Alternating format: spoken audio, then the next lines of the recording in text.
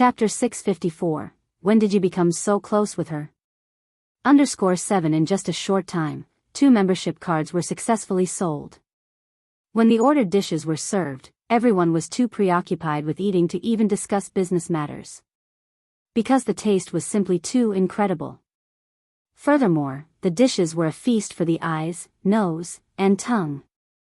Mr. Wang remarked, "The food I had at the state banquet in Q country doesn't even compare to this." Initially, they thought that this restaurant with its great service and beautiful decor would probably only have mediocre food. To their surprise, the dishes were astonishingly delicious. Even a simple dish like vegetable tofu soup had a unique taste. The flavors lingered on their tongues. The foreign guests almost wished they could swallow their tongues along with the food. After the meal, there were exquisite desserts. Normally, men did not care much for desserts. However, today, a small piece of tiramisu had them bending over backward. It was simply too delicious, wasn't it? The group had arrived at 11 in the morning. After dining and discussing business, they didn't leave until 4 in the afternoon. Source, web novel. Com, updated on Omicron New Zero. Omicron, Mr. Wang, well, consider the cooperation matter settled then. Yes. Mr. Wang handshake with Shangguan Su. They continued their conversation as they headed downstairs. While descending the stairs, Shangguan Su suddenly spotted a familiar figure. Brother. Ni Yang approached to greet him. Since the relationship between Shangguan Dehui and Ni Tsuehua had been confirmed, Ni Yang had also started calling him brother. Seeing Shangguan Su here, of course, she would take the initiative to say hello. Yang. Shangguan Su nodded, turned to Mr. Wang, and introduced, "This is my sister Ni Yang. Yang, this is Mr. Wang. Nice to meet you, Mr. Wang." In the catering business, etiquette is paramount, so Ni Yang extended her right hand first. Hello. Mr. Wang looked at Shangguan Su in surprise. "I didn't expect you to have such a beautiful sister." Mr. Wang knew that Shangguan Su had a twin sister named Shangguan Shi, whom he had met before. Although Shangguan Shi was also pretty, she was not as stunning as the girl in front of him now. Since Ni Yang's surname was Ni, she certainly wasn't his biological sister.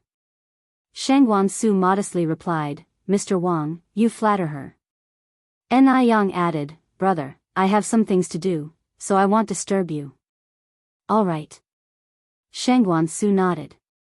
Ni Yang politely nodded to the group and continued to the 3rd floor. The 3rd floor was designated for VIP customers. Could it be that Ni Yang was also a VIP customer here? Shangguan Su contemplated. Ni Yang ran 4 milk tea shops and noodle restaurants, totaling 8 stores, and their monthly profits were unimaginable. Being a VIP client of this restaurant was perfectly normal. Actually, Ni Yang was here to check the accounts. The office was conveniently located at the far end of the 3rd floor. Mr. Wang was a highly influential person in their circle. The people accompanying him today were also not ordinary.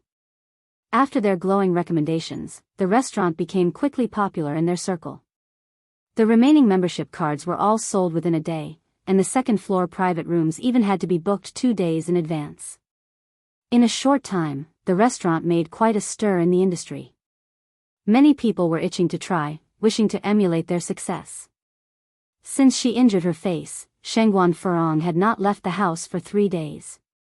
Only after the marks on her face had completely disappeared, she arranged to meet Jia Jinjin and other wealthy housewives for a game of mahjong and afternoon tea. Just as Shangguan Furong left in her carriage, Lin Feng arrived. It was the butler who received Lin Feng as usual. "Comrade Lin Feng, your timing is quite unlucky. The lady of the house just left," he said. Lin Feng replied, regret written all over her face. "Ah? Really? When will Mrs. Zhao be back?" The butler shook his head, "I'm not entirely sure." "Who is it?" Madame Zhao emerged from inside the house. The butler answered, "Madam, this is the lady of the house's friend, Comrade Lin Feng." Lin Feng said with a smile, "Hello, madam." "Oh, Xiaolin.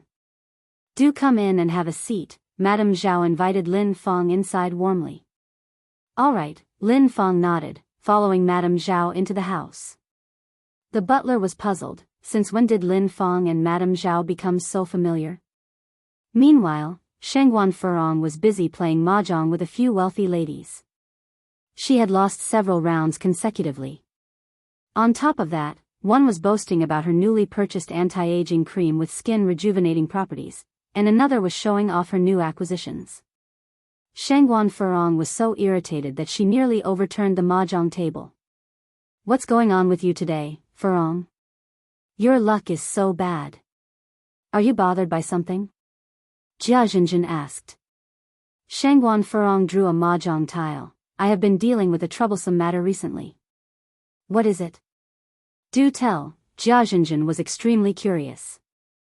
It was well known that Shengguan Furong held a high status in her home. Neither her mother-in-law at the top nor her husband at the bottom dared to upset her. And now she was having troubles? It was unheard of. Just unbelievable. East wind. Another wealthy lady tossed a mahjong tile into the river and added, exactly, do tell us. Perhaps we might be able to help. These people, they're not really interested in helping her. All they're waiting for is a good laugh. Shengguan Furong calmly eyed each person and continued, actually, it's not my problem. This issue involves my friend's daughter. She's quite rebellious. At the tender age of 18 or 19, she's already dating and looking to settle down. What's more, the guy she's with has a notorious reputation. Shengguan Furong cleverly turned Ni Yang into her friend's daughter. Jia Zhenjin commented, having a clueless daughter is really unfortunate for your friend. The others agreed, when stuck with such a clueless daughter, there's nothing to do but accept your fate. Actually, I have a solution. The wealthy lady with curled hair spread her mahjong tiles on the table. I made a flower upon a Kong, I've won. Pay up. Pay up. The other three tossed their money into the river. Shengguan Furong said, Manlin, you say you have a solution, what is it? The wealthy lady with curled hair continued, why not introduce her to someone better? With parents' orders and matchmakers' words, she can't possibly refuse, right? Shengguan Furong laughed immediately, you're right. I'll discuss this with my friend. Indeed. Why hadn't she thought of this solution herself? She could introduce Ni Yang to someone far superior. A man from a background that matches the Shengguan family's status. At that time, Ni Yang would undoubtedly be grateful to her. Shengguan Furong's mood immediately improved. Her improved mood brought better luck, and she won several rounds in a row. The ladies once again badgered Shengguan Furong for a treat. So it's the end of the month, and money is tight. Furong, you've won so much today, you must treat us to a good meal. Shengguan Furong laughed, look at you guys, casting your ambitions so low. I've always said that a woman should control the household finances. How can you let a man be in charge? Among these wealthy women, including Jia Zhenjin, who wasn't reliant on her husband for pocket money. Shengguan Furong was the only one distributing money to her husband. Everyone was green with envy. If you find any errors, ads pop up, ads redirect, broken links, non-standard content, etc., please let us know your report so we can fix it as soon as possible. Chapter 655, Seeking Trouble at Your Doorstep. Letting off steam. _1-inch Furong, oh how we all envy you. You've got such a good life. You can make your husband dance to your tunes. Exactly, exactly. Furong, how do you manage to do it? Can you teach the rest of us? In an era where the concept of men being superior to women hasn't faded entirely, how many women could be like Shengguan Furong? The group mumbled in admiration of Shengguan Furong. Shengguan Furong herself enjoyed the envious glances from everyone else and laughed. There's not much to it, really. You all just need to be a bit more dominant, don't be so submissive. What's there to fear about men? Furong, you make it sound so simple. Do you think everyone's husband is like your Zhao Shen? Someone who tolerates all hits and bullying. As for my husband, I just hope he doesn't throw tantrums and cut my pocket money. I would be thankful for that. Shangguan Furong laughingly said, True, my husband, Zhao Shen, is like a mouse seeing a cat when he sees me. I call him to the east, and he wouldn't dream of even looking to the south. Everyone envied Shangguan Furong, and eventually, the topic came back to food and they started discussing where to eat. Speaking of which, I heard that there's a unique restaurant in Beijing that serves great food, with enthusiastic service and decoration like the Yaoqi Wonderland, said a lady rich in curls. Really? Jia Zhenjin asked. Indeed. A friend of mine told me the desserts there are wonderful. They have mousse cakes and tiramisu and so on. Source, web novel. Com, updated on N0 New. Omicron, even my husband mentioned it. He went there with a certain Mr. Wang. Oh, and Furong, your nephew Shangguan Su was also there. Shangguan Furong smirked. What's so magical about this restaurant? Is it really that exaggerated? I think it's called Heavenly Fragrance. It's right around Daoist Road. Shangguan Furong stood up from the chair. All right, let's go to that Heavenly Fragrance place then. Oh, you are saying Heavenly Fragrance? Yes, I have also heard of this restaurant. Jia Zhenjin continued, it's terrific. They have this third floor dedicated exclusively for VIP customer service. Only people of status and prestige in Beijing can get in there. I wish I could get a membership card from them. Shangguan Furong laughed. I've never seen such a restaurant in Beijing. Let's check it out, and maybe also get a membership card. Jia Zhenjin said, but I've heard that the membership cards for Heavenly Fragrance have been sold out. It's impossible to apply now. Shangguan Furong snorted softly. With money, what membership card can't you get? It's just a restaurant, what's the big deal? They left the house and walked towards Heavenly Fragrance together. Heavenly Fragrance is located in the busiest street on Daoist Road. The signboard carries 4 powerful characters. There were no people waiting outside the door. Shangguan Furong snorted with contempt. Wasn't there supposed to be a queue? It seems deserted. Jia Zhenjin laughed. Definitely, the so-called Heavenly Fragrance is nothing special. The other two also looked unimpressed. So this was the much-hyped Heavenly Fragrance. They only realized what a bustling place it was after they stepped through the door of Heavenly Fragrance. In the restaurant, there were separate outer and inner halls. A light veil divided the outside and inside halls. Subtle sandalwood incense was burning in the corner. A young woman dressed in hanfu was sitting before a spectacular pile of leaves, playing a pipa. It felt as alluring as a woman hidden behind her pipa. Though the queue was in the outer hall, the serene environment didn't make it seem crowded or noisy. Instead, it was quite charming and made people linger. Oh my gosh! There really is a queue! Jia Zhenjin exclaimed. This place is so beautiful. Even the waitstaff's clothes look pretty. Even Shangguan Furong was taken aback by the place.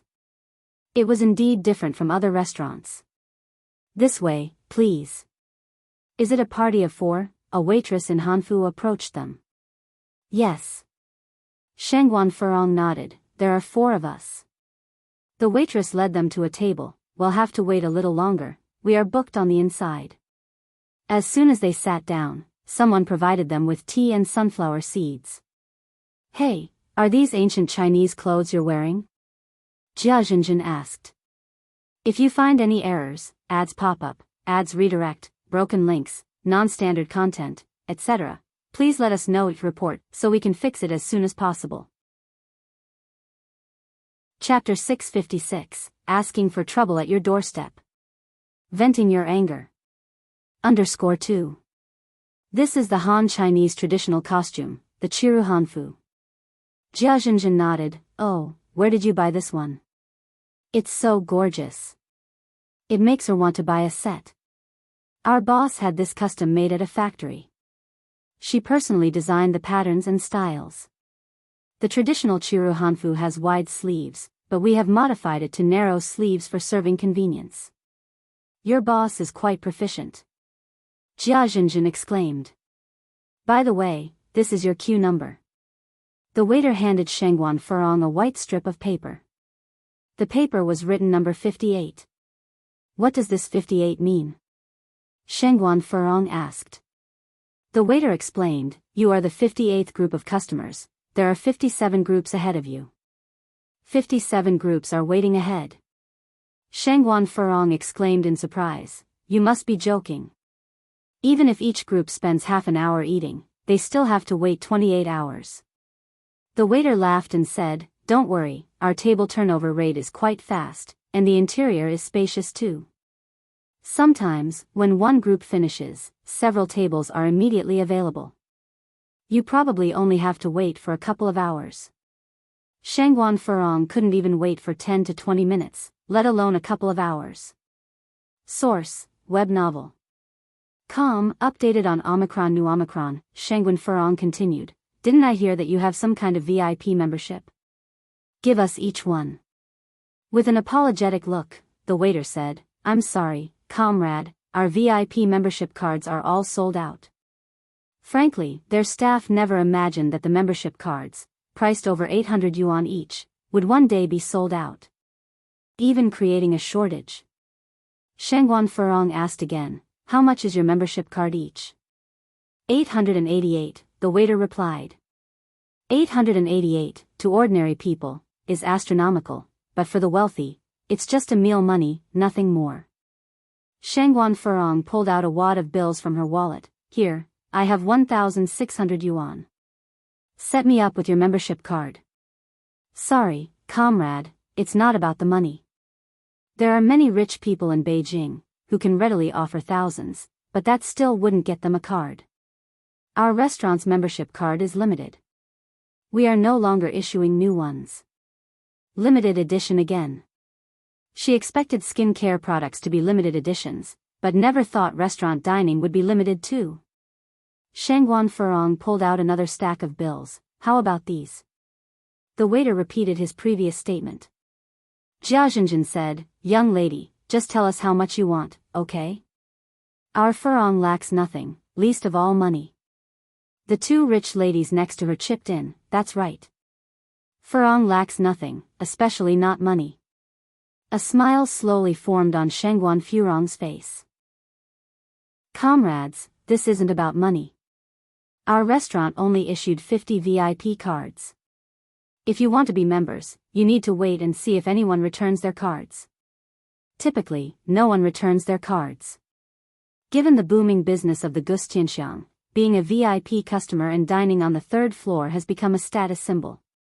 In Beijing, it's rare for any high-end restaurant to achieve such popularity. The success of Wuxia Xianxia has disrupted the traditional food market. Frustrated by the membership process, an angry Shengguan Furong asked, do members still need to line up? Not required, the waiter shook his head, we have a designated VIP reception room. Shengguan Furong is the type who wants more when she realizes something isn't easily attainable. Call your manager over. I need to speak with him. The waiter looked at Shengguan Furong and, noting her attire, realized she was no ordinary individual. He begrudgingly summoned the general manager. The general manager is Gu Lanji. She was a talent that Ni Yang had poached from a state-run large restaurant. Hello. Gu Lanji greeted politely. As a general manager, Gu Lanji was not wearing hanfu, but a standard suit, a pencil skirt, and black high heels, with a walkie-talkie on her ear. She gave people the impression of a business elite. I want a membership card. Name your price, Shengguan Furong said to Gu Lanji. Gu Lanji raised an apologetic smile. Ma'am, I think there may be some misunderstanding. The memberships of our restaurant are limited. We currently don't have additional spaces. No matter how much money you offer, our answer remains the same. If you find any errors, ads pop up, ads redirect, broken links, non-standard content, etc., please let us know each report so we can fix it as soon as possible. Chapter 657, Looking for Trouble at Your Doorstep. Letting off your steam. _3. Limited edition products, if sold exceptionally, would disrupt the market rules. If the first customer is an exception, and the second and third customers are not, it would offend the customers. If supplied unlimitedly, VIP cards would lose their significance and become cheapened. National Beauty treats all its customers the same. I'm so sorry. Gulanji bowed to Shangguan Furong before turning around and leaving.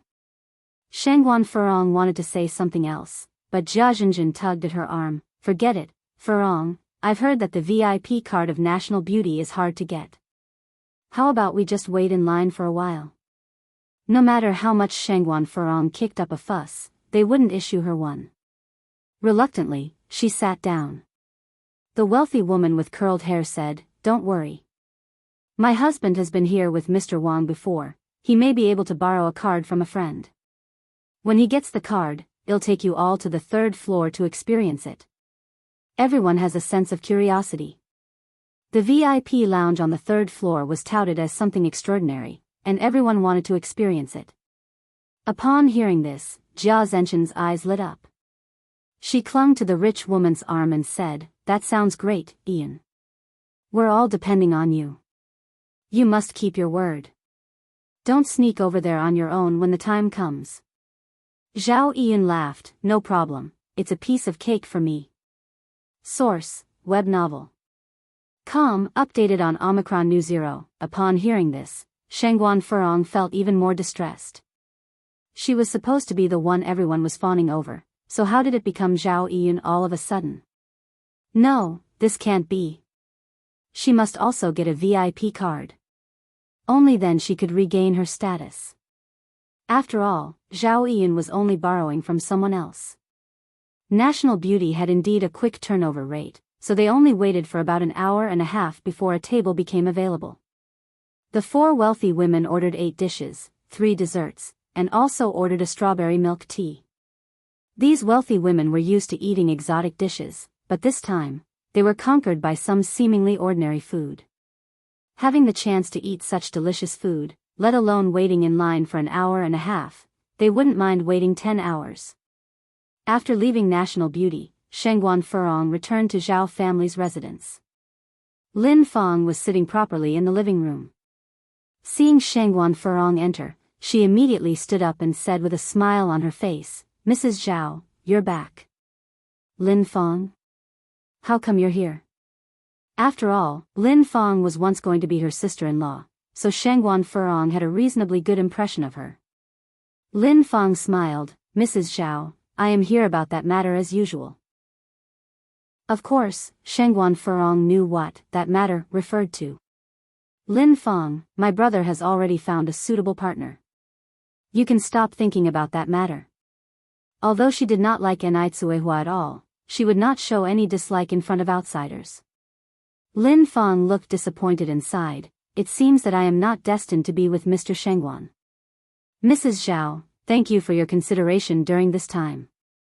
By the way, this is a token of my gratitude. Please accept it." As she finished speaking, Lin Fang put the gift box she was holding on the coffee table. The gift box was light green, very high-end and classy. Shangguan Furong instantly recognized it as the new Ice Skin Jade Complexion product. Although it's not the Supreme Edition, it was still a limited edition. Take it back. I really can't accept such a gift. Even though Shangguan Furong really wanted the limited edition product, she also deeply understood the principle of no reward without merit. "Mrs. Zhao, I've been working with you for a long time and I think you're a very nice person. I feel a connection with you. I want to give you the Ice Skin Jade Complexion not for any other reason, just to make friends with you." After a pause, Lin Fang added, "Mrs. Zhao, you were born noble, and there's a natural grace about your every movement. Being your friend would be my good fortune. Of course, it would be my honor if you accept my gift." Lin Fang's words successfully lifted Shangguan Furong into the clouds. Who doesn't like a little flattery? Of course, in this era, there's no such thing as rainbow farts. This is called flattery. Got to say, Lin Fang accurately pinpointed Shangguan Furong's Achilles heel. Why not accept a gift and listen to someone flattering you at the same time? Shangguan Furong then said, "In that case, I will accept it. If you find any errors, ads pop up, ads redirect, broken links, non-standard content, etc., Please let us know your report so we can fix it as soon as possible. Chapter 658, Inviting Trouble. Venting for you. _4. What a shame that Lin Fang couldn't become my sister-in-law. If Lin Fang had become her sister-in-law, would she have been slapped by Shangguan Dehui for no reason? Further, Lin Fang's lineage is many times more prestigious than Ni Kuihua's. Lin Fang smiled and said, Mrs. Zhao, I knew you would be a good person. Shangguan Furong glanced at the gift box of exquisite beauty products, then turned to the servant standing by, unhappily saying, What are you doing? How could you not even pour a cup of tea for Lin Fang? Is this how you treat guests? I'm sorry, madam. I'll go pour the tea right away. Shangguan Furong smiled at Lin Fang. Servants are just servants, they have no discerning eyes. Don't mind them. Lin Fang replied, As long as you accept my gift, I'm already very happy, why would I mind? Lin Fang nodded her head. She was very satisfied with Lin Fang's cooperative attitude, and it was quite gratifying to feel superior. After some conversation, the two of them had developed a considerable bond. When Lin Fang was about to leave, Shangguan Furong invited her to come over and play more often, with a smile. After Lin Fang left. Source, web novel. Updated on Omicron New Zero, Shangguan Furong recalled Ni Yang's matter, and the smile on her face gradually faded. She ordered the butler, Prepare a list of all the unmarried men in our circle for me. Although the butler was slightly puzzled, he still did as he was told. Before long, Shangguan Furong had the list. After careful selection, Shangguan Furong finally chose a suitable candidate. She called Zhao Shen over and threw the document at him. What do you think of Qian Weiye? Zhao Shen was somewhat puzzled about Shangguan Furong's remark. Furong, what do you mean? Do you think he would match Ni Yang? Shangguan Furong continued. Zhao Shen said in surprise, Furong, are you trying to play matchmaker for them? That seems a bit inappropriate. The Qian family holds a significant status in Beijing, but Qian Weiye's daughter Qian Shaodai is the same age as Ni Yang. And there were rumors that his ex-wife was even the victim of domestic violence. What's inappropriate? Shangguan Furong's face turned cold. Qian family is wealthy and Weiye is capable. Marrying him would be Ni Yang's fortune from a past life. It's still uncertain whether they would favor her. Even if Qian Weiye isn't perfect, he is still much better than Mo Qishan. Plus, Qian Weiye is the head of the family. With the Qian family support, both the Shangguan and Zhao families would benefit. What does that deadbeat Mo Qishan brings to the table? Once the elderly lady and gentleman Mo passed away, his good days would be over. The Shangguan family couldn't be expected to support him, could they? Ni Yang just wanted to marry a wealthy man, didn't she? Qian Weiye has plenty of money. He could certainly satisfy Ni Yang. Zhao Shen made a difficult attempt at persuading, but Qian Weiye is much older than Ni Yang. His daughter, Qian Shaodai, is already 19 years old. Ni Yang is just 18 this year. Isn't this just throwing her to the wolves? Shangguan Furong said, Mo Qishan is also 28, isn't he? And doesn't Ni Yang like older men? Furong, this is a bit improper, what do you know? Shangguan Furong narrowed her eyes. If Qian Weiye takes a liking to Ni Yang, she should thank her lucky stars. You have no idea how many girls would give anything to marry into the Qian family. Zhao Shen still looked troubled. Shut up. Shangguan Furong rolled her eyes at Zhao Shen. Zhao Shen was scared into silence. Shangguan Furong continued, Make me a cup of coffee. Ah, right. Zhao Shen turned and walked towards the door. Shangguan Furong leaned back against the headboard, thinking about Ni Yang's business while savoring her coffee, and did not go to sleep until midnight. Early the next morning, Shangguan Furong made a trip to the Qian family. The old lady Qian was over 90 this year but had retained excellent hearing and vision. She was incredibly energetic. I wondered why the magpies in my garden were chirping this morning. It turns out that a distinguished guest has come. Old lady Qian, you still remember me? Shangguan Furong was pleasantly surprised. but I did indeed come to bring you some good news today. Old Lady Qian laughed and said, "You are the youngest daughter of the Shangguan family, how can I not remember? Everyone in the privileged circle has some pull." They chatted a bit about other matters before Shangguan Furong broached the main subject. Hearing this, Old Lady Qian asked, "How old is the girl this year? Can she still bear children?" Qian Weiye only had a daughter, Qian Shaodai. The old lady Qian had been dreaming of holding another great-grandson. Shangguan Furong laughed and said, "She can bear children. She's still very young. She's only 18 this year. It wouldn't matter if she wants to give birth to 10 or 8 kids. If you find any errors, ads pop up, ads redirect, broken links, non-standard content, etc., please let us know each report so we can fix it as soon as possible." Chapter 659, Seeking Trouble at Your Door. Venting Your Frustration. _5. Oh. Really? There was a glint in old lady Qian's eyes, which weren't cloudy like one might expect. "I wonder where the girl is from?" Shangguan Furong sighed softly, "To tell you something that may make you laugh, my brother has found someone recently." Shangguan Furong briefly introduced Ni Yang's circumstances to old lady Qian. After all, it can't be kept a secret once the two families become related by marriage. It's better to be honest.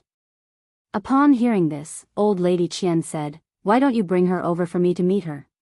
Even though Ni Yang is Shangguan Dihui's stepdaughter, she's still acceptable when considering her status. After all, Qian Weiye isn't young anymore. Shangguan Furong then asked, "When would you be available?" Old lady Qian laughed, "I'm an old woman with nothing to do all day, I'm free anytime." "Perfect, then let's leave it at that." "Good." Old lady Qian nodded. Shangguan Furong left the Qian family's house with a cheerful smile on her face. After leaving the Qian's home, Shangguan Furong decided to lower her status and dropped by the Ni family's house. When she arrived, Ni Yang wasn't home. Source, web novel.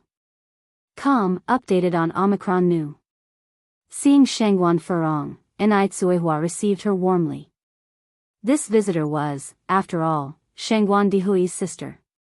"Furong, come and sit over here." Shangguan Furong stood there, "No need to be so formal, I only have a few words to say and then I'll leave." "Go ahead." Shangguan Furong continued, "Around 10 o'clock tomorrow morning, ask Ni Yang to come to my house to see me." Ni Tsuehua frowned slightly, "What do you need to see Yang Yang for?" Shangguan Furong initially wanted to lose her temper. Who was this rural woman to question her? It was already a favor to Ni Tsuehua that she had come here to the countryside. But in the blink of an eye, Shangguan Furong changed her expression and laughed, "Sister Dia, look at your questioning, im Yang Yang's and aren't I? What could I possibly do to harm her?" She couldn't fall out with Ni Tsuehua before the matter was settled. Ni Tsuehua said, "If you don't state what it's about, how can I tell Yang Yang?" She always felt that Shangguan Furong had no good intentions. This future little aunt didn't seem like an easy person to deal with. Shangguan Furong's eyes shifted, she then said, "It's like this, Sister Dia. The mother of a friend of mine has recently been unwell. Yang Yang is a doctor, right? So I was going to have her come to look at the old woman." "Is that so?" Ni Tsuehua asked. "Of course." Shangguan Furong laughed, "You're not suggesting that I would sell Yang Yang, are you?" After Ni Yang returned home, Ni Tsuehua told her all about it. "Yang Yang, I always feel like Shangguan Furong was acting a bit strange today. Maybe you should not go." Ni Yang smiled faintly, "An army's approach can be deflected, just as the flow of water can be diverted, some matters can't be avoided. And I would like to see what kind of medicine Shangguan Furong has in her gourd. Just be careful then." Ni Yang nodded. At 10 o'clock the next morning, Ni Yang went to her appointment on time. The Zhao family's house wasn't hard to find. Ni Yang rode her bicycle there. When she arrived, Shangguan Furong was already at the door waiting for her. Seeing Ni Yang, Shangguan Furong had a mocking look on her face. Poor people are always poor. She even arrived on a bicycle. Isn't she ashamed? Don't you usually love wearing cheongsams? Why didn't you wear one today? Ni Yang was dressed in a very ordinary outfit of jeans and a t-shirt that day. Cheongsams are so pretty. They even highlight the figure. The Qian family are wealthy and esteemed. Ni Yang was dressed so plainly. What if the Qians don't take to her? Ni Yang replied casually, what's wrong with me wearing this? Shangguan Furong continued, never mind, let's go. Remember to speak less after we get there. Ni Yang looked good no matter what she wore, so Shangguan Furong didn't bother telling her to change. The two got into the car, and shortly after, they arrived at the Qian family's house. The Qian family's house was situated in a rich community, and the villa was even more luxurious than those of the Zhao and Shangguan families. As Shangguan Furong walked, she watched Ni Yang's expression. She was hoping that Ni Yang would be amazed by such a luxurious building. Only by fascinating Ni Yang could Shangguan Furong get the upper hand. However, Ni Yang remained serene, her clear face held no expression at all. Huh! What an actress! Shangguan Furong had a mocking look on her face. Ni Yang must have screamed internally several times already, hadn't she? A vain girl like her, doesn't she just love money? If you find any errors, ads pop up, ads redirect, broken links, non-standard content, etc., please let us know each report so we can fix it as soon as possible. Chapter 660, Bringing Trouble to Your Doorstep. Venting Your Anger. _6. Who knows, she might even be deliriously happy once Qian Weiye takes notice of her. Upon seeing Shangguan Furong bringing Ni Yang, the butler came out to warmly welcome them. Mrs. Zhao is here, please come inside. The two entered the hall. Mrs. Qian and Qian Weiye were sitting on the couch in the living room. Furong is here, please, have a seat. Mrs. Qian promptly stood up from the sofa. Shangguan Furong then introduced, Mrs. Qian, this is my niece, Ni Yang.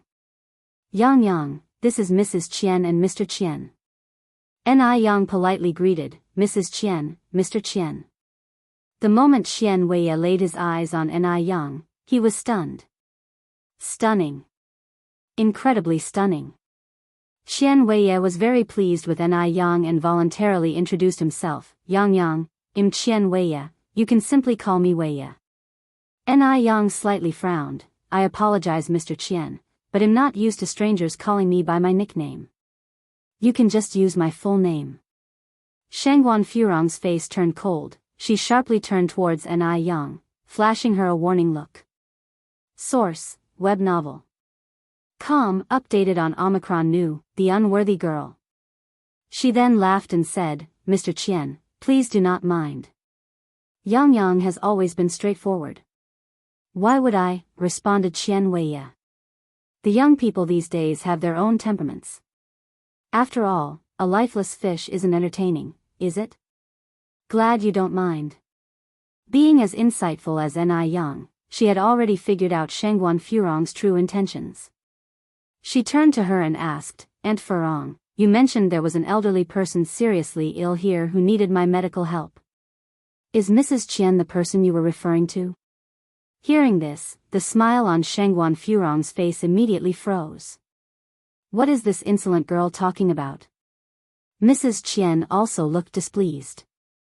As one grows old, they pay great heed to such matters. And here Ni Yang was, implying that she was sick. This seemed nothing less than a curse. Ni Yang continued, Aunt Furong, didn't you tell me Mrs. Qian was seriously ill and bedridden? How come you're speechless now? Mrs. Qian's face grew angrier with each passing moment. How dared Shangguan Furong deceive her like this? Shut up. Shangguan Furong barked, when did I ever say such thing? If those weren't your words, then why would I bring this medicine box with me? Ni Yang glanced to the medicine box slung over her left shoulder.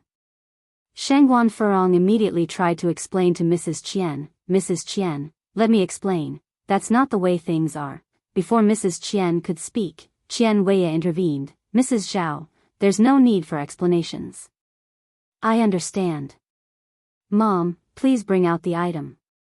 Although Mrs. Qian wasn't pleased, when her son spoke, she had no choice but to comply. At least Yang was pretty. As for her temper, it could be adjusted over time.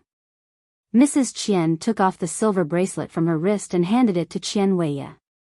Qian Weiya handed it to Shengguan Furong. Mrs. Zhao, this bracelet is especially meant for my future wife. Upon hearing that, Shengguan Furong was over the moon. She never had expected that even after Yang's display, the Qian family would still favor her. This was truly a fantastic turn of events. Shengguan Furong happily accepted the bracelet, smiling, Mr. Zhao, I guess our families will officially be related from now on. Yang chuckled, I never thought Aunt Furong would consider remarriage. As your junior, I wish you and Mr. Qian a happy and fruitful life together. Those words turned everyone's faces sour. Especially Shengguan Furong and Qian Weiya. Qian Weiya was just in his 40s. And Yang daringly referred to him as grandfather. Shengguan Furong was seething. Who was Qian Weiya? Did he think he deserved her?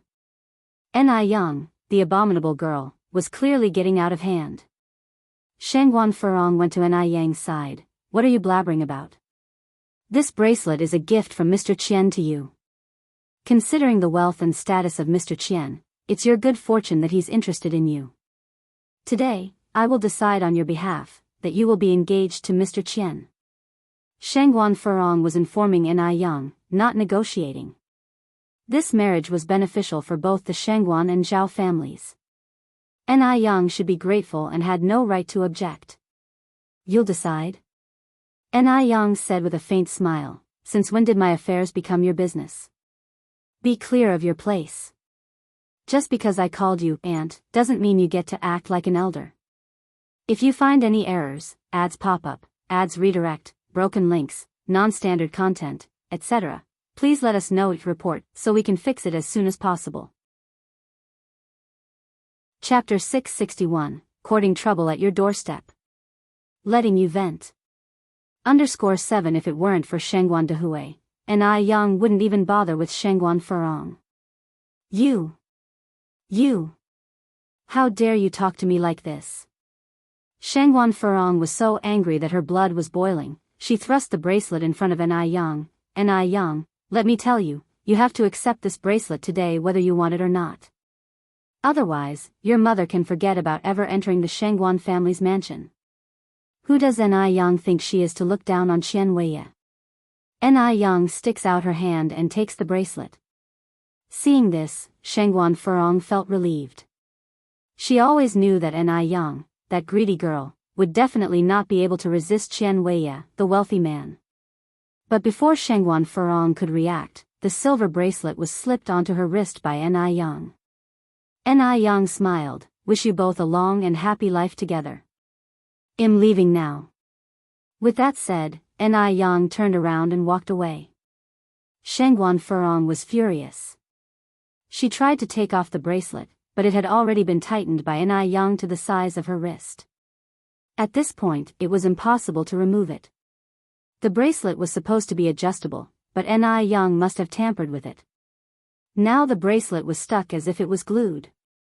No matter how hard she tried, it just wouldn't loosen. Shengguan Furong's hand was even scraped, but she couldn't remove the bracelet.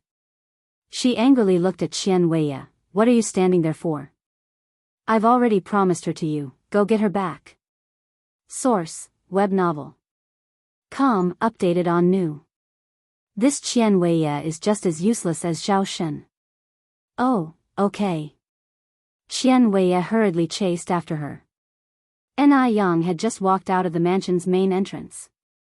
Qian Weiya came from behind and pounced on her. Yang. Yang was on guard earlier.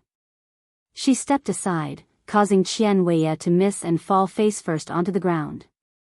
Yang, Shengguan Furong has already decided to betroth you to me. You are now my fiancé. You will marry me one day. You can't run away. Yang looked down at Qian Weiya. Mr. Qian, you're mistaken. It's me who betrothed Shengguan Furong to you. After all, Shengguan Furong is the one who accepted your family heirloom. Xian Weiye snorted. What makes you think you can decide Shengguan Furong's fate? Ni Yang nodded slightly. That's a very good question. Then may I ask what gives Shengguan Furong the right to decide my fate? Mr. Zhao, be careful. I might report your family to the police station for trafficking innocent girls. With that said, Ni Yang turned away and left. Xian Weiye angrily grabbed a handful of soil, rose, and walked back to the house. Shengguan Furong, are you playing games with me on purpose? Xian Weiye grabbed Shengguan Furong by the collar. He had heard that Xian Weiye was a bastard, even beating his own wife to death. How could Shengguan Furong not be scared? This was not going according to her plan. She had thought that Ni Yang, just a village girl, would be easy to manipulate. She didn't expect that Ni Yang had slipped out of her control. That Ni Yang, that shameless girl. How ungrateful she was. Shengguan Furong took a deep breath. Mr. Qian, we're family. Speak nicely, don't be rough. Whose family with you? Shengguan Furong put on a smile. Mr. Qian, you are about to marry my niece.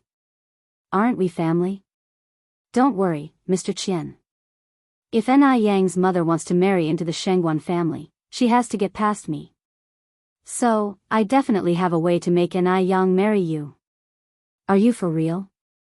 Xian Weiye narrowed his eyes. Of course it's true. Shengguan Furong nodded. I won't hide it from you. Ni Yang is just a country girl. Being able to marry you is a blessing she has acquired from countless past lives. Relax, leave this matter to me. Fine.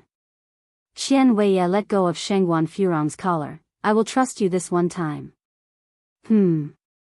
Shengguan Furong continued, just wait for your bride. I assure you I'll get Ni Yang nice and obedient for you, even more so than a kitten. I'll trust you this one time. Just as Ni Yang walked out of the Qian family mansion, a black car drove by her side. After about 10 seconds, the same car came back. The car window lowered, revealing a handsome face. Yang. Brother Mo. Ni Yang looked at Mo Qishan, somewhat surprised. Mo Qishan quickly got out of the car and opened the door. Yang, what are you doing here? Ni Yang looked around. Let's get in the car and talk. All right. Mo Qishan nodded in agreement and opened the car door for Ni Yang. Once in the car, Ni Yang said, I came here with Shengguan Furong. Mo Qishan paused for a moment. Usually, Ni Yang would address Shengguan Furong as Aunt Furong. Why did she directly call out her name today? Ni Yang was typically not a rude person. Could it be that Shengguan Furong did something to provoke her? Yang, what happened? Did Shengguan Furong bully you? Mo Qishan asked. Ni Yang laughed. She could never bully me. It's just that something quite disgusting happened. Before coming to the Qian family, Ni Yang had truly not thought that Shengguan Furong harbored such intentions. It was absolutely disgusting. Do tell? Mo Qishan asked, turning on the car's music system. Ni Yang briefly explained the situation. She originally had no intention to hide this from Mo Qishan. Mo Qishan's eyes darkened, containing a hint of monstrous rage, emitting a dangerous aura. He had initially not wanted to stoop to Shengguan Furong's level. After all, she was just a scheming, malicious woman. But Shengguan Furong should not have involved Ni Yang. Now, he wouldn't be polite to her anymore. Mo Qishan's hand on the steering wheel tightened gradually, his knuckles turning slightly pale. If Ni Yang were an ordinary girl, she might have already fallen victim to Qian Weiye's harassment. The mere thought of Ni Yang nearly being bullied made Mo Qishan feel suffocated. He tried to suppress the anger welling up inside him, and spoke softly, Boss, I will avenge you for this. His voice was quiet and calm, but it carried an unsettling aura. Ni Yang raised an eyebrow slightly. Oh? Really? No. Mo Qishan lightly pinched her nose. Ni Yang leaned slightly towards him and hugged him. Brother Mo, you're so nice. Mo Qishan hugged her back. Thank you for the praise, boss. The hug only lasted for a few seconds. Ni Yang let go of him, rolled up his sleeve to reveal his glittering robust wristwatch. It's already past 11. Brother Mo, should we go for lunch? Sure. Mo Qishan nodded. Where do you want to go? Ni Yang continued. I suddenly feel like having stinky tofu and crossing the bridge noodles. Would you like to join? Sure. It's been a long time since I last had these.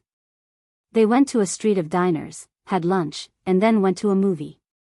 Finally, Mo Qishan drove Ni Yang home. In the end, the luxury car stopped in front of a business building. Mo Qishan got out of the car. His originally smiling face was now solemn. His thin lips pressed together, and his eyes held a stormy hue, causing everyone around to feel anxious. What's wrong with the gentleman today? How terrifying. Mo Qishan made his way to the top floor and opened the door of his office. He sat on the leather boss chair, loosened his tie, and finally picked up the phone. Bring Qian Weiye to me. And tell Morris to prepare a dossier on the Zhao family and Shengguan Furong for me right away. If you find any errors, ads pop up, ads redirect, broken links, non-standard content, etc., please let us know it report so we can fix it as soon as possible. Chapter 662, The Show Begins. _1 Upon finishing his sentence, Mo Qishan hung up the phone. His face, usually stone-cold, appeared to be enveloped by an impenetrable layer of ice. Shengguan Furong on the other end was still unaware of all that had taken place. After leaving the Zhao family, she had made her way to the Shengguan family residence. Shengguan Furong rushed into the living room, and upon not seeing her mother, asked one of the servants, "Where's Mum?" "The dowager is resting in her room," the servant replied. Shengguan Furong immediately began ascending the stairs, knocking on the door loudly. "Mum! Mum! Mum!" A moment later, her mother appeared, wrapped in a robe. "What's the rush all about?" Shengguan Furong replied with a smile, "I've brought good news, of course." "And what good news could you possibly have?" The dowager stepped aside to allow Shengguan Furong in the room. Shengguan Furong then said, "Mum, I've found Ni Yang a great potential match." The dowager furrowed her brows slightly. "What did you say?" "I said, I found a good family that matches our status in the Shengguan family for Ni Yang," Shengguan Furong repeated. "The Qian family holds notable prestige, and Qian Weiye is the head of the family." Source, web novel. Com, updated on New Zero. The dowager had no reason to object. As long as the dowager is on board, Ni Yang would have to agree. Yang already has a boyfriend, there's no need for you to meddle, the dowager expressed her displeasure. "You're talking about Mo Qishan?" A dismissive look flashed across Shengguan Furong's face. "You're well aware of Mo Qishan's reputation." "Mum, rest assured, this time, I've truly found a good man for Ni Yang. He's leagues better than Mo Qishan." "Furong, did your brother's slap not wake you up the last time?" The dowager looked at Shengguan Furong. Mention of the slap made Shengguan Furong's expression turn cold. She had not even held the incident against Shengguan Dehui, yet their mother was bringing it up again. Wasn't this deliberately meant to humiliate her? "Mum, I've been thinking of you all as my family, that's why I've been running around trying to find Ni Yang a good match. But all you do is dismiss my goodwill as worthless." The dowager sighed. "Furong, if you truly cared about our family, you'd keep your nose out of where it doesn't belong." With her grandchildren all grown up and Shengguan Dehui having found his own happiness, all that the dowager wanted now was to live out her remaining years in peace. Why was Shengguan Furong always stirring up trouble instead of living a quiet life? Why did she have to give birth to such a daughter? How is this meddling? I'm doing this for our family's good. Do you think I like meddling in Ni Yang's affairs? If it weren't for the fact that Ni Tsuehua was marrying Shengguan Dehui, she wouldn't even spare Ni Yang a glance. Lin Fang was so eager to marry into a rich family, yet she didn't introduce Qian Weiye to her. In the end, not only did she gain nothing, but she also stirred up a lot of trouble. What a thankless world this was. Shangguan Furong continued, Mum, the person I'm introducing to Ni Yang is Qian Weiye. You're acquainted with Lady Qian too. And Qian Weiye agreed to this match. Now, we're only waiting for your approval. As long as you give the go-ahead, there's nothing Ni Yang can complain about. After all, she's just a country girl. Qian Weiye taking a liking to her is an unimaginable stroke of luck. What? The dowager turned pale with rage, her breathing labored. What did you say? Qian Weiye. Do you have any idea how old Qian Weiye is this year? Shangguan Furong, you've gone too far. What's wrong with Qian Weiye? Aren't they just a bit older than Ni Yang? Aside from the age gap, how is Qian Weiye not superior to Mo Qishan? Mum, Ni Yang isn't your biological granddaughter. Why are you protecting her so much? Given her background, marrying Qian Weiye would be a stroke of good fortune. Although Ni Zuihua was going to marry Shangguan Dehui, the relationship between Ni Yang and the Shangguan family was still not close. If it were Shangguan's biological granddaughter who was to marry Qian Weiye, that would definitely not have been suitable. After all, whoever Qian Weiye marries essentially becomes his concubine. The dowager trembled all over. Shangguan Furong had gone too far. This was outrageous. She was already seething with anger after hearing these words. How would Ni Yang react if she heard them? Shangguan Furong continued, Mum, you're not a fool. You know exactly what the pros and cons are. If Ni Yang marries Qian Weiye, our Shangguan family are the ones who will benefit. If Ni Yang were to be with Mo Qishan, everyone would only end up laughing at the Shangguan family's expense. If you find any errors, ads pop up, ads redirect, broken links, non-standard content, etc., please let us know your report so we can fix it as soon as possible. Chapter 663, The Show Begins. _2. Shut up. The old Mrs. Shangguan, unable to contain her anger, slapped Shangguan Furong squarely across the face. Caught off guard, Shangguan Furong's face immediately sported a visible handprint and her words came to an abrupt halt. She hit her. Old Mrs. Shangguan actually hit her. A few days ago, it was her own brother that hit her. Now, it's her own mother. Moreover, it was all because of Ni Yang. Misfortune. They, mother and daughter, were truly a curse. Old Mrs. Shangguan continued, a daughter married off is like a bucket of water poured out. You have no right to interfere in Ni Yang's affairs. Old Mrs. Shangguan really didn't want to speak so harshly to Shangguan Furong. After all, in her eyes, her children were all equal. But Shangguan Furong was just too excessive.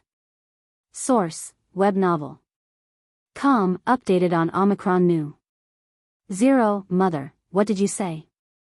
Shangguan Furong looked at old Mrs. Shangguan in disbelief. I said a daughter married off is like a bucket of water poured out. Can't you understand me? Old Mrs. Shangguan continued, before, your brother indulged you, no matter how excessive you were, he wouldn't grudge you. But this time it's different. Furong, I hope you can recognize your position. You're 36 years old, not 16. Can you think about the consequences before you speak or act? Staring at old Mrs. Shangguan, Shangguan Furong looked as if she was seeing a stranger. 36 years. This was the second time old Mrs. Shangguan had spoken such harsh words to her. The other time was on the way back from Ni Kuihua's home. Everything I did was for the Shangguan family. Shangguan Furong cried hysterically, fine. It's my fault. I'm meddling in others' business. Okay. From today on, they'll stop caring about these damn things, okay? Shangguan Furong picked up a vase and smashed it hard on the ground. Crash, shards flew in all directions. The maids cleaning downstairs were greatly startled by this sudden crash. Old Mrs. Shangguan watched Shangguan Furong's retreating figure, shaking her head helplessly. This child is getting more and more irresponsible, and the real hardships are yet to come. Shangguan Furong, covering her left face, made her way downstairs. The passing servants seeing her like this, dared not to approach and ask what happened. Just then, Shang Guanxi returned from outside. "Aunt, what happened to you? Get out." Shang Guanfurong, still enraged, pushed Shang Guanxi away. Caught off guard, Shang Guanxi was pushed to the ground, hitting her head on the corner of a table. "Miss, are you all right?" The servants rushed over and helped Shang Guanxi up. "I'm fine." Shang Guanxi, supported by the servant, stood up and rubbed her nape. "What happened to my aunt?" The servant pointed to the ceiling and whispered, "It seems like there was some disagreement between the miss and old madam, huh?" Shang Guanxi frowned slightly, ignoring her headache. She ran upstairs immediately. Upstairs, old Mrs. Shangguan sat on the sofa, her face filled with worry. She was reflecting on herself. It was she who had spoiled Shangguan Furong. It was she who hadn't taught Shangguan Furong well. "Grandma." Shangguanxi sat down next to old Mrs. Shangguan. "Xiaoxi." A forced smile appeared on old Mrs. Shangguan's face. Shangguanxi tried to break the news gently. "Grandma, I just saw my aunt leaving in tears." "What happened between you two?" Old Mrs. Shangguan sighed, recounted the whole story to Shangguanxi. Hearing this, Shangguanxi was shocked. "It's horrifying. What kind of person is Qian Weiya? A scumbag who even beat his wife to death. What Shangguan Furong did was like pushing Ni Yang into a flaming pit. How could my aunt do such a thing?" Shangguanxi frowned. Yang must be very angry now. "We must not let my aunt affect Aunt Dia and Dad's relationship. After all, it was not easy for Dad and Aunt Dia to finally be together." "Exactly." Old Mrs. Shangguan agreed. "Xiaoxi, it's good that you are back. Let's go to Aunt Dia's house together and explain everything to Aunt Dia and Yang properly." "Okay." Shangguanxi nodded. Under the cover of night, they took a car to the Ni family home. When they arrived, the Ni family was having their meal. The whole family were gathered around the table, laughing and dining, creating a harmonious atmosphere.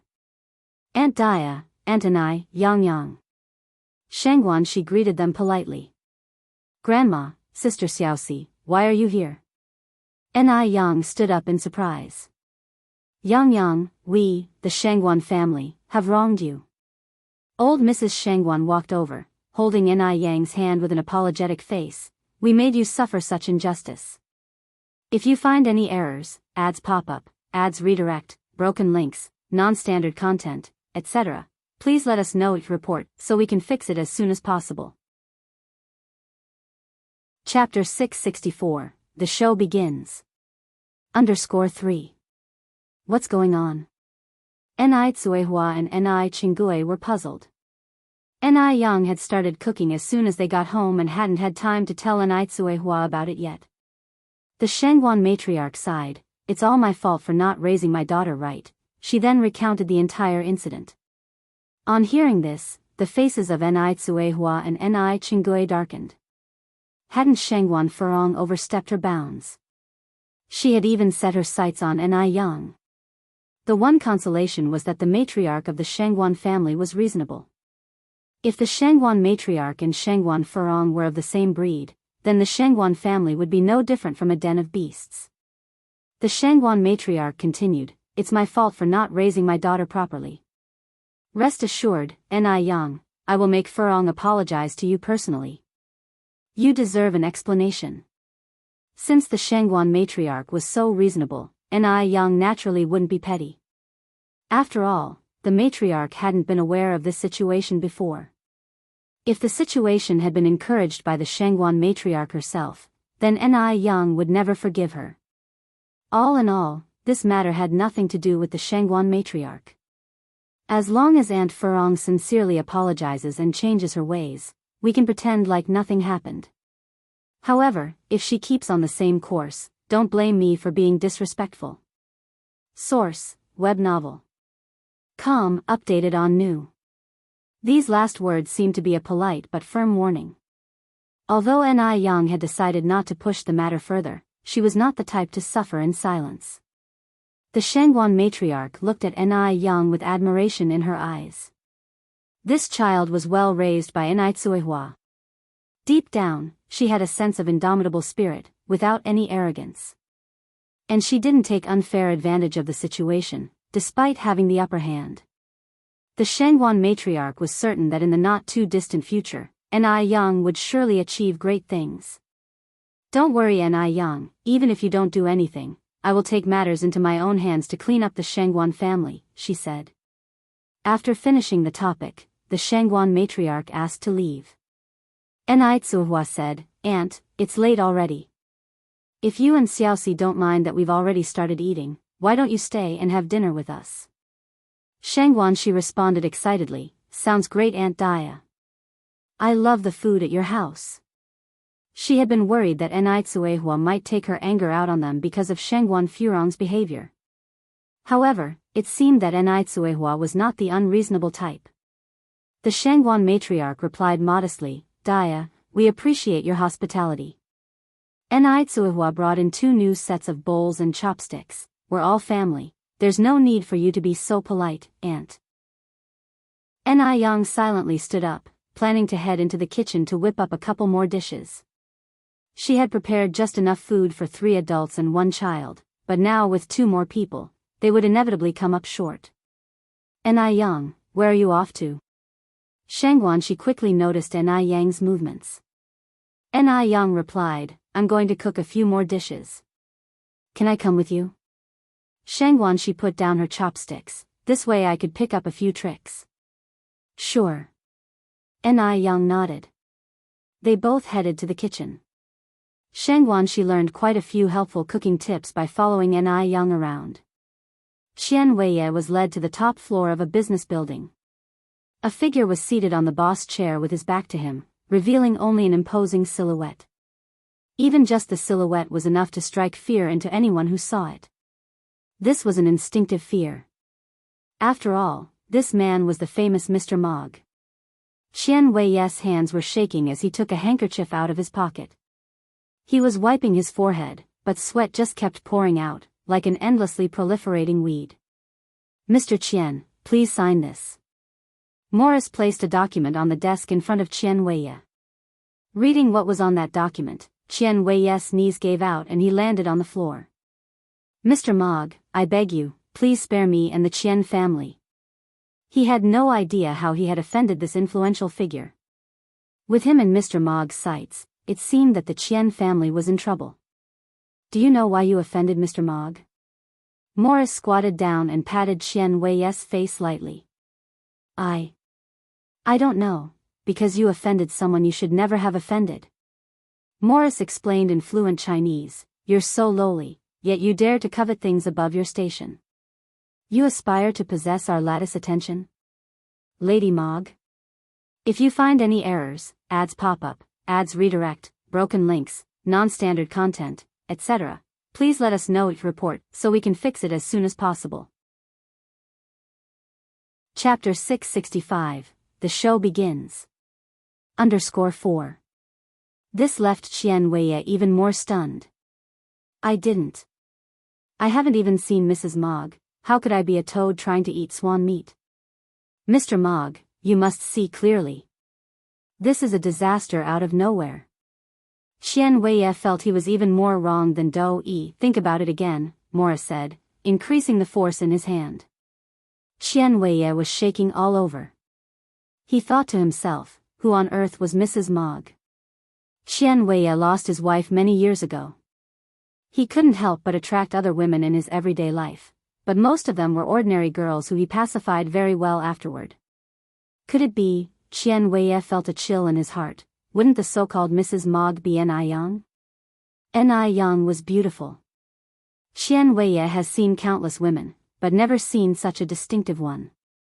It was normal for Mr. Mog to become her suitor. Could it really be her? Qian Weiye gulped. The more he thought about it, the more frightened he became. Source, web novel. Com updated on Omicron knew that Shangguan Furong really ruined him. Mr. Mog, I am truly sorry. I have no eye for treasure, I am a toad who wants to eat swan meat. I didn't know Ni Yang was your wife. Please let me go, I promise this will never happen again. Qian Weiye was very repentant about his behavior, crying bitterly. You want a next time? A cold voice came from the front as if it could freeze one's flesh and blood. It seems the real Mrs. Mogg is indeed N.I. Yang. I didn't guess it wrong. Qian Weiye froze in fear, and immediately started slapping his face. No, no, no. Mr. Mogg, I was wrong. I didn't mean that. I'm just a worthless creature. I'm a beast, please don't stoop to my level. In no time at all, Qian Weiye had slapped himself into a pig's face. His face was full of handprints. The man turned his back to him and extended his hand to his assistant. Realizing, the assistant immediately handed him a cigar and a lighter. Click. The sound of the lighter echoed in the air, and smoke rose in front of him, as if a layer of snow had been laid around him. Qian Weiye crawled to him, knelt on the ground, and mumbled unclearly, Mr. Mogg, please forgive this beast. This beast will never dare again. The man withdrew his disgusted foot, took a slow puff of smoke. Go and apologize to Yang Yang, ask her to forgive you. Okay, okay. Qian Weiye immediately got up from the ground and ran outside. Only then did the man turn his head, revealing a sharp-featured face, a cigar hanging at the corner of his thin lips, looking at Morris by his side. Morris quickly understood and turned to follow Qian Weiye. Morris, who had been following him for a long time, naturally understood what he meant. If Qian Weiye had turned his head back at that moment, he would have realized that the renowned Mr. Mogg was actually despised by everyone. Mo Qishan. Mo Qishan then reached out to Marcus. Where are the files on the Zhao family and Shangguan Furong? Here, answered Marcus respectfully, handing over the files. How handsome the master looks when he's furious for his woman. Marcus was extremely excited. Mo Qishan took the files and flipped through a few pages. Marcus then said, last night, Shangguan Furong returned to the Shangguan family. What was the Shangguan family's reaction? Mo Qishan asked. Marcus thought for a while, then said, old Madame Shangguan and Shangguan Furong had a big argument. Shangguan Furong was even slapped across the face. In the end, old Madame Shangguan personally went to Miss Nis' house. It was fortunate that Madame Shangguan was wise. If Madame Shangguan was the same as Shangguan Furong, those who would be unlucky this time would not be limited to just Shangguan Furong and Qian Weiye. Upon hearing this, Mo Qishan's previously tight face relaxed a bit. Marcus then asked, Sir, do you want me to invite Shangguan Furong over? No need. Mo Qishan closed the files. Come closer. Marcus walked over to Mo Qishan and bent down. Mo Qishan whispered something to him, and Marcus nodded, okay, sir, I have it. This tactic of Mo Qishan, using someone's own methods against them, was absolutely ruthless. Shangguan Furong was about to face bad luck now. Ni family's house. Just as Ni Yang opened the gate, ready to go out, an unknown figure popped up. Grandma. Ni Yang slightly frowned. This man, whose face is swollen like a pig's head, does she know him? And he is calling her grandma. Does she look that old? Grandma, it's me. It's Qian Weiye. Qian Weiye spoke again. Ni Yang smiled lightly, it seems you didn't take my words to heart yesterday. So, do you want to try the taste of being hit with an 812 again? If you find any errors, ads pop up, ads redirect, broken links, non-standard content, etc., please let us know each report so we can fix it as soon as possible. Chapter 666, The Show Begins. _5. No no no. Qian Weiye shook his head immediately, knelt on the ground with a thud, picked up a thick vine from the ground and held it in his hand. Granny, I'm here to apologize. Sorry, Granny. I was blind before, a toad craving after swan meat. I will never dare to do it again. I beg your mercy, please spare me this time. Ni Yang slightly squints her eyes. What is happening? Why did Qian Weiye change his behavior? Could it be Mo Qishan's work? Interesting. Ni Yang picked up the vine with a faint smile. In fact, Qian Weiye is not entirely to blame for this. After all, it was Shengguan Furong who took the initiative. By law, Qian Weiye can be considered an accomplice at most. Qian Weiye, you haven't been shy of forcing yourself on innocent girls in the past, have you? No, no. Qian Weiye shook his head immediately. I swear, Granny. I have never forced anyone, all those women were with me voluntarily. Ni Yang didn't say much else, she just broke the vine she had been holding in her hand with a simple snap. Qian Weiye, if you ever do anything disgraceful in the future, this broken vine will be your fate. Source, web novel. Com, updated on Omicron New Omicron, the vine is half an arm thick and quite resilient. It would be impossible for an ordinary person to break it with one hand. Qian Weiye's moral compass was reset again. He was so scared he began to kowtow. I will never do it again. Granny, I promise, I will never do it again. Get out. Ni Yang's red lips spoke lightly. Thank you, Granny, for your mercy. I'm leaving now. Qian Weiye seemed like he had received amnesty, picked up his knee, curled up into a ball and rolled away. Ni Yang, just then, Ni Kuihua's voice came from inside the house. Yang, who is it outside? Ni Yang responded, just a passerby asking for directions. Zhao family. Shengguan Furong has been in an extremely bad mood these days. If Shengguan Dehui had been with Lin Fong from the beginning, none of this would have happened. It's all Ni Kuihua's fault. All her fault. Seeing Shengguan Furong in such a bad mood, both the old lady of the Zhao family and Zhao Shun were treading on eggshells around her, fearing they might add fuel to the fire. Just then, Lin Fong walked in from outside. She first greeted the old lady and Zhao Shun, and then came upstairs. Furong. After her active approach last time, their friendship has grown rapidly. Now she was free to come and go in the Zhao family's house. With her gentle character, even the servants of the Shengguan family liked her. Shengguan Furong, being a proud person, ignored Lin Fong, especially since she had been annoyed recently. Why are you here? Lin Fong did not get upset, and said with a smile, Furong, I came to give you a present. What present? Shengguan Furong finally looked at Lin Fong with a hint of interest. This for you. Lin Fong took a black card out of her bag and handed it to Shengguan Furong. The black card was pitch black, with gold lines as decoration on the edges, and the 4 characters National Beauty and Heavenly Fragrance on the left side. It looked very upscale and classy. What is this? Shengguan Furong asked. This is a membership card of National Beauty and Heavenly Fragrance. Lin Fong continued, Furong, haven't you always wanted their membership card? This one is for you. The National Beauty and Heavenly Fragrance membership card costs 888 yuan each. Obviously Lin Fong couldn't afford one, not to mention, it was limited edition. This black card was given to her by a mysterious person who claimed to want to help her.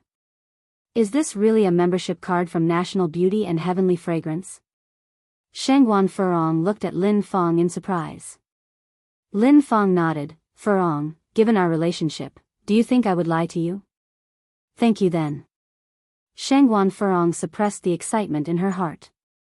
She was someone who had seen big scenes, how could she just show her emotions so easily? But she was really excited. With the National Beauty and Heavenly Fragrance's membership card, she could now take that group of card-playing friends to their 3rd floor for a surprise.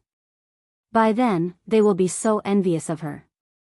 Seeing Shengguan Furong like this, Lin Fong smirked, and then said, Furong, I have things to do at home, I won't bother you anymore. Wait a moment. Shengguan Furong called out to Lin Fong.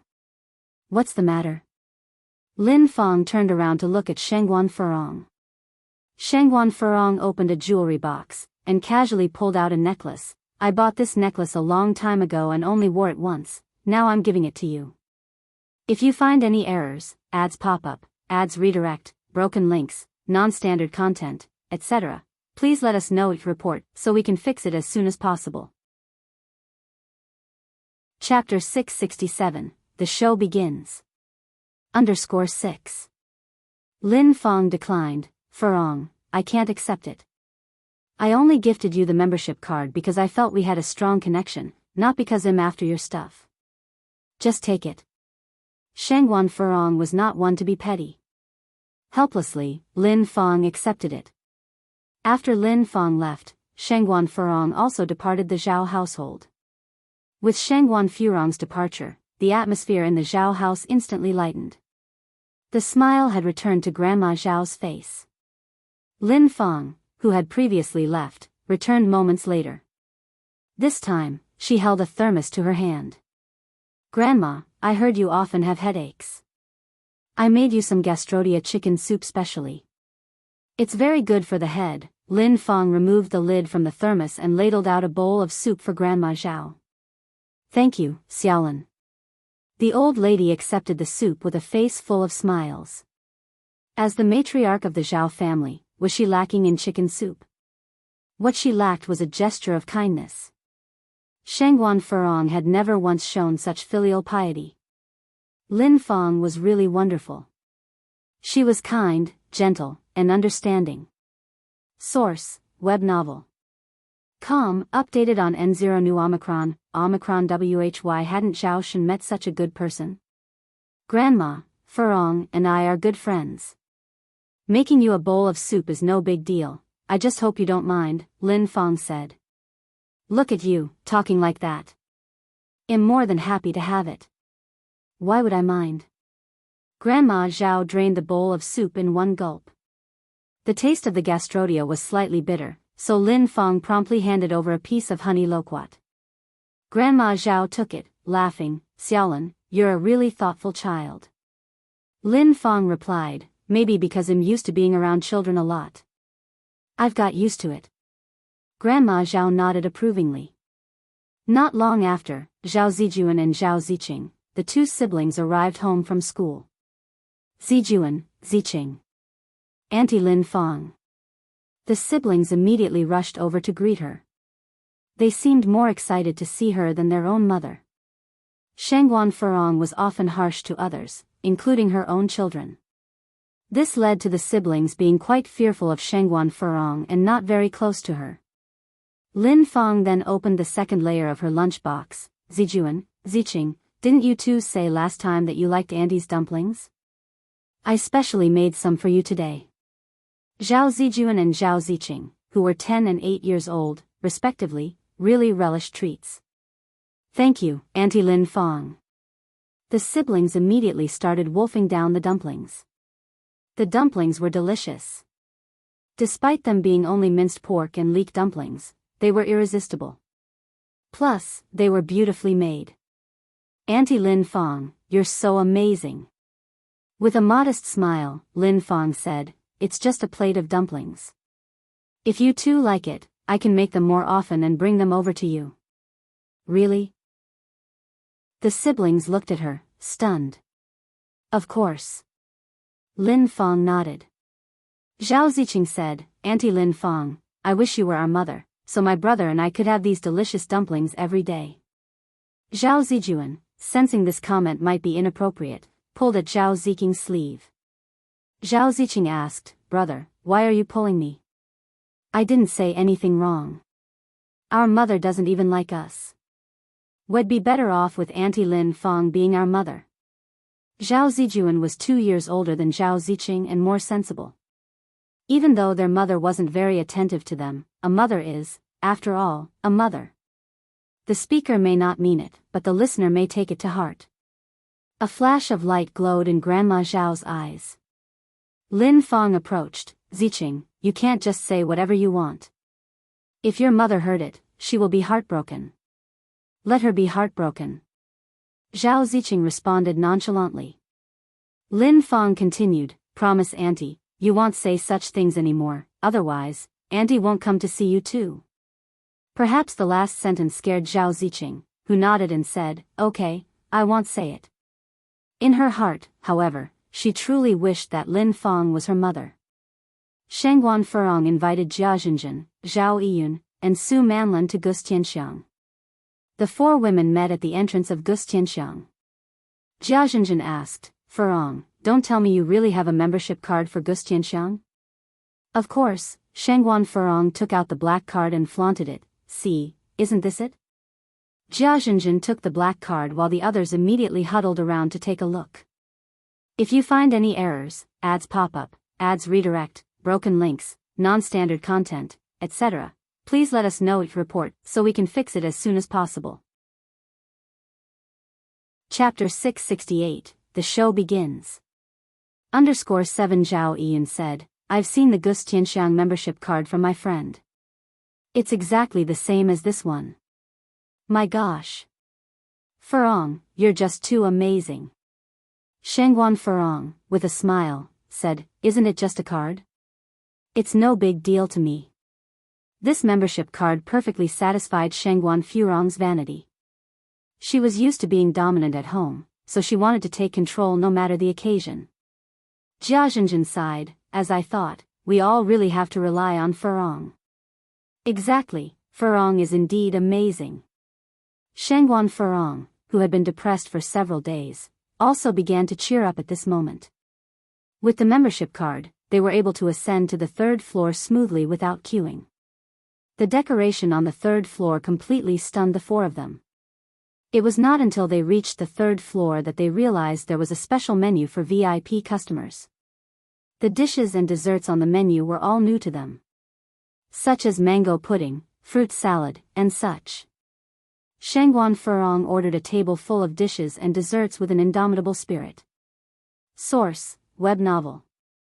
Updated on Omicron New. The four of them spent over 5 hours on the third floor. In the middle, they even played a game of mahjong before leaving the third floor. Just as they left their private room, Shangguan Furong saw a familiar figure. Was that N.I. Yang? What was N.I. Yang doing, wiping a vase? Wasn't she selling noodles? How did she end up at Wuxia Xianxia doing menial work? Shangguan Furong squinted her eyes, looked around, and already had an answer in her heart. Anyone who could come to the third floor of Wuxia Xianxia wouldn't be of low status. N.I. Yang really did have grand ambitions. She turned down the introduction to Qian Weiya, yet she fawningly did odd jobs at Wuxia Xianxia. She's really shameless. Furong, what are you looking at? Jia Zhenjin curiously looked at Shangguan Furong. Nothing. Shangguan Furong withdrew her gaze, just having a look. Oh. Jia Zhenjin nodded, let's go, then. The group headed downstairs together. Wuxia Xianxia was always full of guests every day, so N.I. Yang didn't notice Shangguan Furong. After she finished wiping the vase, she handed the rag to a waiter beside her and said, the most taboo thing in the catering industry is sanitation problems. From now on, this vase should be cleaned daily. The standard is that no dust can be seen when it is wiped with a white cloth. Alright, I know. The waiter behind her nodded. Then, N.I. Yang found Gulanji. Even though Gulanji was much older than N.I. Yang in terms of age, she truly admired N.I. Yang. This young, slender girl was just too impressive. At first, she and everyone else didn't think highly of Wuxia Xianxia's future. She only agreed to work here because of the high salary of more than 300 yuan. She never expected that Wuxia Xianxia's business would become so booming someday. It became the target of imitation for everyone in the catering industry. Working here gave her a sense of superiority. N.I. Yang said, Sister Lanji, from now on, there should be a sanitary inspection in the restaurant every 3 days. Then we will rate them as ABC. A class will be rewarded 30 yuan each, B class 10 yuan each and C class will be rewarded 1 yuan. The restaurant had 3 floors, which were divided into 3 zones, A, B, and C. The sanitation conditions of these 3 zones could be compared with each other. As the saying goes, no reward, no motivation. A restaurant should not ignore sanitation just because the food and service are good and business is booming. N.I. Yang's standard is, there is no best, only better. Gulanji had no objections to N.I. Yang's proposal. She nodded and said, all right, Yang, I got it. Yang, you have a call. A waiter hurried over. In the restaurant, everyone called N.I. Yang. Originally, everyone used to call her boss. But they felt that calling her boss wasn't nice, and calling her Ni was too stiff, so they asked everyone to call her Yang Yang instead.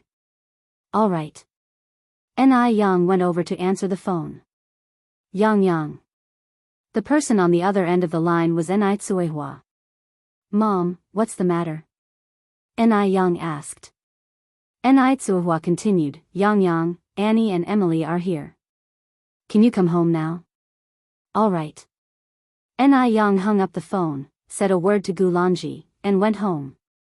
It was already cold in November. Ni Yang put on a purple coat as she walked along. The coat was of a slim fit design, and there were 2 pearls for embellishment on the cuffs. Ni Yang hurried out, not noticing that one of the pearls slid off the cuff. A man wearing an old-fashioned gown passed by her. The pearl happened to roll to the man's feet. The man squatted down, picked up the pearl, and looked back. The road outside was bustling with people, and her figure was no longer seen. What are you looking at, Mr. Du? Asked Wang Ziki. Mr. Du coughed lightly with his fist against his lips. Nothing. The 2 men walked inside. Do you have a membership card? A waiter dressed in Hanfu immediately greeted them. Membership card? Wang Ziki furrowed his brows in confusion. The waiter politely said, all the seats are taken inside. If you don't have a membership card, please follow me to wait for meal. What is a membership card? Mr. Du asked softly. Mr. Du seemed like a character who walked out of an old movie. He was thin, wearing an old-fashioned gown. His shoes were cloth, and despite his ordinary attire and gentle brows and eyes, he gave off an impression that he was no ordinary man. The waiter explained the membership card to Mr. Du in great detail. Can we also apply for one? Mr. Du inquired next. I'm really sorry, there are no extra spots for membership cards right now. The waiter looked apologetic. What did you say? Wang Ziki frowned slightly and stepped forward. Perhaps having stayed in Shanghai for a long time, Wang Ziki still carried a certain air of lawlessness. In Shanghai, no one dared to reject Mr. Du like this.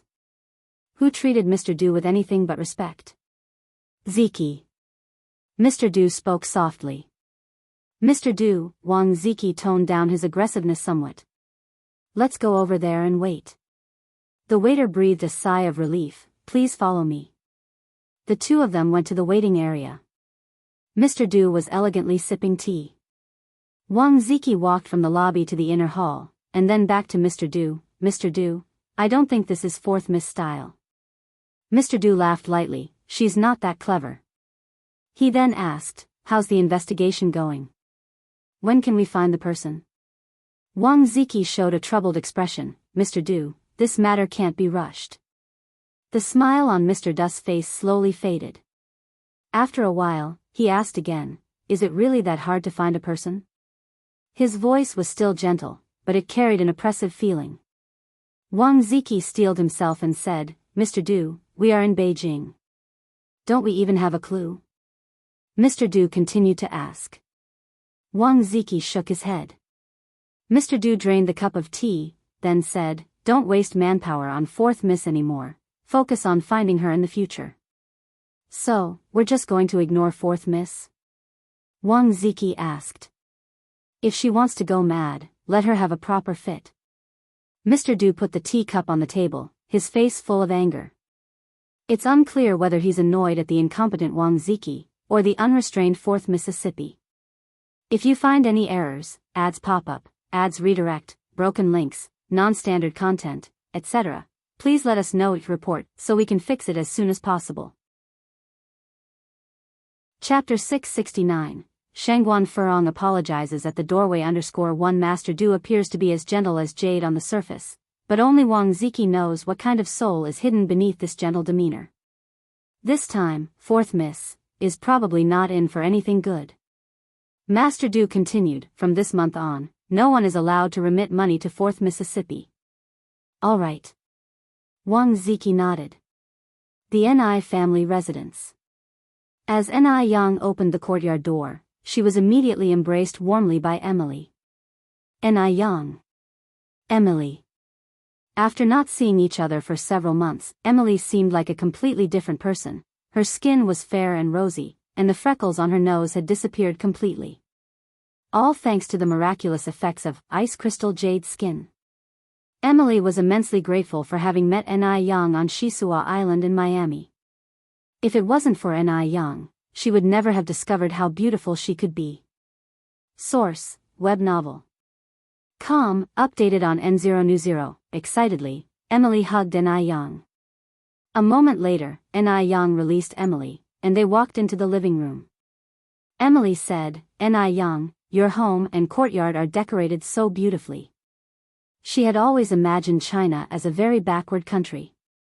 It should be chaotic and dirty. But after coming to China, Emily discovered that it is a country with a very rich cultural heritage, completely different from what she had imagined. Ni Yang smiled and said, thank you for the compliment. Aunt Annie and Ni Tsuehua were chatting on the sofa in the living room. Through long-term learning, Ni Kuihua's oral English skills were now excellent, and there were no obstacles in her communication with Annie. After chatting for a while, Annie revealed her intentions. Ni Yang, I want to become an agent for your product and become the overseas distributor for Ice Crystal Jade Skin. I want more people in Country M to be able to use Ice Crystal Jade Skin. The effects of Ice Crystal Jade Skin are truly excellent. The few dozen products Annie took back last time sold out within a month. Because more and more people were coming to ask Annie to buy Ice Crystal Jade Skin, that's why Annie decided to visit China again. At the same time, this decision was made after careful consideration. Ice Crystal Jade Skin is a rare, good product that will be popular in the future. In order to prevent someone else from taking the opportunity first, she wanted to become the first agent in Country M. She believed that her judgment would not be mistaken. Hearing this, Ni Yang was somewhat surprised. She hadn't expected that Annie wanted to be the agent for Ice Crystal Jade Skin in such a short period of time. Aunt Annie, are you really sure about this? This is the contract, take a look. Annie took out the contract from her bag. There were 4 copies of the contract. 2 in English and 2 in Chinese. Ni Yang picked up the contract and, while skimming through it, she circled the problematic parts. Aunt Annie, I think these 4 parts need to be revised. Please take a look. Ni Yang passed the revised contract to Annie.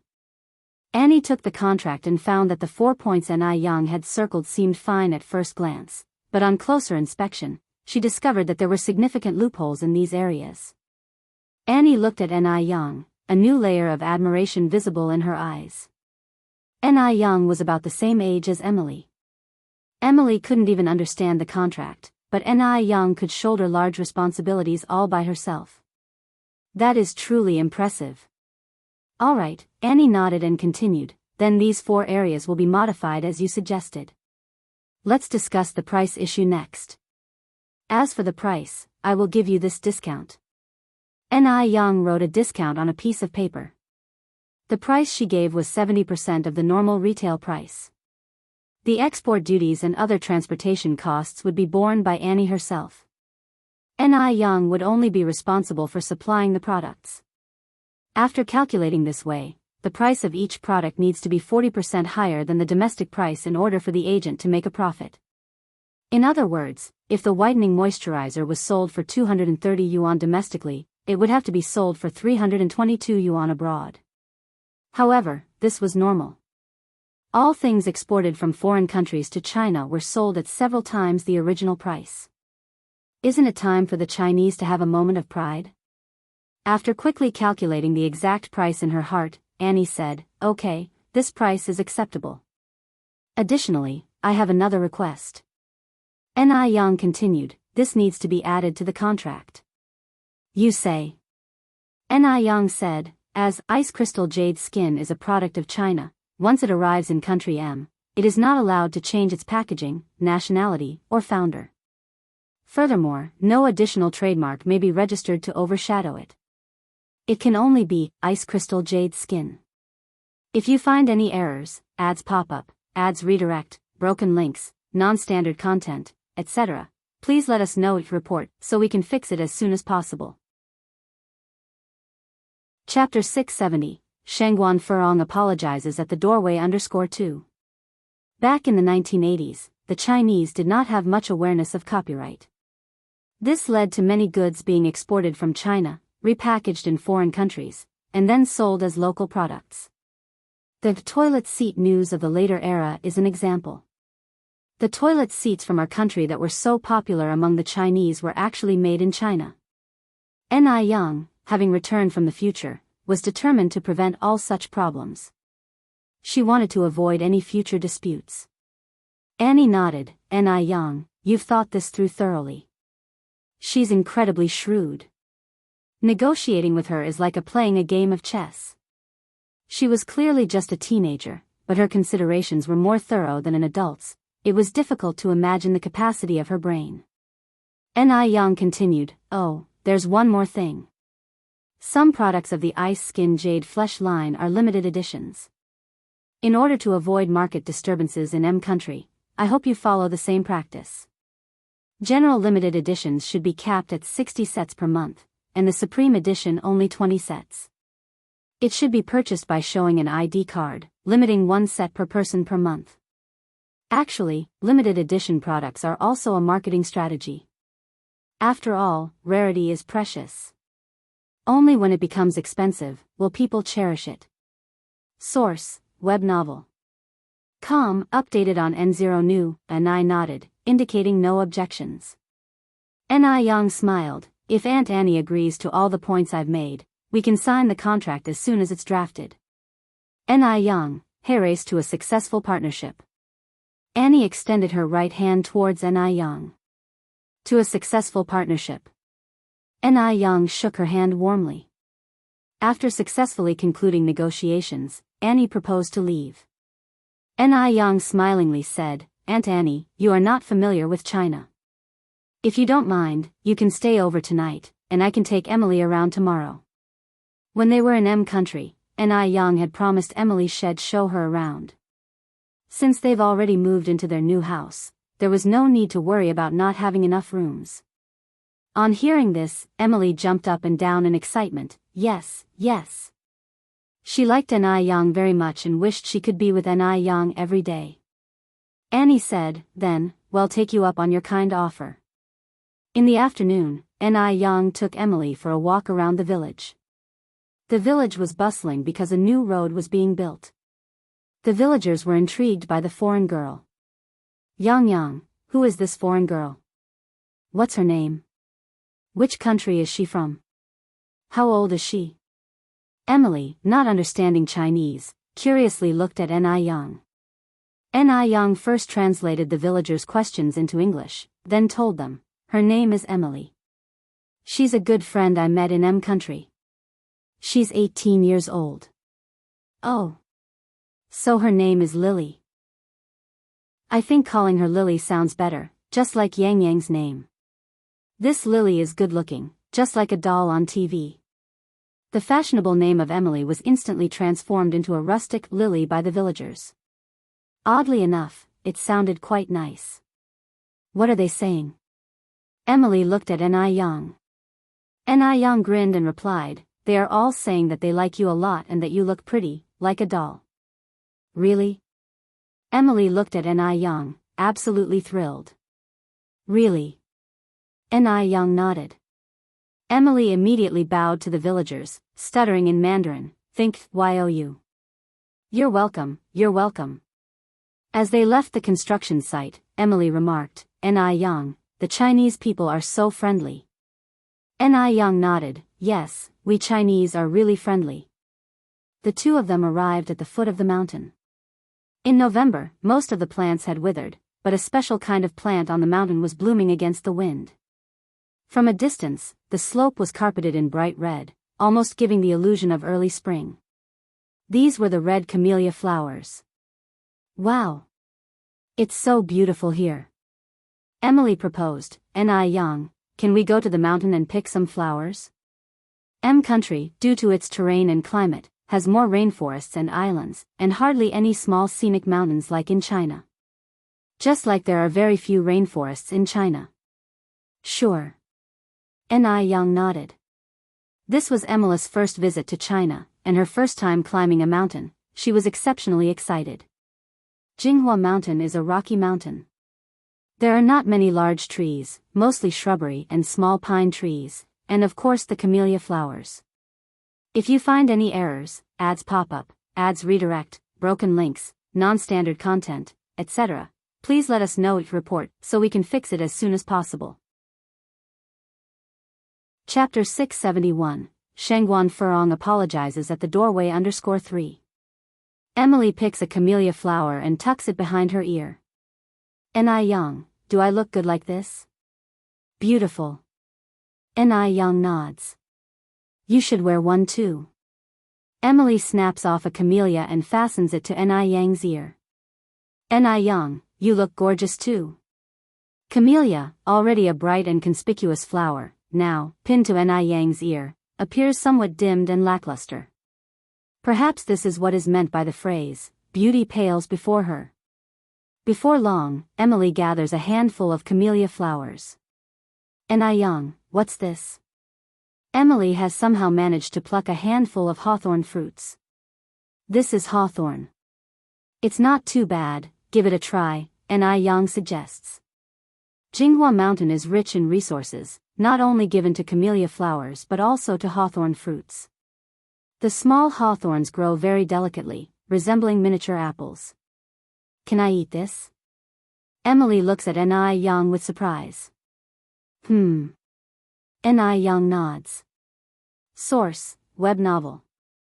Updated on Omicron. Emily bites timidly into a hawthorn. The sour and sweet flavors explode on her tongue, yum. I've never tasted this back in country. Ni Yang smiles. Hawthorns can not only be eaten directly but can also be made into candied hawthorn, hawthorn slices, and hawthorn cakes.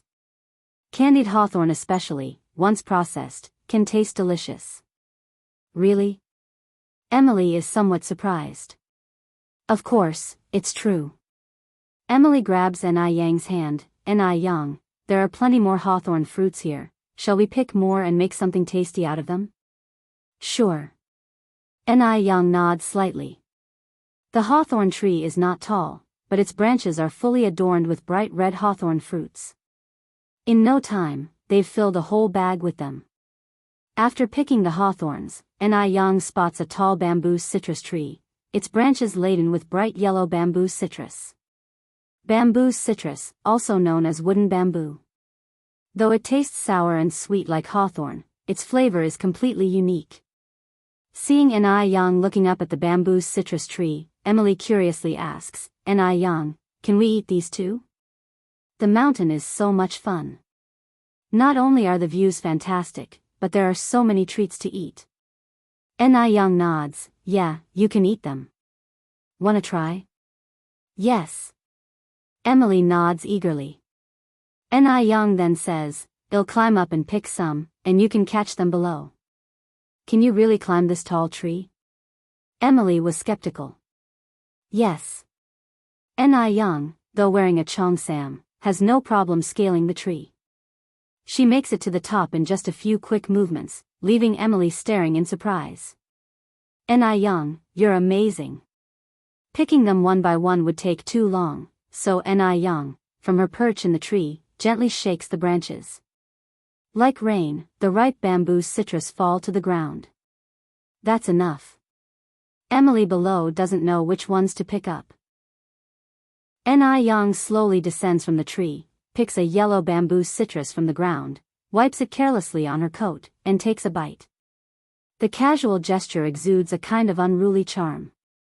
Just like a female general on the battlefield, clad in bright armor. So cool. The ripe bamboo citrus is not sour at all. It's soft and sweet, much more delicious than the bamboo citrus Ni Yang used to buy from the supermarket in her later life. Emily, imitating Ni Yang, bites into a bamboo citrus and exclaims, this is even better than the hawthorn. The two of them pick plenty more bamboo citrus fruits. Combined with their earlier haul of camellia flowers and hawthorns, they returned home loaded with goodies. By the time they got home, it was already past 5 in the afternoon. Ni Yang begins preparing dinner. Ni Tsuehua helps her with the preparations. Annie takes care of little Ni Yun. Emily plays with Duo in the courtyard. Duo, the mischievous bird, loves playing with Emily. That night, Ni Yang prepares a feast. There's sour fish, mouth-watering roasted chicken, tangy pickled chicken feet, braised pork belly, shrimp and vermicelli soup, and a breast-enhancing pig's feet stew with kelp. The beverage is fresh squeezed pomegranate juice. The bright red pomegranate juice, poured into transparent wine glasses, is as alluring as wine. When Ni Chingue arrives home, the dishes have just been laid out on the table. Ni Yang takes the initiative to introduce Annie and Emily to Ni Chingue. Although Annie had visited once before, she returned to her country the same day and never met Ni Chingue. Mrs. Ni, this is Annie, and this is Annie's daughter, Emily. Ni Yang goes on, Annie is interested in representing our ice-cold jade skin brand in M country. She is here to discuss the partnership. If you find any errors, ads pop up, ads redirect, broken links, non-standard content, etc., please let us know your report so we can fix it as soon as possible.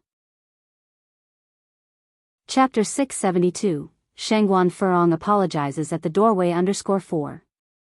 Hearing this, Ni Chingue exclaimed in surprise, really? Our can go international now? Emicham, Ni Yang nodded. That's fantastic. Ni Chingue said with a deeply moved smile on his face, turning to look at Annie and Emily, hello, I'm Ni Chingue. Ni Chingue didn't speak English, leaving Emily and Annie looking at each other perplexed, unable to understand what Ni Chingue meant. Ni Yang smiled and translated for them. When Ni Chingue saw Ni Tsuehua could communicate normally with them, his face was full of disbelief. Yang's mom, you're really amazing. Although he had known for some time that Ni Tsuehua was learning English, Ni Chingue didn't realize that her English skills had gotten so good. Ni Tsuehua smiled and said, when I have nothing else to do at home, I practice on my own. After spending so much time, I'd be embarrassed if I still couldn't do it. After all, she had also spent several months on it. It looks like I really need to study hard, or else I'll be the one falling behind. But Yang's mom, you're really smart. A year ago, Ni Tsuehua was just an illiterate rural woman. Now, not only had her appearance and temperament changed, but her knowledge had also improved along with them. Moreover, Ni Tsuehua was someone who loved to learn and had the perseverance to keep at it. Whenever she had free time, she would find a book to read, no matter what kind of book, she could get into it. Ni Chingue truly admired her. Source, web novel. Updated on Omicron New. Ni Tsuehua smiled and said, Sister Chingue, you sure know how to make me happy. You just haven't started learning. If you did, I'm sure you'd be smarter than me. Come on, let's eat. The dishes will get cold. I'll go wash my hands. Ni Chingue put his bag on the sofa and went to the washroom to wash his hands. Because they were aware that Emily and Annie wouldn't know how to use chopsticks, Ni Yang had specifically prepared knives and forks for them. Emily didn't have much expectation for Chinese food at first. She had eaten at Chinese restaurants in M country before. The taste was quite ordinary, not at all better than Western food. But it was only when she tasted Ni Yang's cooking that she discovered what real Chinese food was like. The flavor was stunning. Delicious. It's really amazing. Emily could hardly stop herself from swallowing her tongue along with the food. Seeing Emily's reaction, Annie also lowered her head to taste a bite of the shrimp and vermicelli soup. The soup was rich in flavor, the shrimp was springy, and the vermicelli was full of the savory broth. Biting into it brought a deeply satisfying combination of flavors, much more delightful than plain bread and sandwiches. My goodness! The Chinese were too lucky to be able to eat such delicious food. Very tasty. Annie gave Ni Yang a thumbs up. Ni Yang smiled and said, if you like it, eat more. The next day, Ni Yang took Emily to climb the Great Wall and visit the Forbidden City. They took many photos and didn't return home until after 6 in the evening. Back home, Ni Tsuehua had already prepared dinner. After eating, Annie handed over the newly drafted contract to Ni Yang. Ni Yang, if everything looks fine, we can sign the contract. Besides drafting the contract, Annie had also completed many procedures that day. The Qing dynasty had suffered from its closed-door policy, but modern China was very welcoming to foreigners. Moreover, at this time, export trade wasn't very extensive, so Annie got all the procedures almost completed. Ni Yang looked over the contract and, finding no issues, signed her name on it. Annie took out 5 thick bundles of USD from her bag. Ni Yang, this is the first deposit. Once we get back to M country, we'll transfer the second payment, and afterward, we'll proceed with a cash-on-delivery payment model. Annie had requested a large quantity this time. There was a total of more than $50,000. Converted to RMB, it was more than 400,000. Ni Yang nodded, that's fine. The following day, Annie and Emily left Ni Yang's home. After completing all the paperwork, they took a flight back to M country that very night. Annie only checked in a little more than 50 boxes of the products to take with her, the rest were to be shipped by sea. The goods were expected to arrive in about half a month. Meanwhile, elsewhere, Lin Feng had been visiting the Shengguan family more frequently these days, but coincidentally, every time she came, Shengguan Furong was not at home. On several occasions, it was Zhao Shen who hosted Lin Feng. Today was no exception. Comrade Xiaolin, please have some tea. Zhao Shen served Lin Feng a cup of tea. If you find any errors, ads pop up, ads redirect, broken links, non-standard content, etc., please let us know each report so we can fix it as soon as possible. Chapter 673, Shengguan Furong apologizes at the doorway _5. Lin Feng picked up the cup, took a sniff, and laughed, this is the top-grade Biluakun. But to be honest, compared to green tea like Biluakun, I prefer black-red tea like Pure. I always feel that black-red tea is more charming, green tea is too light. Upon hearing this, Zhao Shen exclaimed excitedly, really? I think so too. Finding a soulmate who shares your interests in this world is not easy at all. Zhao Shen was now extremely excited. Lin Feng laughed and said, well, we really have the same bad taste. Zhao Shen continued, however, Furong doesn't like black-red tea, so I threw away all the black-red tea at home. Otherwise, I could steep a cup of Pure for you now. Speaking of which, that Pure tea cake was brought back from Zhangnan. It has been kept for more than 10 years. Zhao Shen's words were filled with regret. Probably only tea lovers would understand his feelings. A Pure tea cake that has been stored for more than 10 years is a top-grade tea that can't be purchased in normal times. As Lin Feng observed Zhao Shen's expression, she said, that's a real pity. Sister Furong seems to be quite nice in general, why is her character so peculiar? You drink yours, she drinks hers, there's no need to waste good stuff. Zhao Shen lowered his head and took a sip of green tea, ignoring Lin Feng's words. Grandma Zhao walked over, Xiaolin, if Furong was as understanding as you are, would be satisfied. Lin Feng laughed, Grandma, you're joking, I'm just speaking truthfully. Actually, Sister Furong is a really nice person. Source, web novel. Com, updated on Omicron New 0, Omicron, she is a good person, it's just that her character is a bit quirky, Grandma Zhao continued, otherwise why would she even offend her own mother? Lin Feng chuckled but didn't respond. Because some things are better left unsaid. The more you say, the more it can backfire. Lin Feng didn't stay at the Zhao family's home for long before she proposed leaving. Grandma Zhao said, Shenbao, help me send Xiaolin off. All right. Zhao Shen grabbed his car keys and stood up to accompany Lin Feng. Lin Feng gently declined, no need to send me, it's not that far anyway, I can take a taxi back. Upon hearing this, Zhao Shen was about to put down the car keys. Grandma Zhao frowned slightly, and continued, just let Zhao Shen send you, it's not like he has anything to do at home anyway. This time Lin Feng didn't refuse, then ill-trouble brother-in-law. Zhao Shen retracted his half-stretched hand. The two of them walked out the door together. Lin Feng took the passenger seat. On the road, Lin Feng tried her best to find mutual topics with Zhao Shen. Because she had done her research beforehand, the two of them enjoyed their conversation more and more. Unfortunately, they soon arrived at Lin Feng's building, and their conversation ceased. Zhao Shen is a very gentlemanly person. He first got out of the car, and walked around to the other side to open the car door for Lin Feng. Thank you. Lin Feng stepped out of the car. But because she was wearing high heels that day, she didn't pay attention when getting out of the car. Her foot twisted and she stumbled forward. Luckily, Zhao Shen reacted in time and stopped her fall. Lin Feng fell into Zhao Shen's arms. Zhao Shen stood there rather helplessly. With a smirk, Lin Feng held onto Zhao Shen's waist and straightened her body, her eyes filled with a hint of playfulness. Brother-in-law, thank you. Are you okay? Zhao Shen asked with concern. I'm fine, just twisted my ankle. Lin Feng pretended to be strong. Though clearly in her 30s, pretending to be weak didn't seem awkward at all. If you're okay, then I'll go first.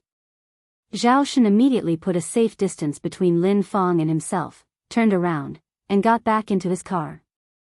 Watching the black car drive away, Lin Feng bit her lip in frustration. Idiot. This Zhao Shen is just an idiot. Good meat was being delivered to his doorstep and he didn't know to eat it. No wonder he was tightly controlled by Shengguan Furong. But she was not in a rush. She was confident that she could win over Zhao Shen. It was just a matter of time. When Zhao Shen got home, he just happened to run into Shengguan Furong, who had just returned from playing cards outside. Shengguan Furong glanced at him. Didn't you have anything to do today? Where have you been? Just now Xiaolin came to our house looking for you. Since you weren't at home, we let me send her back. Zhao Shen didn't hide anything from Shengguan Furong. Shengguan Furong nodded. I understand. Now go and make me a cup of coffee with milk. And she didn't take Lin Feng seriously. If you find any errors, ads pop up, ads redirect, broken links, non-standard content, etc., please let us know your report so we can fix it as soon as possible. Chapter 674, Shengguan Furong apologizes at the doorway _6. In other words, she had enough confidence in herself. She didn't believe Zhao Shen would dare betray her. Okay. I'll go now. Zhao Shen rushed into the room, hoping to have coffee ready by the time Shengguan Furong sat on the sofa. Seeing Shengguan Furong's return, Grandma Zhao tactfully left the living room. Although Enai Tsuihua wasn't planning to get married to Shengguan Dehui for now, they couldn't keep dragging things on, so Grandma Shengguan spoke with Enai Chinggui to set up an engagement and make it public. Enai Tsuihua had no objections to this. In China in the 1980s, getting engaged was also known as setting the commitment. Setting the commitment wasn't as formal as it would be in later years. All it required was a matchmaker and inviting family from both sides for a shared meal. However, during the engagement, the wedding date needed to be agreed upon. When Shengguan Furong heard about Shengguan Dehui's engagement to Enai Tsuihua, she was livid. They had even set the date for the engagement without notifying her. Did they even consider her anymore? Source, web novel. Updated on Omicron New 0, Shengguan Furong, angry, went to find Grandma Shengguan. Grandma Shengguan said, how can you expect others to respect you, if you don't respect yourself? Mother. Am I still your daughter? Shengguan Furong confronted Grandma Shengguan. Grandma Shengguan responded, I should be the one asking you that. Do you even see me as your mother? You're making a scene for no reason. Continuing, Grandma Shengguan said, also, you owe Yang Yang an apology for what happened last time. What? Shengguan Furong couldn't help but exclaim sharply, you want me to apologize to her? Why should I apologize to her? Enai Yang was nothing more than an individual trader. And she was the younger generation. Shengguan Furong almost thought she was hallucinating. Apologizing. Grandma Shengguan was actually asking her to apologize. You messed things up so badly. Asking you to apologize is the least of it. Grandma Shengguan continued, am telling you today, if you continue to insist on your views, with no remorse, then I won't acknowledge you as my daughter anymore. Leaves that to your own discretion. This time, Grandma Shengguan wouldn't indulge Shengguan Furong any longer. Mother, do you realize what you're saying? Rest assured, even when I'm asleep, I'm more clear-headed than you. Grandma Shengguan continued, by the way, until you agree to apologize, please don't call me mother. I don't have a daughter like you. Grandma Shengguan kept a stern face, showing no signs of joking. Shengguan Furong never thought that Grandma Shengguan would sever ties with her own daughter for a bunch of outsiders. The room fell silent for a moment. After a while, Shengguan Furong looked up at Grandma Shengguan and said, word by word, fine, I am willing to apologize. You're certain? Grandma Shengguan raised her eyebrows to look at her. Yes. Shengguan Furong was no fool. She knew she could not lose the support of the Shengguan family. If Grandma Shengguan were to truly not acknowledge her as a daughter, it would bring her no benefits.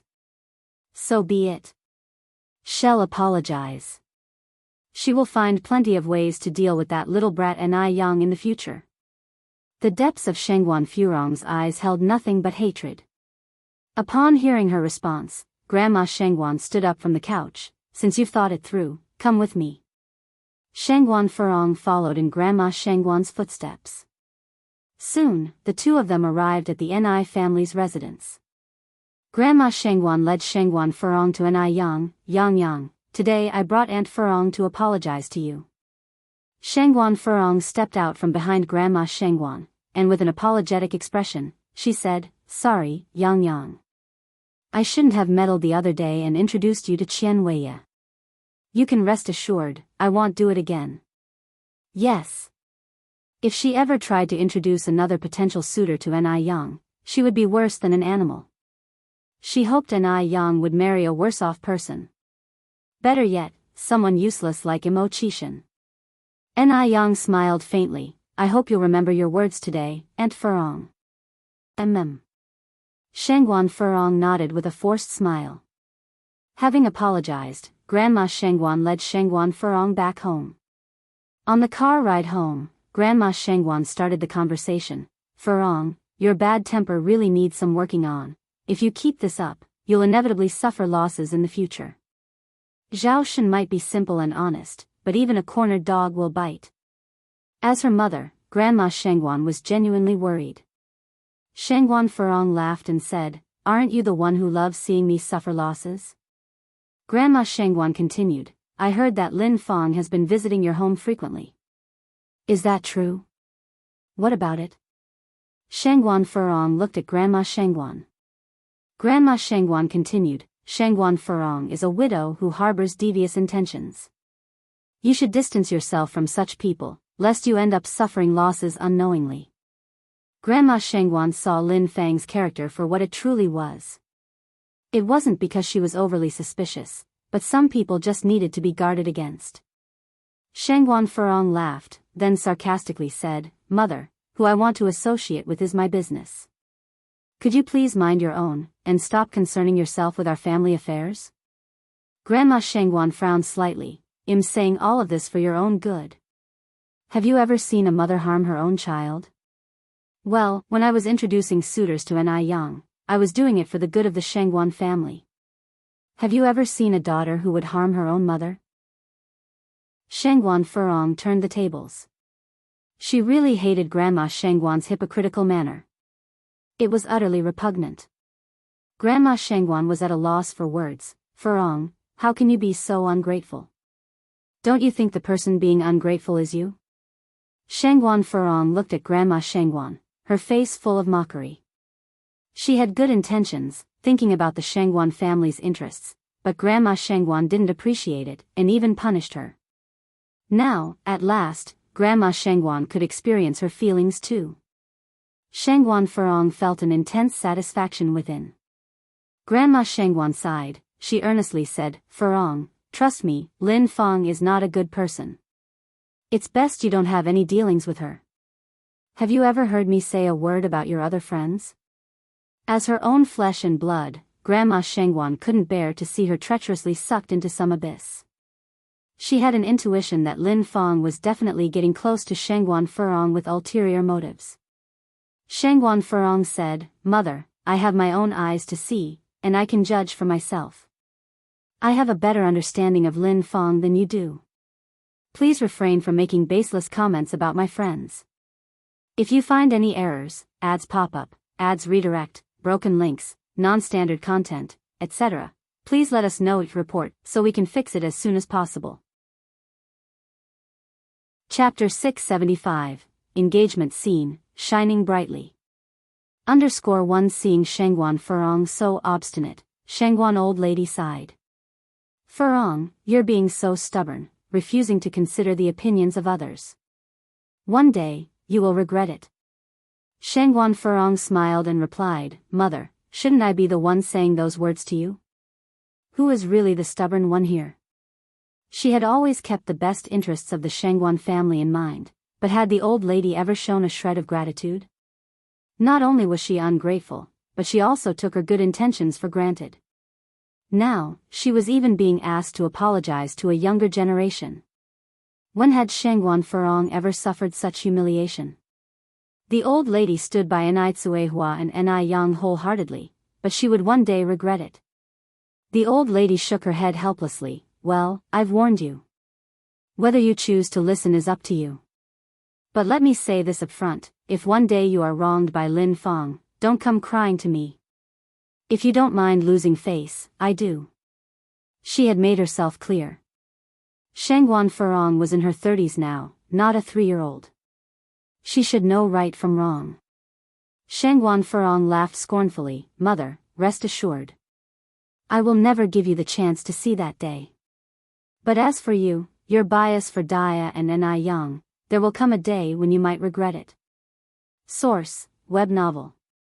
Com, updated on Omicron. Don't worry, both Dia and Yang are not like that. The old lattice eyes were full of firm belief, firmly convinced that she would never misjudge a person. Who can guarantee that? She was waiting for that day. The day the old lady would regret her words. The old lady didn't say anything more. The 8th day of the 11th lunar month. Auspicious, travel, engagement, trade, tourism, blessings. The engagement of Enai Tsuehua and Shengguan Dehui was set for this day. The golden morning sun rose slowly from the east. By the time Enai Yang woke up, Shengguan Dehui, Shengguan Su, and Shengguan Shi had already arrived. At this moment, they were having breakfast in the living room. "Uncle Shengguan, you came so early." Enai Yang was somewhat surprised. Enai Chinggui laughed and said, "It's best to do such things as early as possible." Yang, sit here." Shengguan Shi waved at Enai Yang. "The buns Auntie made are simply delicious." Shengguan Su took a sip of milk, then casually wiped an oil stain off the chair with a napkin. Enai Yang walked over and sat next to Shengguan Shi. The chair she sat on was the one that Shengguan Su had just wiped. Shengguan Dehui brought many essential items for the engagement. After breakfast, he, along with Shengguan Su, took little Enai Yun and distributed wedding candies to each and every household. An engagement is a joyous occasion, of course, it should be shared with everyone. The candy bags not only contained candies but also red dates, peanuts, longans, lotus seeds, as well as 2 cookies and a packet of cigarettes. At this time in the village, distributing 2 candies per household for a happy event was already considered generous. It was quite unheard of for someone like Shengguan Dehui to distribute such large quantities. Enai Yang, on the other hand, was helping Enai Tsuehua style her hair with Shengguan Shi. To be precise, Enai Yang was doing the hair styling, while Shengguan Shi was watching from the side. Enai Yang had very skillful hands, and in no time, she created a very intricate hairstyle. Shengguan Shi couldn't help but exclaim, Yang, you're amazing. I never knew hairstyles could look this good." Enai Yang could cook, could fight, and could do business. She was simply too outstanding. Shengguan Shi felt like she must have been a good person in her previous life to have such a talented sister in this life.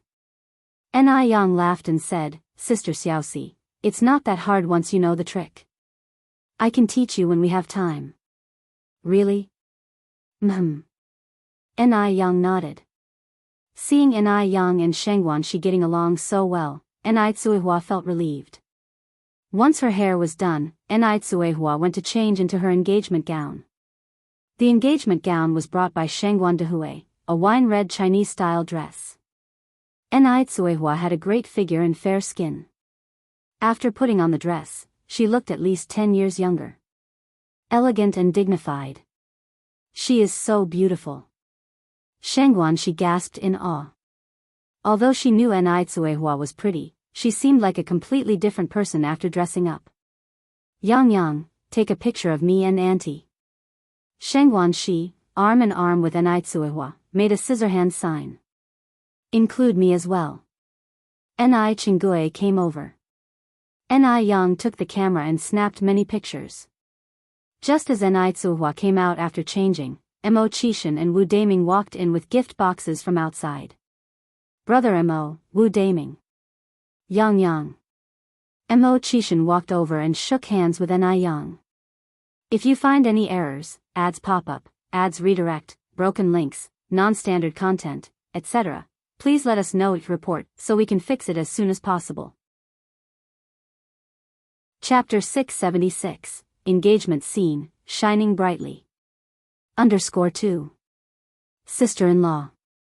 Congratulations. Wu Daming placed the gift box on the coffee table in the middle of the living room. Thank you. Yang. Li Ronghua, along with Gooden and Li Fugue, walked in from outside. Sister Ni Yang. Gooden was very excited to see Ni Yang. He was about ready to rush over and hug Ni Yang when his eyes met Mo Qishan and chickened out. Gooden. Ni Yang reached out and patted Gooden's little head.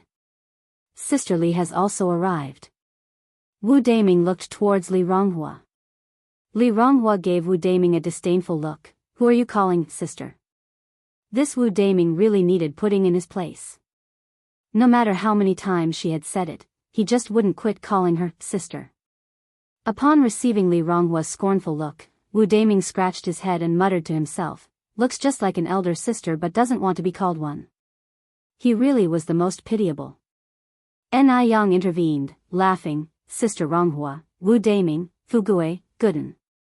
Let me introduce you, this is my sister Shengguan Shi. Sister Xiaoxi, this is Mo's fellow classmate Wu Daming, this is my good friend Li Ronghua, this is Gooden, Ronghua's younger brother, and this is her eldest brother Li Fugue. Shengguan Shi greeted everyone one by one. Source, web novel.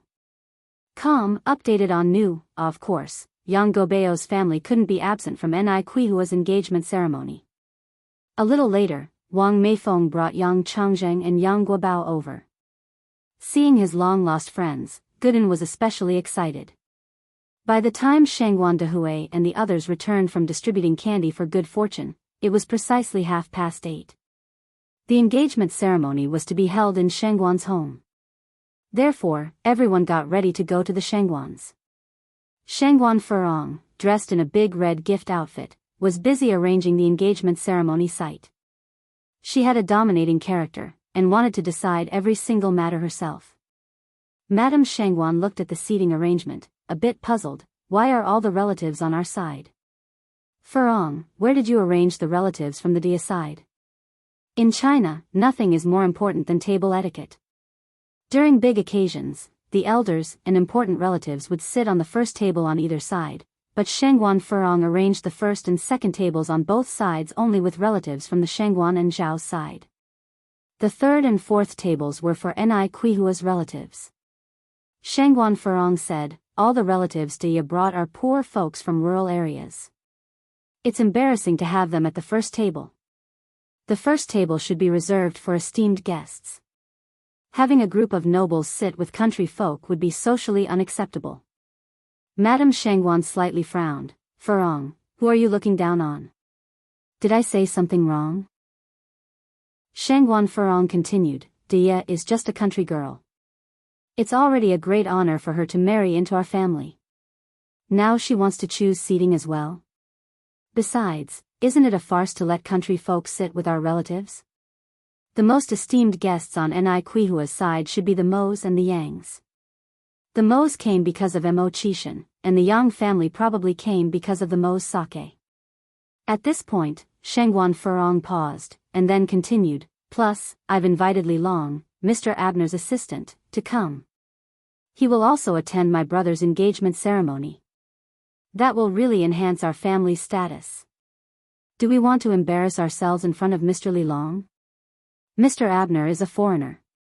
Although his status in China is not as high as Mr. Mog's, he is still a powerful figure in Beijing. Otherwise, Shengguan Furong wouldn't have been so proud to have invited Li Long. No one could envy more than attracting the attention of Mr. Abner, even if it was only his assistant. Could Ni Cuihua, a farmer, manage to make connections with Mr. Abner? Madame Shengguan's face showed deep anger. Furong, today is your brother's day of great joy. I don't want to argue with you. I will handle everything from now on. Madame Shengguan was old, and though she didn't have much energy and originally did not want to intervene, she hadn't expected Shengguan Furong to go too far, relocating Ni Kuihua's relatives to the third table and beyond. She couldn't believe that Furong had thought of this. Mom. Shengguan Furong frowned and said, You don't mind being embarrassed? It's you who makes me feel embarrassed. Madame Shengguan took the stage to guide people in rearranging the tables and chairs. Shengguan Furong, outraged, slammed the cup in her hand on the table. Fine, fine, fine. Isn't it enough for you if I stop interfering? Anyway, when it comes to embarrassment, it's you who'll be the laughingstock, not me. Madame Shengguan rearranged the tables and chairs once again. If you find any errors, ads pop up, ads redirect, broken links, non-standard content, etc., please let us know each report so we can fix it as soon as possible. Chapter 677, Engagement Scene, Shining Brightly. _3. The male relatives were seated on the left, while the female relatives were arranged on the right. As soon as this was arranged, Shengguan Dehui arrived with Ni Cuihua. Madame Shengguan immediately greeted them. Dehui, Dia, what do you think of the arrangements here? Aunt, you arranged it very well. Thank you for your hard work, Ni Cuihua replied. No trouble at all, no trouble at all. Madame Shengguan looked towards the others behind her. Everyone, please come in and take a seat. Although Ni Cuihua didn't have many relatives in Beijing, quite a few people, both young and old, did come. The elders included Grandma Lu, Old Madame Mo, and Old Master Mo Li Ronghua and his two siblings, the three-member Yang Guobao family, Mo Qishan and Wu Daming, Ni Yang and little Ni Yun, and Ni Chinggui among others were present. The village chief, representing the entire population of Jinghua village, was also present. Madame Shengguan immediately invited everyone inside. Shengguan Furong watched the crowd entering with a look of disdain on her face. The Mo and Yang families were all right since they were also wealthy families in Beijing. But what about the rest of these people? Such people were also allowed to enter the door of the Shengguan residence. Source, web novel. Com, updated on Omicron New Omicron. Madame Shengguan must have been out of her mind. Being so enthusiastic with these people. Were they worthy? After everyone entered, it didn't take long for the rest of the guests to arrive as well. Shengguan Dehui and Ni Cuihua stood at the door greeting guests and handing out candies. Shengguan Furong was also warmly welcoming guests on the other side, a stark contrast to her behavior just a while ago. The elitist circle was aware that Shengguan Dehui had married a rural woman. So, many people attended the engagement ceremony with the mentality of enjoying the drama. Initially, they thought they'd see a crude village woman. But surprisingly, the bride-to-be was so beautiful. Ni Cuihua, tall with an enviable figure, dressed in a traditional Chinese dress that reached the ground, light makeup on her face, refined and elegant, appeared even more striking than Shengguan Furong, the legitimate heiress. Where was this village girl they were expecting? Dehui, congratulations. I wish you a harmonious life. Thank you. Having thanked them, Shengguan Dehui turned to Ni Cuihua. Dia, this is my colleague, Professor Han. Hello Professor Han. With Ni Kuihua's polite demeanor, nobody could pick out any flaws, leaving everyone with a good impression of her. Shangguan Furong looked at Ni Tsuehua, squinting her eyes without a word. To overshadow Ni Tsuehua, she had purposely worn a dress even brighter than Nis. Still, Tsuehua managed to steal the limelight. She's such a cunning woman. Ni Tsuehua was wearing high heels today. Taking advantage of a quiet moment, Shangguan Dehui whispered, "Dia, do your feet hurt? Should we get a flat pair for you to change into?" "No need," Ni Tsuehua shook her head, "I'm fine." In the blink of an eye, it was almost 11 o'clock, and most of the guests had arrived. Shangguan Furong, holding a wine glass, stood around chatting with a bunch of wealthy matrons. One of them said, "Furong, I heard your future sister-in-law is a rural woman, is that true?" There was some hint of provocation in the question. A distinguished family marrying a village woman, that was quite novel. A rare occurrence in a century indeed. Shangguan Furong nodded, "It's true. Don't let her good looks fool you, she doesn't know a single letter. She's just good at seducing men. Otherwise, how would my brother fall for her? I think she's quite pretty. And her daughter Ni Yang is also good looking." Shangguan Furong snorted, "Her daughter isn't any better. Both mother and daughter are vixens." "Furong, from what I can see, it seems like you really don't like them, do you?" Jia Zhenjin asked. Shangguan Furong replied, "I've opposed this marriage from the start, but unfortunately, no one in my family listens to me. Would you like to see her make a fool of herself?" Zhenjin playfully swirled her glass. "What do you mean?" Shangguan Furong asked eagerly. If she could see Ni Tsuehua humiliated in front of everyone at the wedding, it would definitely be amusing. A glint flashed in Shangguan Furong's eyes. Jia Zhenjin gave a mysterious smile, "Just watch and see." After saying this, she carried her wine glass and headed towards Ni Tsuehua. Ni Tsuehua was in conversation with Zhao Yeshu, Madame Shangguan's sister-in-law. Zhao Shia, being highly educated, had thought she wouldn't have much in common with Ni Tsuehua. However, surprisingly Ni Tsuehua was just as knowledgeable. Regardless of the topic, Ni Tsuehua always contributed to the conversation. If you find any errors, ads pop up, ads redirect, broken links, non-standard content, etc., please let us know each report so we can fix it as soon as possible. Chapter 678, Shining brightly at the engagement scene. _4. This surprised her a bit. After all, the person standing in front of her was just a village woman. "That's your daughter, isn't it? She's so pretty." The young man with her looks a bit familiar. Zhao Yeshu pointed at Ni Yang. Just then, Jia Zhenjin, holding a glass of red wine, barged into her. Smack! The red wine splashed directly onto Ni Tsuehua. Jia Zhenjin immediately apologized, sorry, are you okay? I didn't do it on purpose. Please forgive me." She quickly fired off a string of fluent English. Jia Zhenjin's intent was to embarrass Ni Tsuehua. How could she embarrass Ni Tsuehua if she used the normal language? It was somewhat quiet around them as everyone looked in their direction. Shangguan Furong looked over and said to the wealthy ladies beside her, "Zhenjin really knows how to handle things.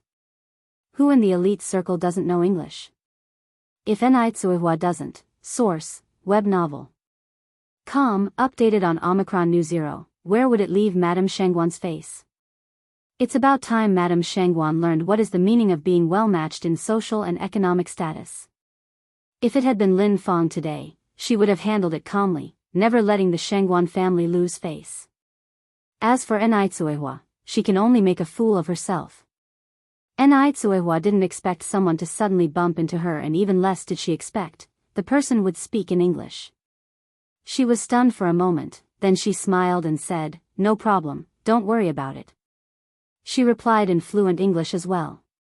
At this time, Ni Tsuehua was extremely thankful that she and Ni Yang had taken a trip abroad and learned English afterwards, otherwise, she would have been embarrassed today. Jia Zhenjin was dumbfounded. Shangguan Furong was shocked, so was Zhao Yeshu. No one expected Enai Tsuihua to speak English. Wasn't Enai Tsuihua illiterate, having never even finished primary school? How would an illiterate woman know how to speak English? Not only did Enai Tsuihua not make a fool of herself, but she also spectacularly turned the tables. Shangguan Dehui came over from the other side. Dia, are you alright? Do you want to change your clothes? He had prepared a backup dress in case of emergencies. Okay. Enai Tsuihua nodded, and then turned to Jia Zhenjin. Ma'am, the floor is slippery. Please be careful. Slippery? The floor is covered in a thick red carpet, how could it be slippery? Her words were a warning as well as a reminder. As the guest of honor today, if Enai Tsuihua had been deliberately bumped into and didn't retaliate, what would the other guests think? Also, since we are Chinese, I believe we should speak in Chinese. She then smoothly switched back to Mandarin. As soon as she finished, the looks of the others who heard her words instantly changed when they looked at Jia Zhenjin. Pretending to accidentally bump into Enai Tsuihua, taking advantage of the opportunity to splash wine onto her, purposely speaking English, TSK. It's clear that Jia Zhenjin harbored ill intentions. No doubt, Enai Tsuihua's retaliation was exquisite. Shangguan Furong was grinding her teeth in anger. She had underestimated Enai Tsuihua. Jia Zhenjin's face had turned various colors. It was quite a sight. Sorry. Enai Tsuihua didn't say anything else. She turned and went to change her clothes with Shangguan Dehui. Jia Zhenjin ran to Shangguan Furong's side, frowning. Furong, didn't you say that Dia was just an illiterate village woman? She had been positive that Enai Tsuihua was a village woman and found the courage to tease her. If she had known that Enai Tsuihua was so competent and could even speak English, she would not have gone looking for trouble even if she was paid. She's now lost face inside and out. Shangguan Furong was also frustrated. I don't know either. I asked my mother before, and she said that Dia didn't go to primary school. How did Enai Tsuihua suddenly learn to speak English? Zhenjin, don't be upset. It's my fault, Shangguan Furong followed. By the way, I specially invited Mr. Li Long to be a guest today, and I'll introduce you to him later. Who's Li Long? Jia Zhenjin was somewhat puzzled. Zhao Yiyun on the side gasped in surprise. Could it be Mr. Abner's assistant, Li Long? Yes. Shangguan Furong nodded. Who doesn't know about Mr. Abner? This man from F country is extremely proud and never associates with Chinese. No one knew how Shangguan Furong befriended his assistant. My gosh. Furong, you're too amazing. Furong, don't play favorites. I also want to meet Mr. Abner. If you find any errors, ads pop up, ads redirect, broken links, non-standard content, etc., please let us know each report so we can fix it as soon as possible. Chapter 679, Engagement Scene, Shining Brightly. _5. At that moment, Jia Zhenjin's anger was completely dispersed by Mr. Abner. She thought about having Shangguan Furong introduce her to Li Long. At this moment, Shangguan Dehui brought Enai Tsuihua to the fitting room. You go in and change. I'll wait for you outside, he said. Alright, Enai Tsuihua nodded. The spare dress was identical to what Enai Tsuihua was wearing, with a long zipper at the back. At home, it was Enai Yang who had helped her zip it up, but now, alone, she couldn't manage, so she opened the door to ask for Shangguan Dehui's help. She opened the door slightly. Can you come in and help me zip up? Shangguan Dehui was a bit taken aback at first, then said, all right. Upon entering, Shangguan Dehui immediately locked the door behind him. Zip, the zipper was pulled to the top. Enai Tsuihua turned, opened the door, let's go. We should head out. At that moment, Shangguan Dehui leaned against the door, trapping Enai Tsuihua between the door and him, looking down to her with a dominating vibe. For a moment, Enai Tsuihua felt as if she had traveled back more than 20 years ago. Source, web novel. Com, updated on N0New0. Shangguan Dehui's gaze on her was the same predatory look he had given her the first time they met. Just as Enai Tsuihua was about to say something, Shangguan Dehui leaned in for a kiss. He had wanted to do this for a long time. But he had been afraid of scaring her off, just as he had all those years ago. Today, he had finally done something he had long wanted to, but had not dared to do. Let's go, Nai Tsuehua opened the door. Wait a moment, Shangguan Dehui asked hoarsely. What's the matter?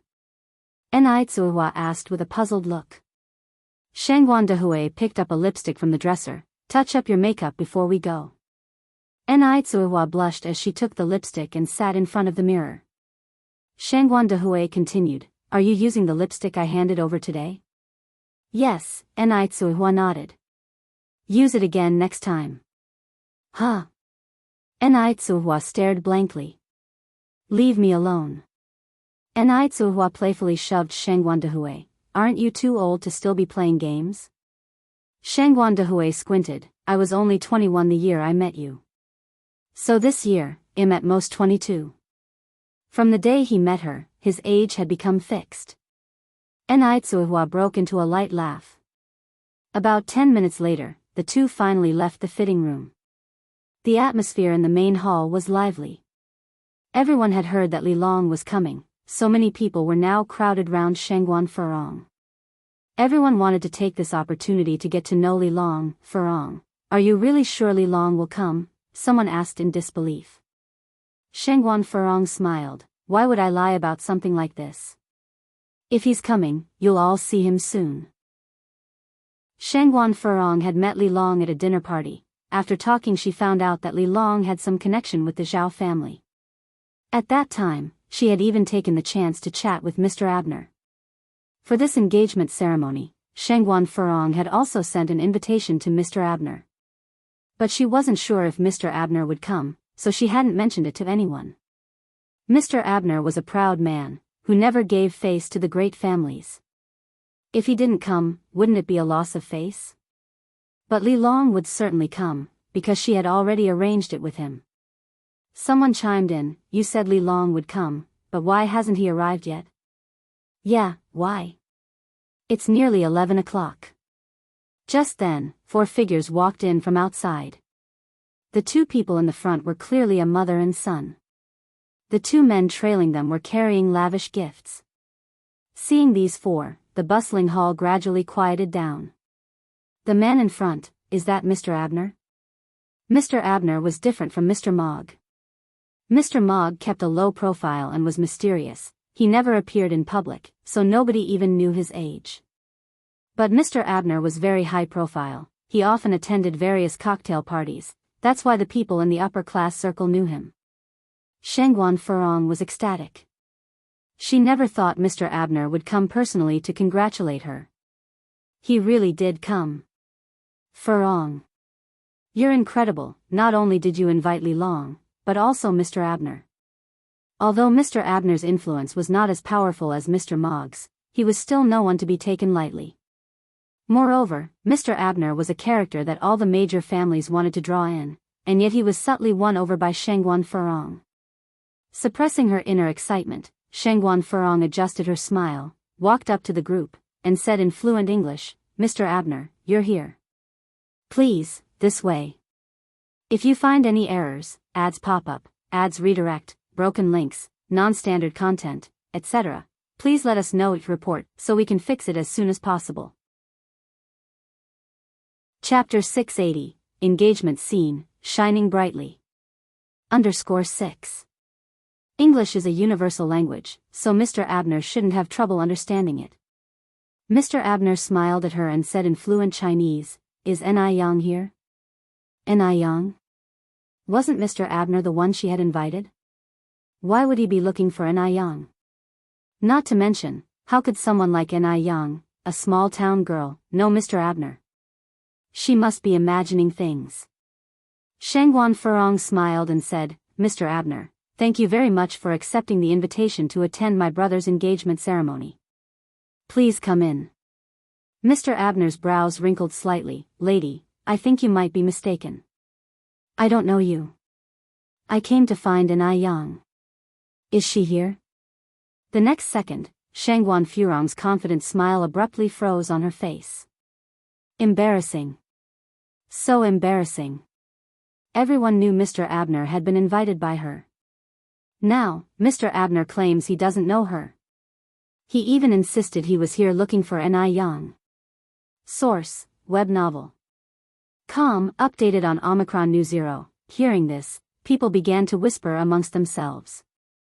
Quickly recovering, Shengguan Furong bit the bullet and said, Mr. Abner, Ni Yang is my niece. Please come with me.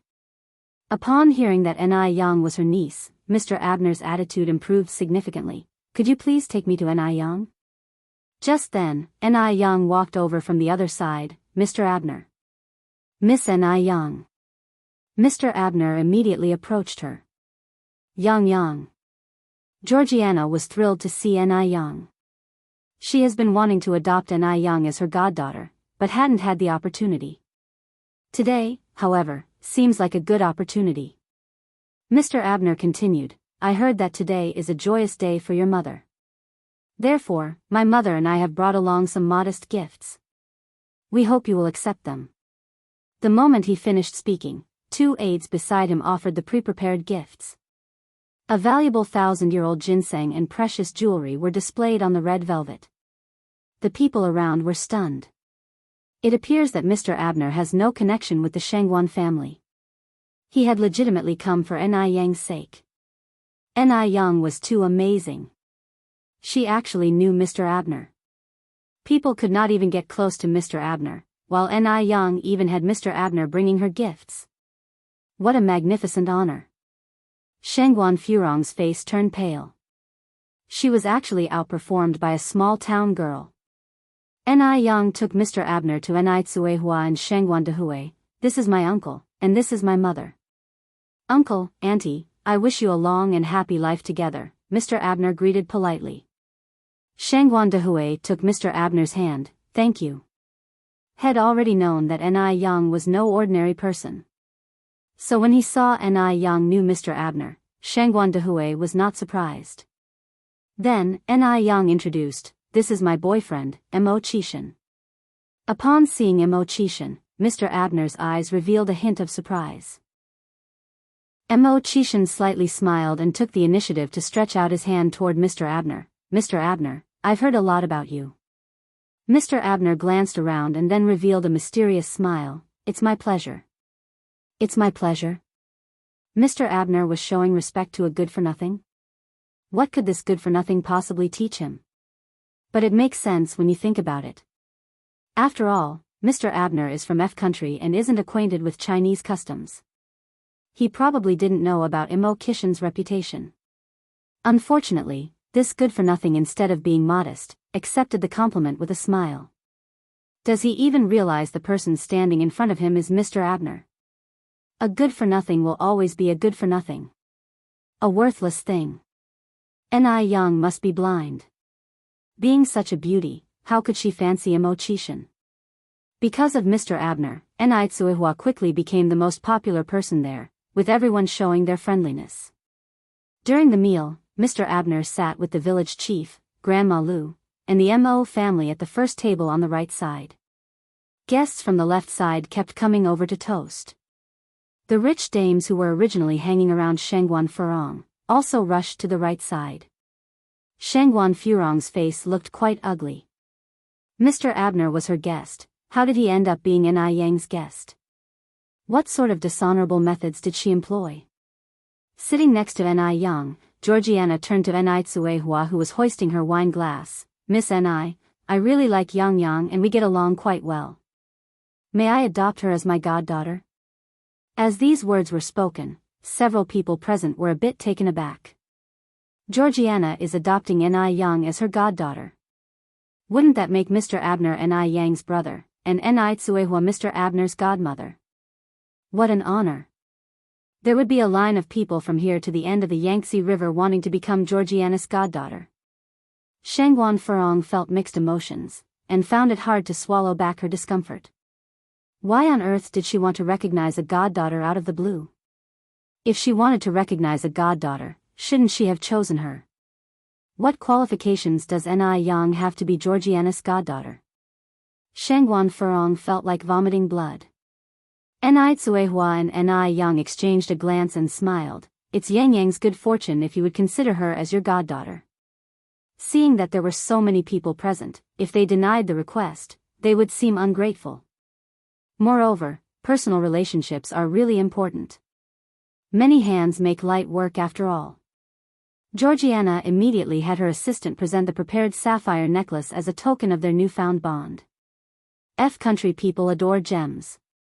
So, this was an incredibly lavish sapphire necklace. The sapphires shone dazzlingly, as mysterious and alluring as the deep sea. This necklace is a relic from the last century, very valuable. A few people present recognized the origin of the necklace, and the air was filled with gasps. It seems that Georgiana was not joking, she really considered Ni Yang as her goddaughter. Georgiana put the necklace on Ni Yang herself. It's beautiful. Ni Yang was already beautiful, but wearing the sapphire necklace, she looked even more radiant. Thank you, godmother. Ni Yang politely expressed her thanks. Georgiana extended her arms to hug Ni Tsuehua. You have a wonderful daughter. You flatter us. Who amongst those present was not envious of Ni Tsuehua? People initially thought that Ni Tsuehua, a rural woman, would embarrass herself at the engagement ceremony. Surprisingly, not only did she not embarrass herself, but she also brought great honor to herself.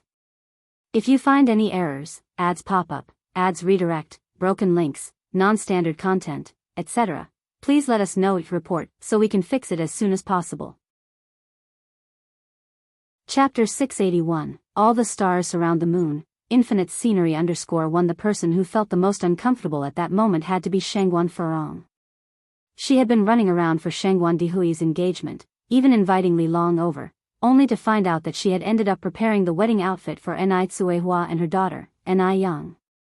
The person who should have been in the limelight was supposed to be her. How did it turn out to be Ni Tsuehua and Ni Yang? How did they even know Mr. Abner? Just two country bumpkins, what gave them the right? The more Shangguan Furong thought about it, the less willing she was to accept it, almost wishing she could tear Ni Tsuehua's face into pieces. Furong. Zhao Shen gently tugged at her sleeve. What is it? Shangguan Furong turned her head impatiently. Zhao Shen swallowed then said, Shall we also offer a toast to brother and sister-in-law? Shangguan Dihui and Ni Tsuehua were the stars of the evening. All the guests took the initiative to toast to them. It would seem a bit strange if they didn't. Shangguan Furong rolled her eyes at Zhao Shen, sister-in-law? The wedding hasn't even taken place yet, how is she considered a sister-in-law? I said you're stupid, and you really are stupid.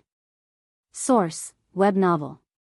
Updated on Omicron New, even if they were married, they could still get divorced. Not to mention Shangguan Dihui and Ni Tsuehua were not even married yet. But, Zhao Shen was somewhat troubled, but our mom is watching, and there are so many relatives and friends here. Furong, let's just go over there. There were so many people present, they couldn't possibly embarrass the old Shangguan madam. Shangguan Furong weighed the pros and cons, and finally chose to pick up the wine glass, and with Zhao Shen, they went up to Shangguan Dihui and Ni Tsuehua. Brother, Dia, Zhao Shen and I toast to you. Zhao Shen stood by holding his glass. Thank you, Furong. Ni Tsuehua raised her cup and clinked it with hers. Shangguan Dihui remained silent as he held little Ni Yun with one arm, taking a sip from his drink. Shangguan Furong subtly bit her lip, knowing that Shangguan Dihui was still upset about the incident last time. But that incident wasn't her fault to begin with. Moreover, old Madame Shangguan had slapped her, and she already apologized to Ni Yang. Now, Shangguan Dihui couldn't even tell right from wrong all for Ni Tsuehua. Does he even deserve to be a brother? Miss Ni, Mr. Shangguan, congratulations. Mr. Abner walked over from the other side with his glass in hand. Mr. Abner. Shangguan Dihui raised his glass to him. Georgia even claimed Ni Yang as her daughter. Mr. Abner giving a toast was trivial. In comparison, Mr. Abner was still a junior in front of Shangguan Dihui.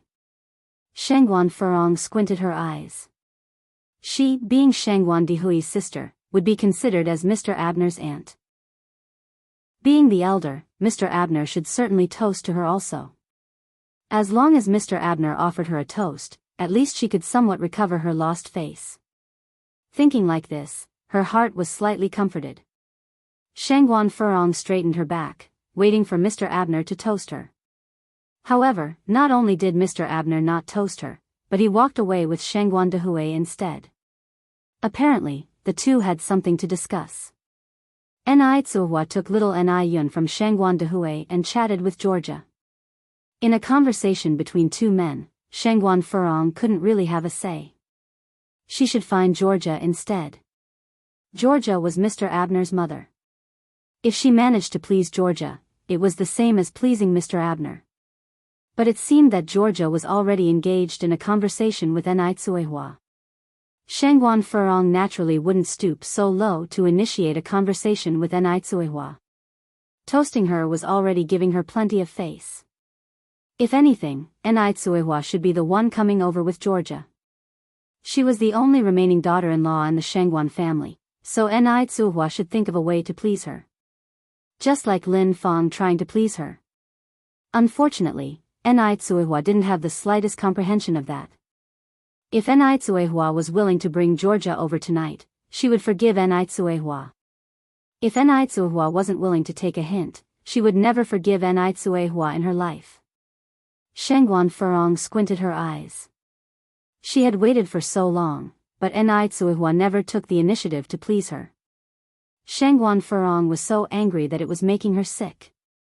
She left before the engagement banquet was over without uttering a word, leaving Zhao Shen behind to clean up the mess. Old Madame Shangguan looked at Zhao Shen and said apologetically, "Zhao Shen, Furong has always been over-competitive, that must have upset you quite a few times." Zhao Shen responded with a smile, "It's fine. I know Furong is not a bad person." He had grown used to it over the years. If you find any errors, ads pop up, ads redirect, broken links, non-standard content, etc., please let us know each report so we can fix it as soon as possible. Chapter 682, All the Stars Surround the Moon, Infinite Scenery _2.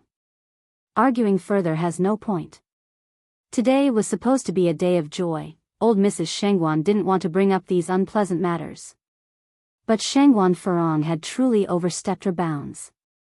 She just up and left without a word. What would Ni Tsuehua and Shangguan Dehui think of that? Old Mrs. Shangguan continued, "Zhao Shen, there are times when a man should stand tall. Don't let her keep bullying you." Zhao Shen nodded, "Mom, I understand. Don't worry, Furong isn't that unreasonable of a person." Old Mrs. Shangguan let out a soft sigh, "I know exactly what sort of person she is. Now, I heard that Furong and Lin Fong have been getting pretty close lately."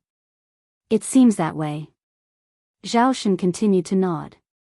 Old Mrs. Shangguan continued, "Lin Fong is a very calculating person. She acts one way from the front, and another from the back. When it comes to guile, Furong can't outplay her. I've already warned Furong, and you should also be wary of Lin Fong. Shangguan Furong is the type of person that wears her flaws on her face. She speaks her mind. If she had a bit of cunning in her, she wouldn't just up and leave without even saying hello. Whilst Lin Fong is rotten to the core, the type of person who acts like a human in front of others and a devil behind their back. These two people simply aren't on the same level. Shangguan Furong isn't a match for Lin Fong." Zhao Shen understood the implication behind old Mrs. Shangguan's words. "All right, Mom, don't worry, I'll be mindful." Source, web novel. Com, updated on new. Old Mrs. Shangguan nodded, "Good, with your words, I am reassured." In reality, Zhao Shen is a very clever person. Otherwise, the Zhao family would not have lasted as long as they have, but rather, they continue to flourish. The reason he carries no weight in Zhao family matters and always listens to Shangguan Furong is simply because he's in love with her. He truly likes Shangguan Furong. Back in the day, he paid quite a price to marry Shangguan Furong. Taking advantage of Zhao Shen's love for her, Shangguan Furong does as she pleases in the Zhao family, acting arrogantly and willfully. Even old Mrs. Zhao has to live at the mercy of her moods. Zhao Shen continued, "I'll go speak with my brother and sister-in-law now, so they won't misunderstand Furong." Old Mrs. Shangguan nodded. After the engagement ceremony ended, Ni Yang and Mo Qishan escorted Georgia and Mr. Abner to the door. Shangguan Dehui and Ni Tsuehua were seeing off the other guests. Mo Qishan stepped forward, embodying the true gentleman as he held the car door open for them. Please. Georgia was holding onto Ni Yang's arm. She leaned in and whispered, Yang Yang, you have a wonderful boyfriend. It was evident from Mo Qishan's words and actions that he truly cared for Ni Yang. Thank you. Mr. Abner looked at Mo Qishan. Yang Yang is my mother's goddaughter, so wouldn't that make us somewhat like brothers? Mo Qishan gave a slight nod. It is my honor. Mr. Abner said, being able to call myself brother to Mr. Mo is my honor. Though others were unaware of Mo Qishan's status, Mr. Abner certainly was. 3 years ago, he had seen Mo Qishan once at a large gathering in F country. He was surrounded by a crowd, like the moon surrounded by the stars, full of glamour. Simultaneously, he was also the only Chinese person there. How could such a person possibly be a wastrel? Watching the car driving away, Ni Yang tugged on Mo Qishan's sleeve. Brother Mo, did you and Mr. Abner know each other ahead of time? Mo Qishan gave a slight nod. I did meet him once a couple of years ago in F country. Ni Yang laughed. No wonder I felt something off about the way you two were interacting at the party. Yang Yang, are you jealous? Mo Qishan threw his arm over Ni Yang's shoulder, smiling as he asked. Ni Yang said helplessly, you're thinking too much. Mo Qishan lowered his gaze and stole a quick kiss on her cheek, as light as a dragonfly skimming the water. Ni Yang glared at him. We're in public, mind your image, careful people see. Though Beijing wasn't as conservative in 1984, public displays of affection were still a rarity, then well do it secretly in the future. Ni Yang, all these events were noticed by Shangguan Su from the second floor. Ni Yang was an exceptional person. As her older brother, he should shoulder his responsibilities and make sure she doesn't end up with some worthless man. Luckily, Mo Qishan wasn't as despicable as the rumors suggested. Shangguan Zu's eyes hardened and he took a swig of his drink. Zhao family residence. When Zhao Shen returned, Shangguan Furong had just finished her shower and stepped out of the bathroom. If you find any errors, ads pop up, ads redirect, broken links, non-standard content, etc., please let us know. Report so we can fix it as soon as possible. Chapter 683, All the Stars Surround the Moon, Infinite Scenery _3. She wore a deep purple bathrobe. Her eyebrows and eyes were less dominant than usual, and she looked softer. Zhao Shen gazed at her, as if seeing the shy young girl from 15 years ago. His heart stirred for a moment as he moved to embrace Shangguan Furong, only to be roughly pushed away by her. You're sleeping in the guest room tonight. Shangguan Furong was still upset about what had happened at the engagement banquet today, so she naturally wasn't pleased with Zhao Shen. As for Shangguan Furong's orders, Zhao Shen never dared to disobey. He gathered up his bedding and change of clothes, shoved open the door, and began walking towards the study. Zhao Shen just reached the living room when the old lady Zhao descended from the stairs above. Did Furong kick you out again? Zhao Shen nodded. Old lady Zhao heaved a sigh. How many times has it been this month? Mom, I'm fine.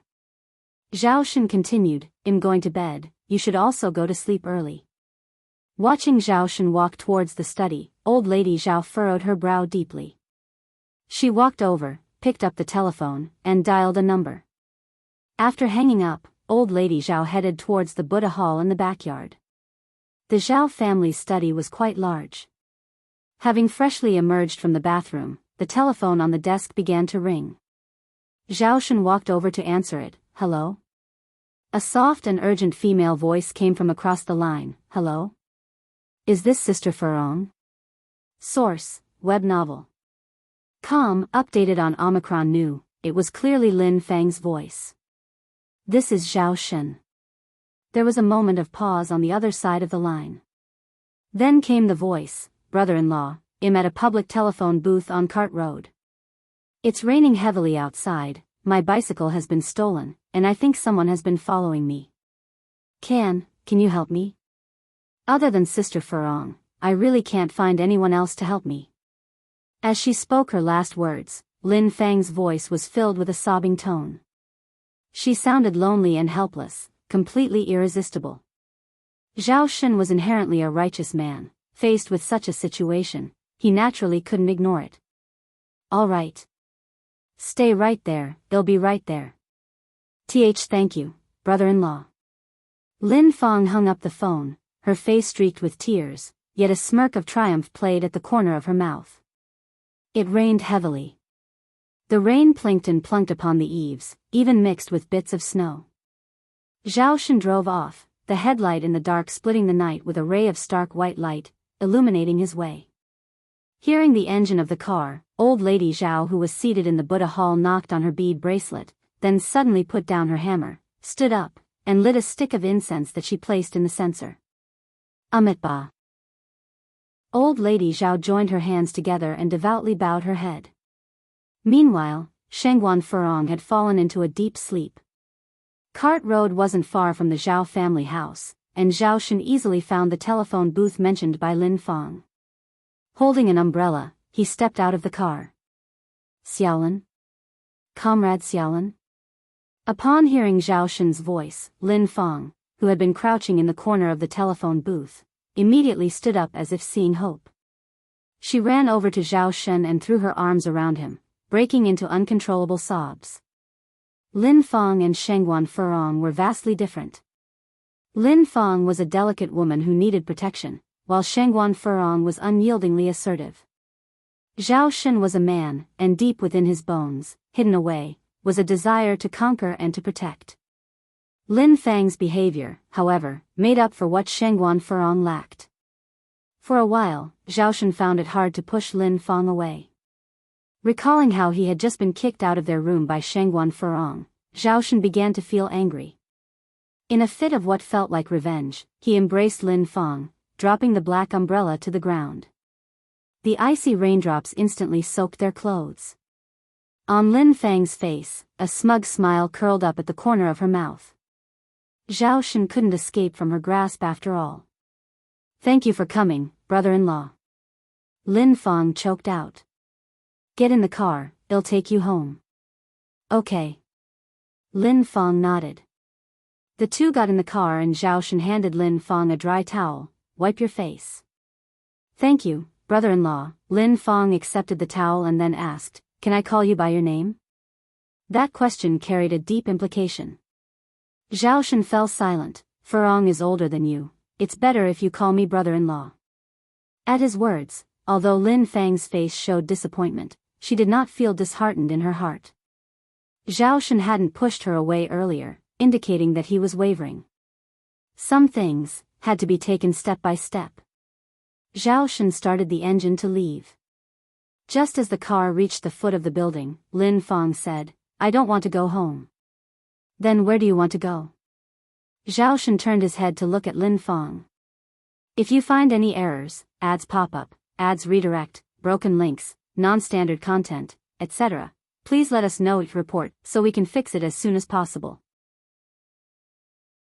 Chapter 684, All the Stars Surround the Moon, Infinite Scenery _4. Lin Fang looked at Zhao Shen, her face pale. As long as I don't have to go home, anywhere will do. Zhao Shen stayed silent for a while, ultimately choosing to drive away. Eventually, Zhao Shen parked in front of a villa with Lin Fang. Zhao Shen was truly wealthy. This villa was just one of many properties he owned. Looking at the luxurious villa, a determined expression flashed in Lin Fang's eyes. Zhao Shen led Lin Fang inside, where a servant immediately greeted them, Mr. Zhao. Zhao Shen nodded in acknowledgement. The servant looked up and was taken aback to see that the person accompanying Mr. Zhao this time was not Mrs. Zhao. Despite her surprise, the servant didn't show it. She was just a servant, her job was to perform her duties properly. Zhao Shen took Lin Fang to the master bedroom on the 3rd floor. If you don't want to go home, you can stay here for the night. There are clothes in the closet, but they are all in Furong size. If you don't mind, feel free to change into one. Lin Fang didn't say a word, her eyes cast down. She wanted to take a gamble. Just as Zhao Shen was about to turn and leave, she suddenly stood up and hugged Zhao Shen. Zhao Shen, I don't want to stay here temporarily, I want to live here forever. Also, I want the wardrobe to be filled with our clothes. Zhao Shen stiffened. After a long pause, he gently unclenched Lin Fang's hands. I'm sorry, we can't do this. I only love Furong. It's alright. I don't mind who you love, as long as you know I love you, Lin Fang said. As long as you're willing to be with me, I don't mind being nameless. Wuxia World. Sight Wuxia World. Sight Lin Fang's love was humble. She knew that she would only earn Zhao Shen's sympathy and pity by showing her humility. She was not Shangguan Furong, who was messing around with Zhao Shen's feelings just because he liked her. No. Zhao Shen coldly pushed Lin Fang away. What we are doing is wrong. Lin Fang looked at Zhao Shen and asked, Are you afraid of Shangguan Furong? Her words were like a catalyst, instantly igniting Zhao Shen's desire for revenge. Why should he fear Shangguan Furong? Lin Fang walked over. We are both pitiful people, why don't we rely on each other for warmth? This time, Zhao Shen didn't reject Lin Fang, but instead embraced her. Somewhere along the line, someone turned off the light in the bedroom, leaving everything enveloped in darkness. In Beijing, it was customary for a bride-to-be to spend 3 nights at her groom's home after the engagement. She could only return home after 3 days. Ni Yang didn't want to remain as the third wheel. Moreover, she had workers to supervise at home, hence, she didn't stay. Shangguan Dehui arranged for transportation to send the other villagers back. Ni Yang, however, rode in Mo Qishan's car. Yang. Mo Qishan, eyes focused on the road ahead, asked in a seemingly casual way. What's up? Ni Yang tilted her head slightly. Are you brave? Mo Qishan asked back. Ni Yang nodded, quite. After all, what was there to be afraid of for someone who had experienced death before? Upon hearing this, a hint of disappointment flashed in Mo Qishan's eyes as he continued, Yang, are you afraid of ghosts? No. Ni Yang shook her head. Why do other girls fear ghosts, but you don't? Questioned Mo Qishan. Ni Yang laughed, Brother Mo, if you have something to say, just say it directly. No need to beat around the bush. Mo Qishan cleared his throat and said simply, well, I'm saying, if you're afraid of being at home alone, I can stay with you. As soon as he finished speaking, Mo Qishan added, Yang, don't misunderstand, I'm just worried you might be scared. Ni Yang squinted her eyes, are you harboring ulterior motives? I'm not. Yang, don't slander me. Mo Qishan's ears turned red. TSK, Ni Yang reached out to pinch his ear, look at you, pretending to be a gentleman. Boss, I was wrong. Please forgive me. Focus on driving, don't think about unnecessary things. Ni Yang sat up straight, turned on the car stereo, and a light song immediately filled the air. The tips of the peach leaves are sharp, the willow leaves cover the sky, listen to my words, O Emperor Ming. This song, exploring the Clearwater River, was a narrative song popular in Beijing. Ni Yang remembered that in her previous life, a handsome young man turned this narrative song into a pop hit. Chapter 685, All the Stars Surround the Moon, Infinite Scenery _5. At this moment in the 80s, hearing this ancient song again gave a sense of being transported through time and space. Ni Yang hummed along to it as she listened. Her voice was clear and melodious. When she hummed a tune, it carried an indescribable charm, like a gentle breeze in April, cleansing souls and refreshing minds.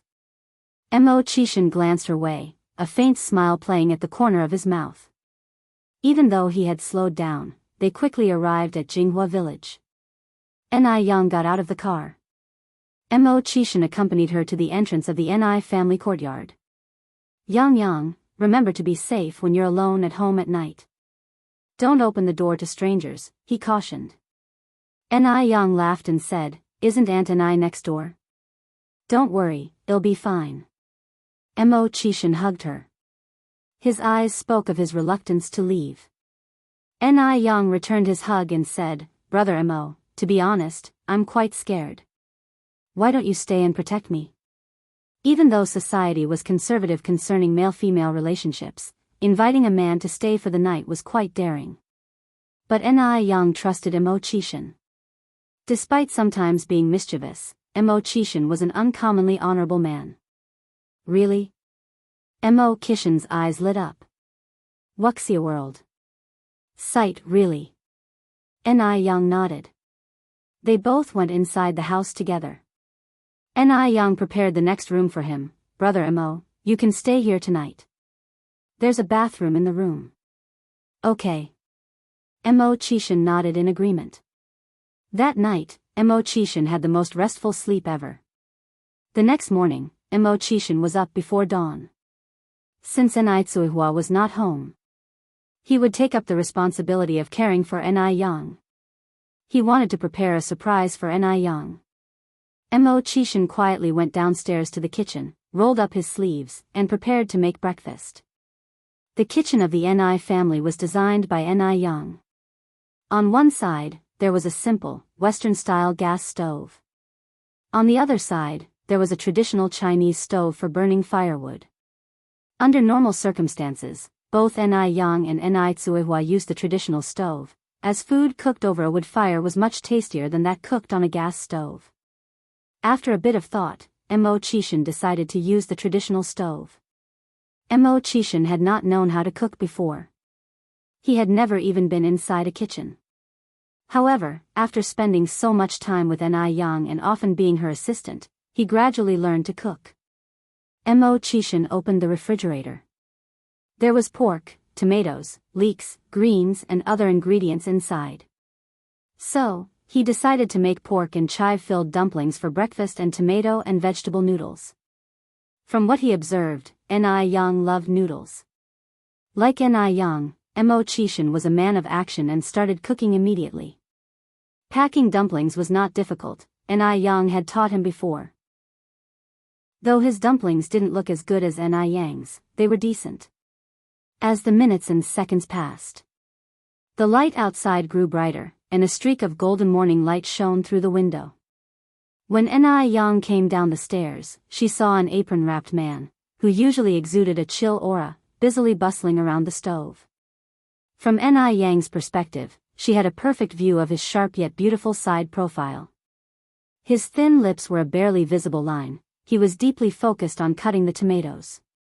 His hands were very beautiful, clean, tidy, the joints well-defined, symmetrical and long.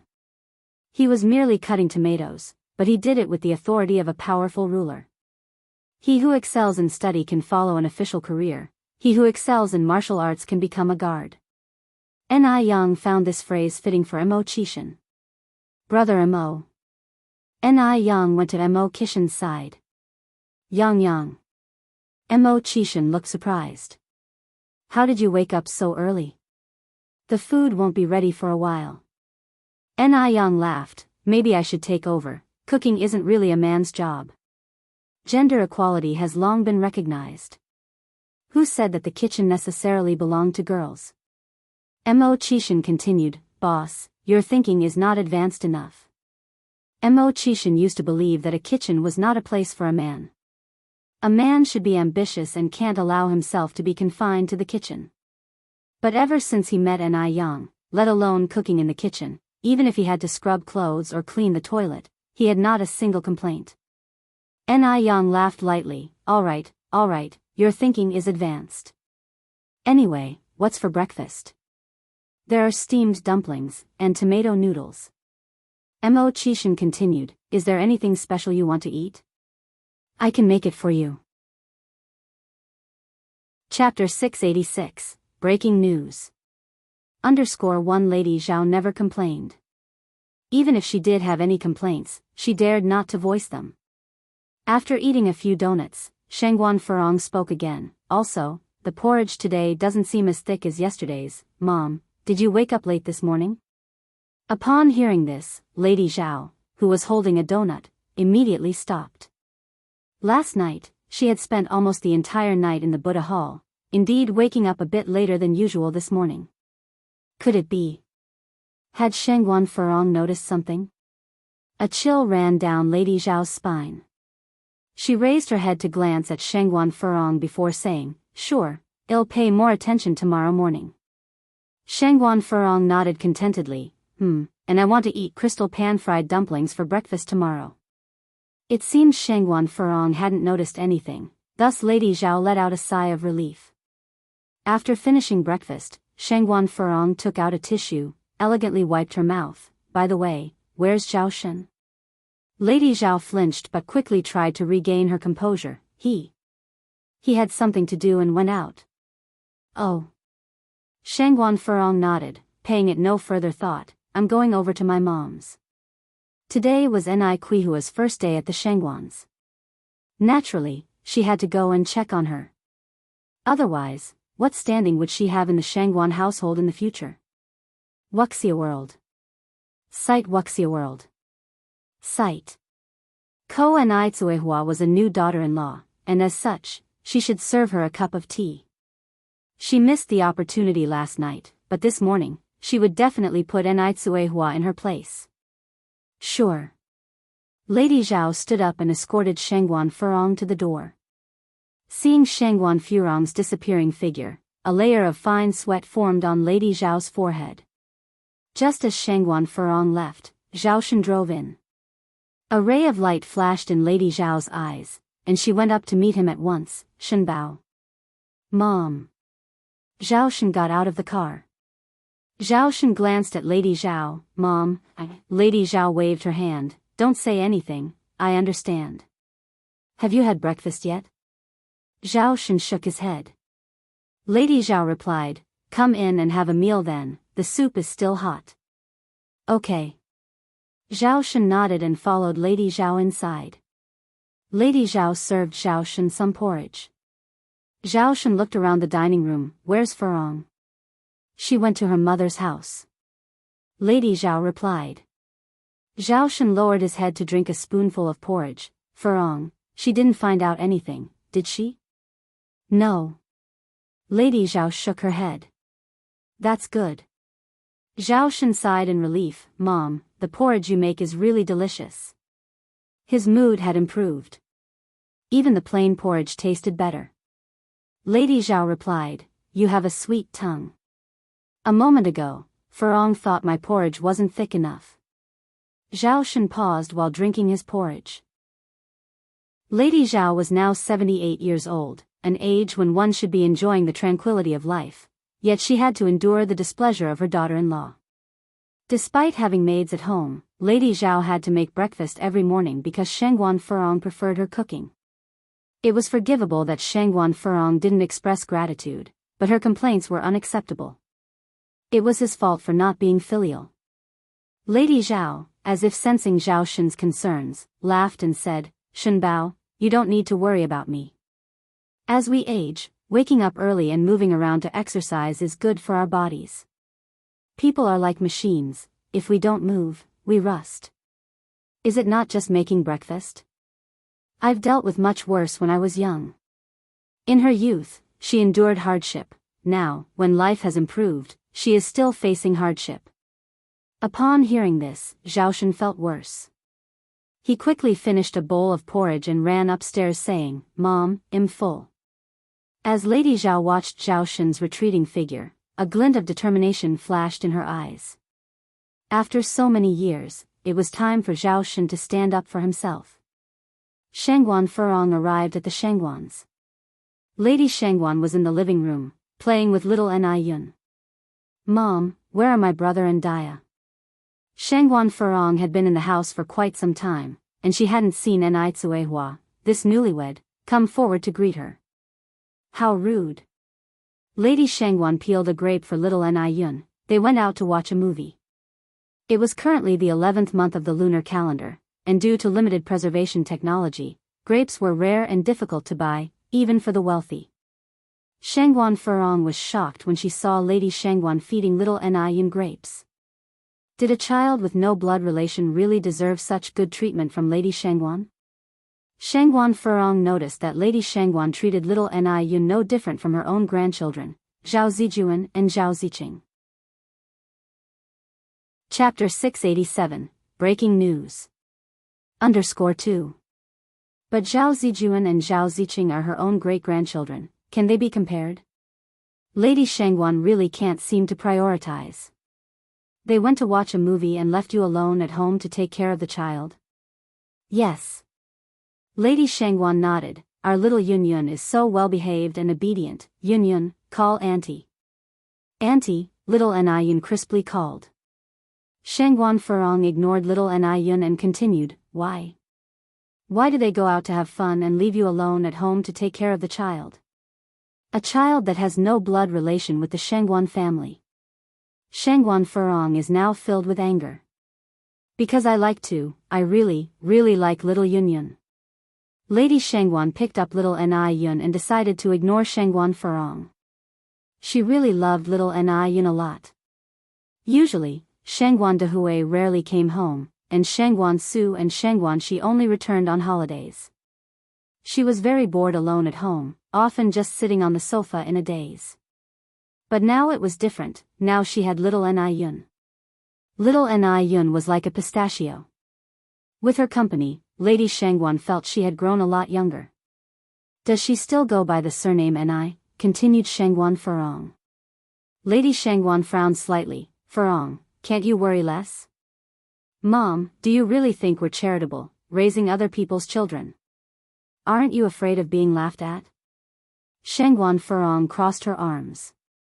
Little Yun didn't understand what the adults were saying and blinked curiously. Lady Shangguan hugged little Yun tightly. Yun, do you want to swing and slide in the back garden with Grandma? So that little Yun could have more fun, Lady Shangguan had splurged to bring in a slide from another town. Sure. Little Yun nodded. Lady Shangguan didn't bother with Shangguan Furong anymore. She took little Yun to the back garden. Shangguan Furong watched Lady Shangguan's retreating figure, shook her head helplessly, and went to the master bedroom on the second floor.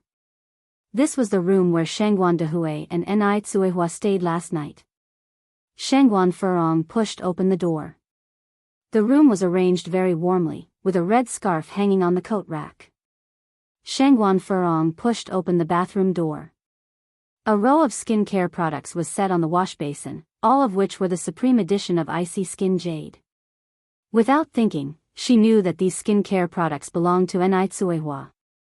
With Ni Kuihua's status as a country woman, did she deserve such high-quality things? Shangguan Furong frowned, picked up a bottle of essence milk, and sniffed it. The supreme edition seemed to smell much better than the regular edition. Ni Tsuehua was just a peasant woman, where did she get the money to buy Icy Skin Jade? Without having to think, she knew these cosmetics must have been given to her by Shangguan Dehui. Stealing was not Shangguan Furong's style. But using it shouldn't be a problem, right? After all, this was bought with the Shangguan family's money. Shangguan Furong turned on the faucet and washed her face carefully with face wash, followed by lotion and essential oils. She didn't know if it was just her imagination, but she felt this supreme edition was much better than the regular edition. She didn't even get to buy such a good thing. How come Ni Tsuehua got to benefit? Shangguan Furong looked at herself in the mirror and frowned slightly. By now, she had forgotten that Ni Tsuehua once gave her a box of the Supreme Edition Icy Skin Jade. She didn't cherish it and even questioned it as a fake, which embarrassed Ni Tsuehua. Shangguan Furong then opened the door of the neighboring cabinet. This cabinet was filled with perfumes and shampoos. But more importantly, Shangguan Furong found another box of extra Supreme Edition Icy Skin Jade. People queue up and couldn't buy it, but Ni Tsuehua had one for herself and another one to spare. Was this set of Icy Skin Jade meant to please her? Shangguan Furong narrowed her eyes and reached out to take the gift box. It took her a while before she put the gift box back. Even if Ni Tsuehua wanted to please her, she wouldn't accept Ni Tsuehua so easily. Unless Ni Tsuehua was willing to willingly change Ni Yang's and Ni Yun's surnames to Shangguan. Otherwise, she would never accept Ni Tsuehua. Shangguan Furong looked around the room for a while, then went downstairs. Furong, what were you doing upstairs? Asked Lady Shangguan, hugging little Ni Yun as she came in from outside. Shangguan Furong said, Mom, what a strange question. This is my home. Isn't there anywhere I'm not allowed to go? Chapter 688, Breaking News. _3. That's not what I meant. The old lady Shangguan continued, your brother and Daya are very happy together, and you, as a sister, should offer blessings, not create chaos. I know. Shangguan Furong replied. Old lady Shangguan went on, and, I have to repeat, keep an eye on Lin Fang. You're so stubborn, and it will be your downfall. Shangguan Furong laughed and said, Mother, you've been saying this all the time. Have you ever considered my feelings? Lin Fang is my best friend. I trust her just as you trust Daya. How would you feel if I continuously spoke ill of Daya in front of you? Shangguan Furong and Lin Fang were very good friends now, and she didn't believe Lin Fang would do anything to harm her. Old lady Shangguan sighed, I'm just saying, whether you listen or not is up to you. Shangguan Furong originally planned to stay at the Shangguan family until Nai Tsuehua returned. After all, Nai Tsuehua still had the ice skin jade to give her. But she waited until the afternoon, and Nai Tsuehua had not returned yet. Shangguan Furong no longer had the patience to wait. She planned to play cards with the rich ladies. Now that she had a membership card for Wuxia Xianxia, she naturally went to the third floor of Wuxia Xianxia to play cards. Not far from the Shangguan household, Shangguan Furong ran into Lin Fang. Sister Furong, where are you going? To play cards. Shangguan Furong answered. Lin Fang said with envy, having a loving husband is really different. Unlike me, I can only play on my rest days. Where would I find the time to play otherwise? Shangguan Furong laughed smugly, so, it's not only about finding a good husband for a woman but also having the ability to manage the family. Lin Fang nodded, you're right, Sister Furong. I'm envious of capable women like you. I'm simply not like that. Shangguan Furong patted Lin Fang's hand, these things can't be forced. Lin Fang seemed envious on the surface but was scoffing inside. What did Shangguan Furong have to be so smug about? Did she know that Zhao Shen had already betrayed her? It wouldn't be long before Zhao Shen would discard Shangguan Furong like trash. Lin Fang continued, Sister Furong, can I accompany you to play cards and broaden my horizons? Shangguan Furong agreed without a second thought because Lin Fang made such a thoughtful request. The two went to the VIP room on the third floor of Wuxia Xianxia.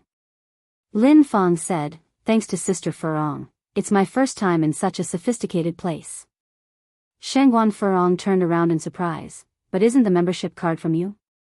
Lin Fang laughed a little, then said, Sister Furong, how can I afford such an expensive membership card? Someone gave it to me too. With my status, if you weren't with me, I wouldn't be in such a place. Only you, Sister Furong, can use this membership card. Lin Fang's flattery made Shangguan Furong very happy.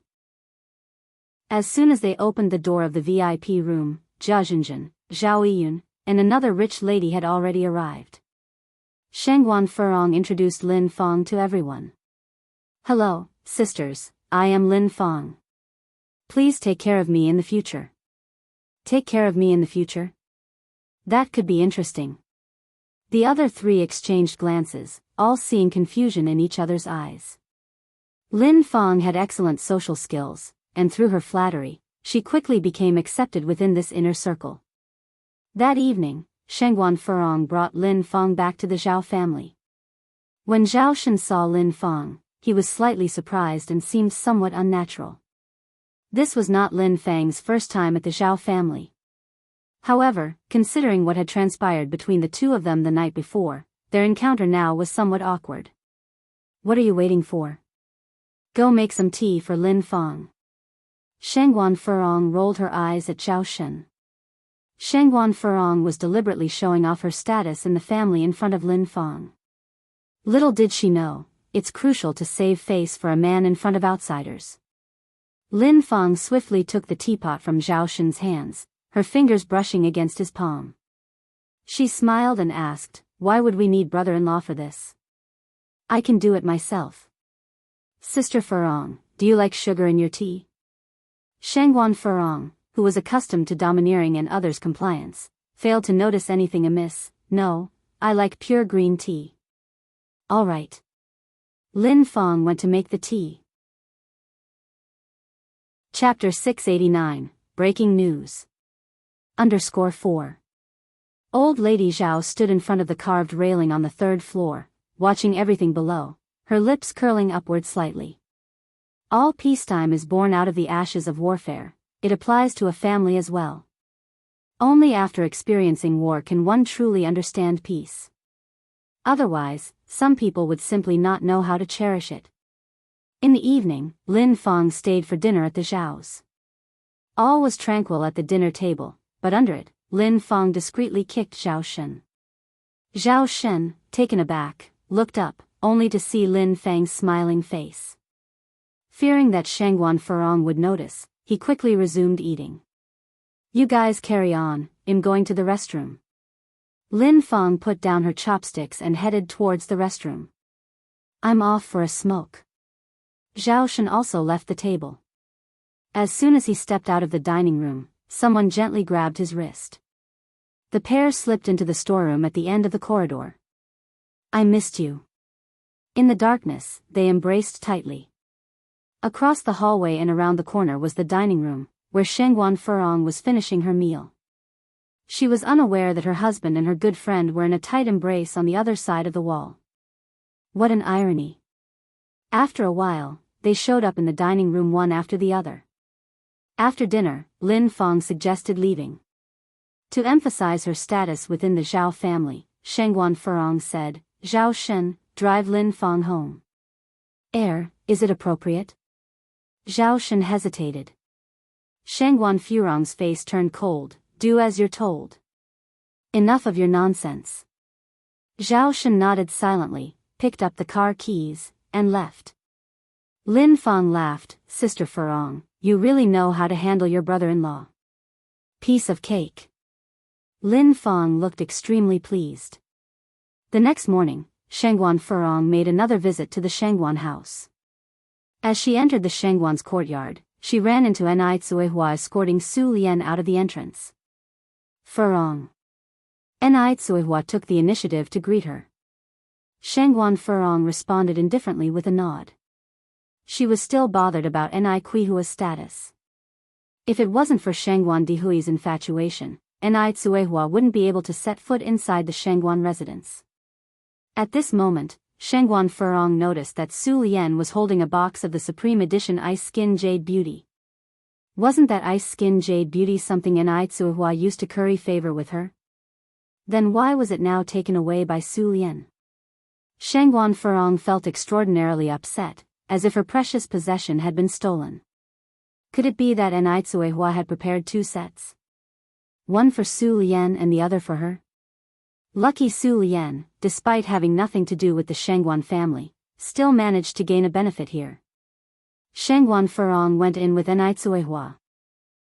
She waited a long time, had lunch at the Shangguans, but until dinner time when she left, Ni Tsuehua didn't present her with the Supreme Edition Ice Skin Jade Beauty. What's going on? Could it be that Ni Tsuehua had forgotten? Asking for things directly was not Shangguan Furong's style. She had ways to make Ni Tsuehua obediently give them to her. Suppressing her rage, Shangguan Furong left the Shangguans and made Zhao Shen sleep in the study that night. Today was the 14th of November, Mo Kishan's birthday. Ni Yang got up early in the morning. She put on a plain white cheongsam, threw a maroon coat over it, grabbed the gift she had prepared, greeted Ni Tsuehua, and left the house. Yet, Ni Yang didn't go directly to Missouri Kishan's place. Instead, she rode her bicycle to the rose garden. Jinghua village had almost 300 acres of rose fields. Since it was winter, the rose garden was covered with plastic sheets to form a greenhouse. There was straw on the outside of the greenhouse to keep the interior warm. Even though it was deep winter, the greenhouse was filled with fiery red roses, an exquisite sight. "Yang, why have you come so early?" Auntie Lin, who was looking after the greenhouse, was surprised to see Ni Yang. Ni Yang parked her bike and smiled. "Auntie Lin, I've come to pick some roses." This patch of roses belonged to Auntie Lin's family. Ever since they planted roses, Auntie Lin had made 200 or 300 yuan.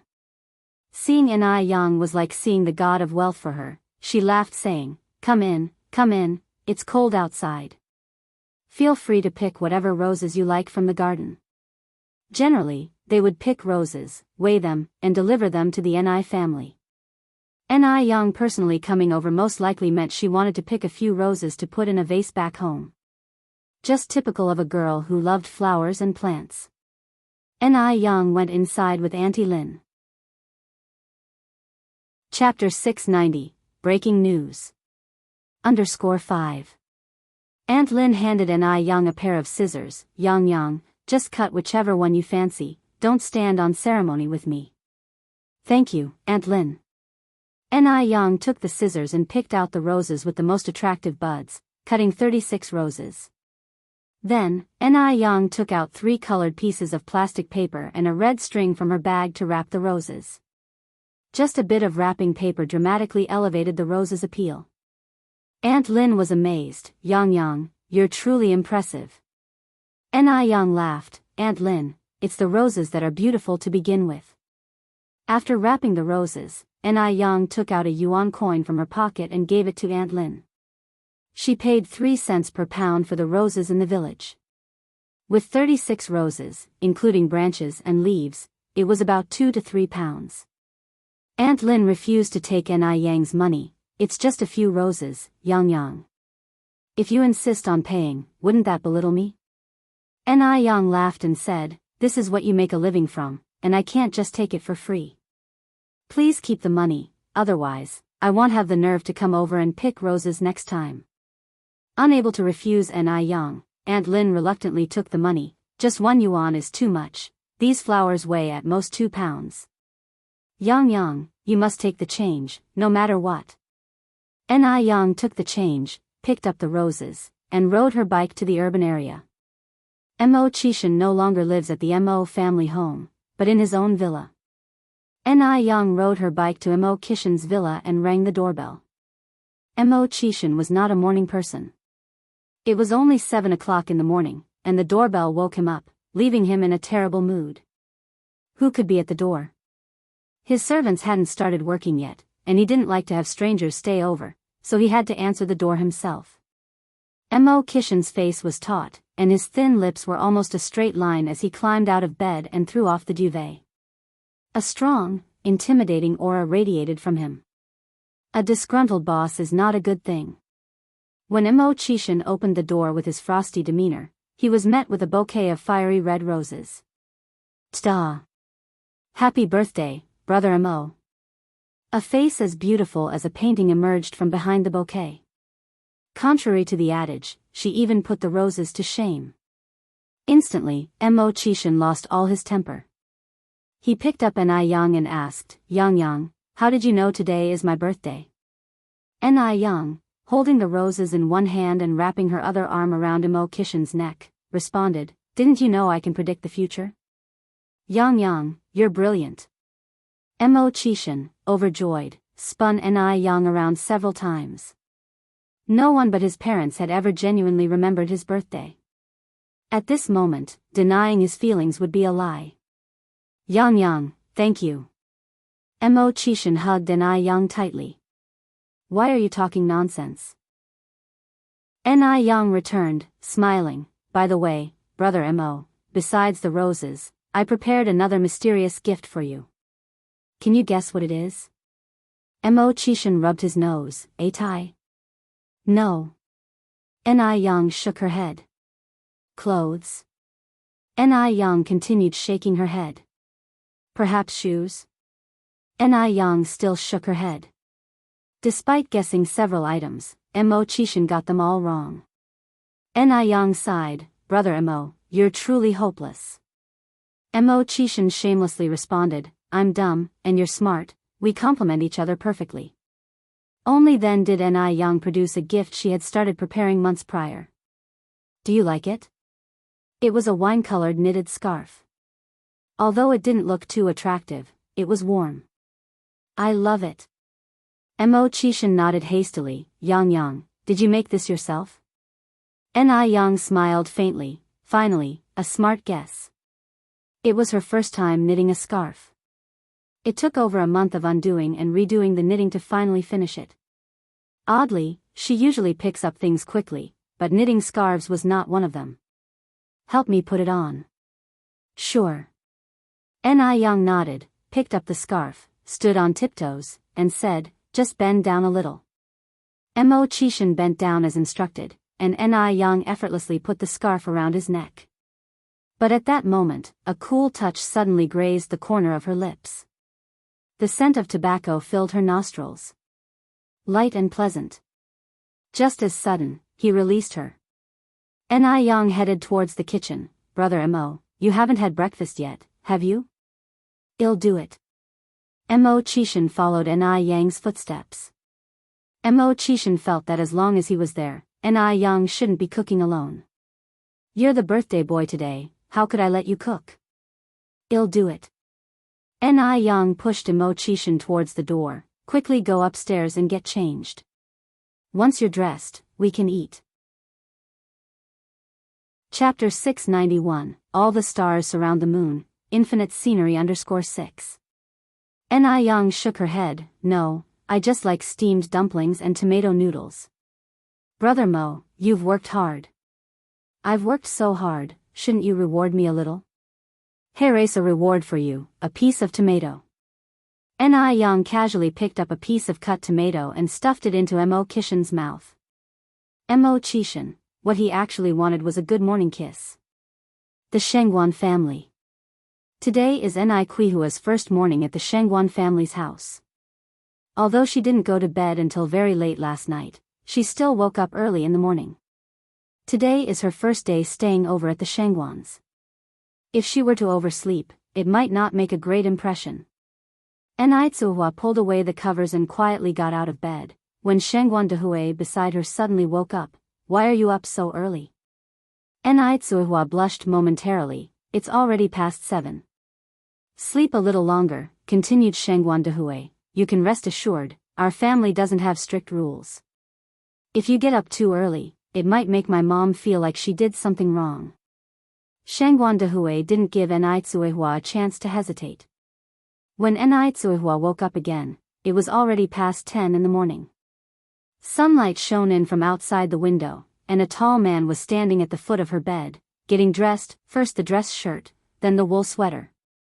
Tsuhua watched all this happening, then looked out the window again, and suddenly felt like she was in a dream. She couldn't even have dreamed that her life in Beijing would take such a drastic turn. Up already? At this moment, Shengguan Dehui suddenly turned around. Tsuhua was caught off guard at first, then she said, Shengguan Dehui took a few steps forward, do you want to get up now, or sleep a little longer? I'll get up now. Tsuhua answered. Shengguan Dehui took out clothes from the cabinet for her, I'll wait for you to go downstairs together. Okay, Tsuhua nodded. Then she took the clothes to the bathroom to change. After changing and taking care of her skin, she emerged from the bathroom about 20 minutes later. She was wearing a high-necked wool sweater inside a gray-blue down jacket, which made her look very stylish and much younger than she actually was. They both went downstairs together. As soon as they got downstairs, they saw Lady Shengguan leading little Yun inside from outside. The old and the young got along very well. In fact, little Yun had spent last night with Lady Shengguan. Mom, they both greeted Lady Shengguan in unison. According to the local customs, they should start addressing her differently after the engagement. Shengguan's old lady walked up to them smiling happily and satisfied, good. Mama, seeing Tsuhua, little Yun very coolly greeted her. Yun, Tsuhua walked over and picked up little Yun. Daddy, hold me. Little Yun stretched out his hand to Shengguan Dehui. Shengguan Dehui took little Yun from Qihua's arms. Old Lady Shengguan looked at the harmonious scene in front of her, beaming with satisfaction. She then said, breakfast is ready, let's go have breakfast. Also, Xiaoxiu and Xiaoxi have gone to work, Dia, don't mind. Tsuhua laughed and said, it's okay, work is important. She usually gets along well with the kids and doesn't overthink things, because she knows Xiaoxiu and Xiaoxi aren't those kinds of people. Meanwhile, elsewhere, when Zhaoshen woke up, he could hardly believe what had happened last night, but the sight of Lin Fang lying next to him reminded him that the events were not a dream. He really did something that would let Shengguan Furong down. He didn't know what he had been thinking last night, but now, he was deeply regretful. What should he do now?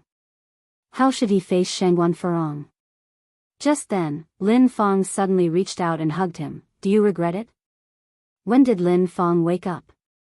Zhao Shen was taken aback. Lin Fang continued, I don't regret it. After a pause, she said, if you do regret it, we can pretend that nothing happened. Don't worry, I won't pester you. With that, Lin Fang let go of Zhao Shen. Zhao Shen opened his mouth, suddenly at a loss for words, as he didn't know what to say at the moment. Rest assured, I keep my word, Lin Fang continued. I'll compensate you, Zhao Shen finally said after a long pause. The only thing he could do now was to compensate Lin Fang. I don't want your compensation, said Lin Fang. Zhao Shen, do you know?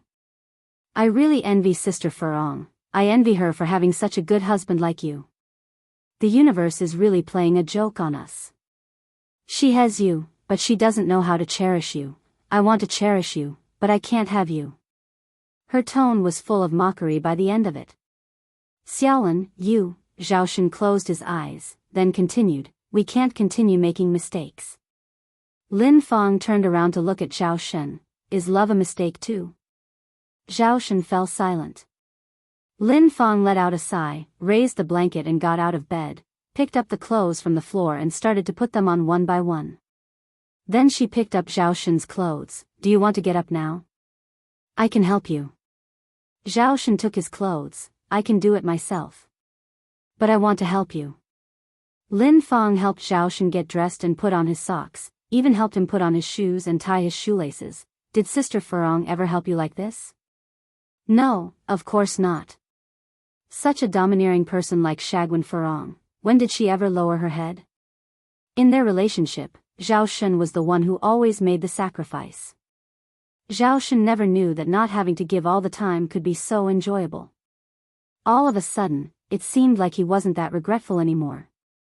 After all, Shengguan Furong acted out of line first.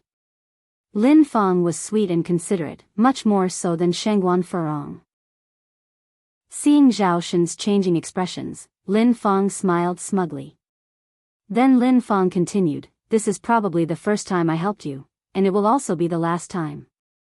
I won't go to your house again, and I won't go to find Sister Furong. These words were a catalyst. Zhao Shen looked at Lin Fang and said very firmly, I don't regret. That's right.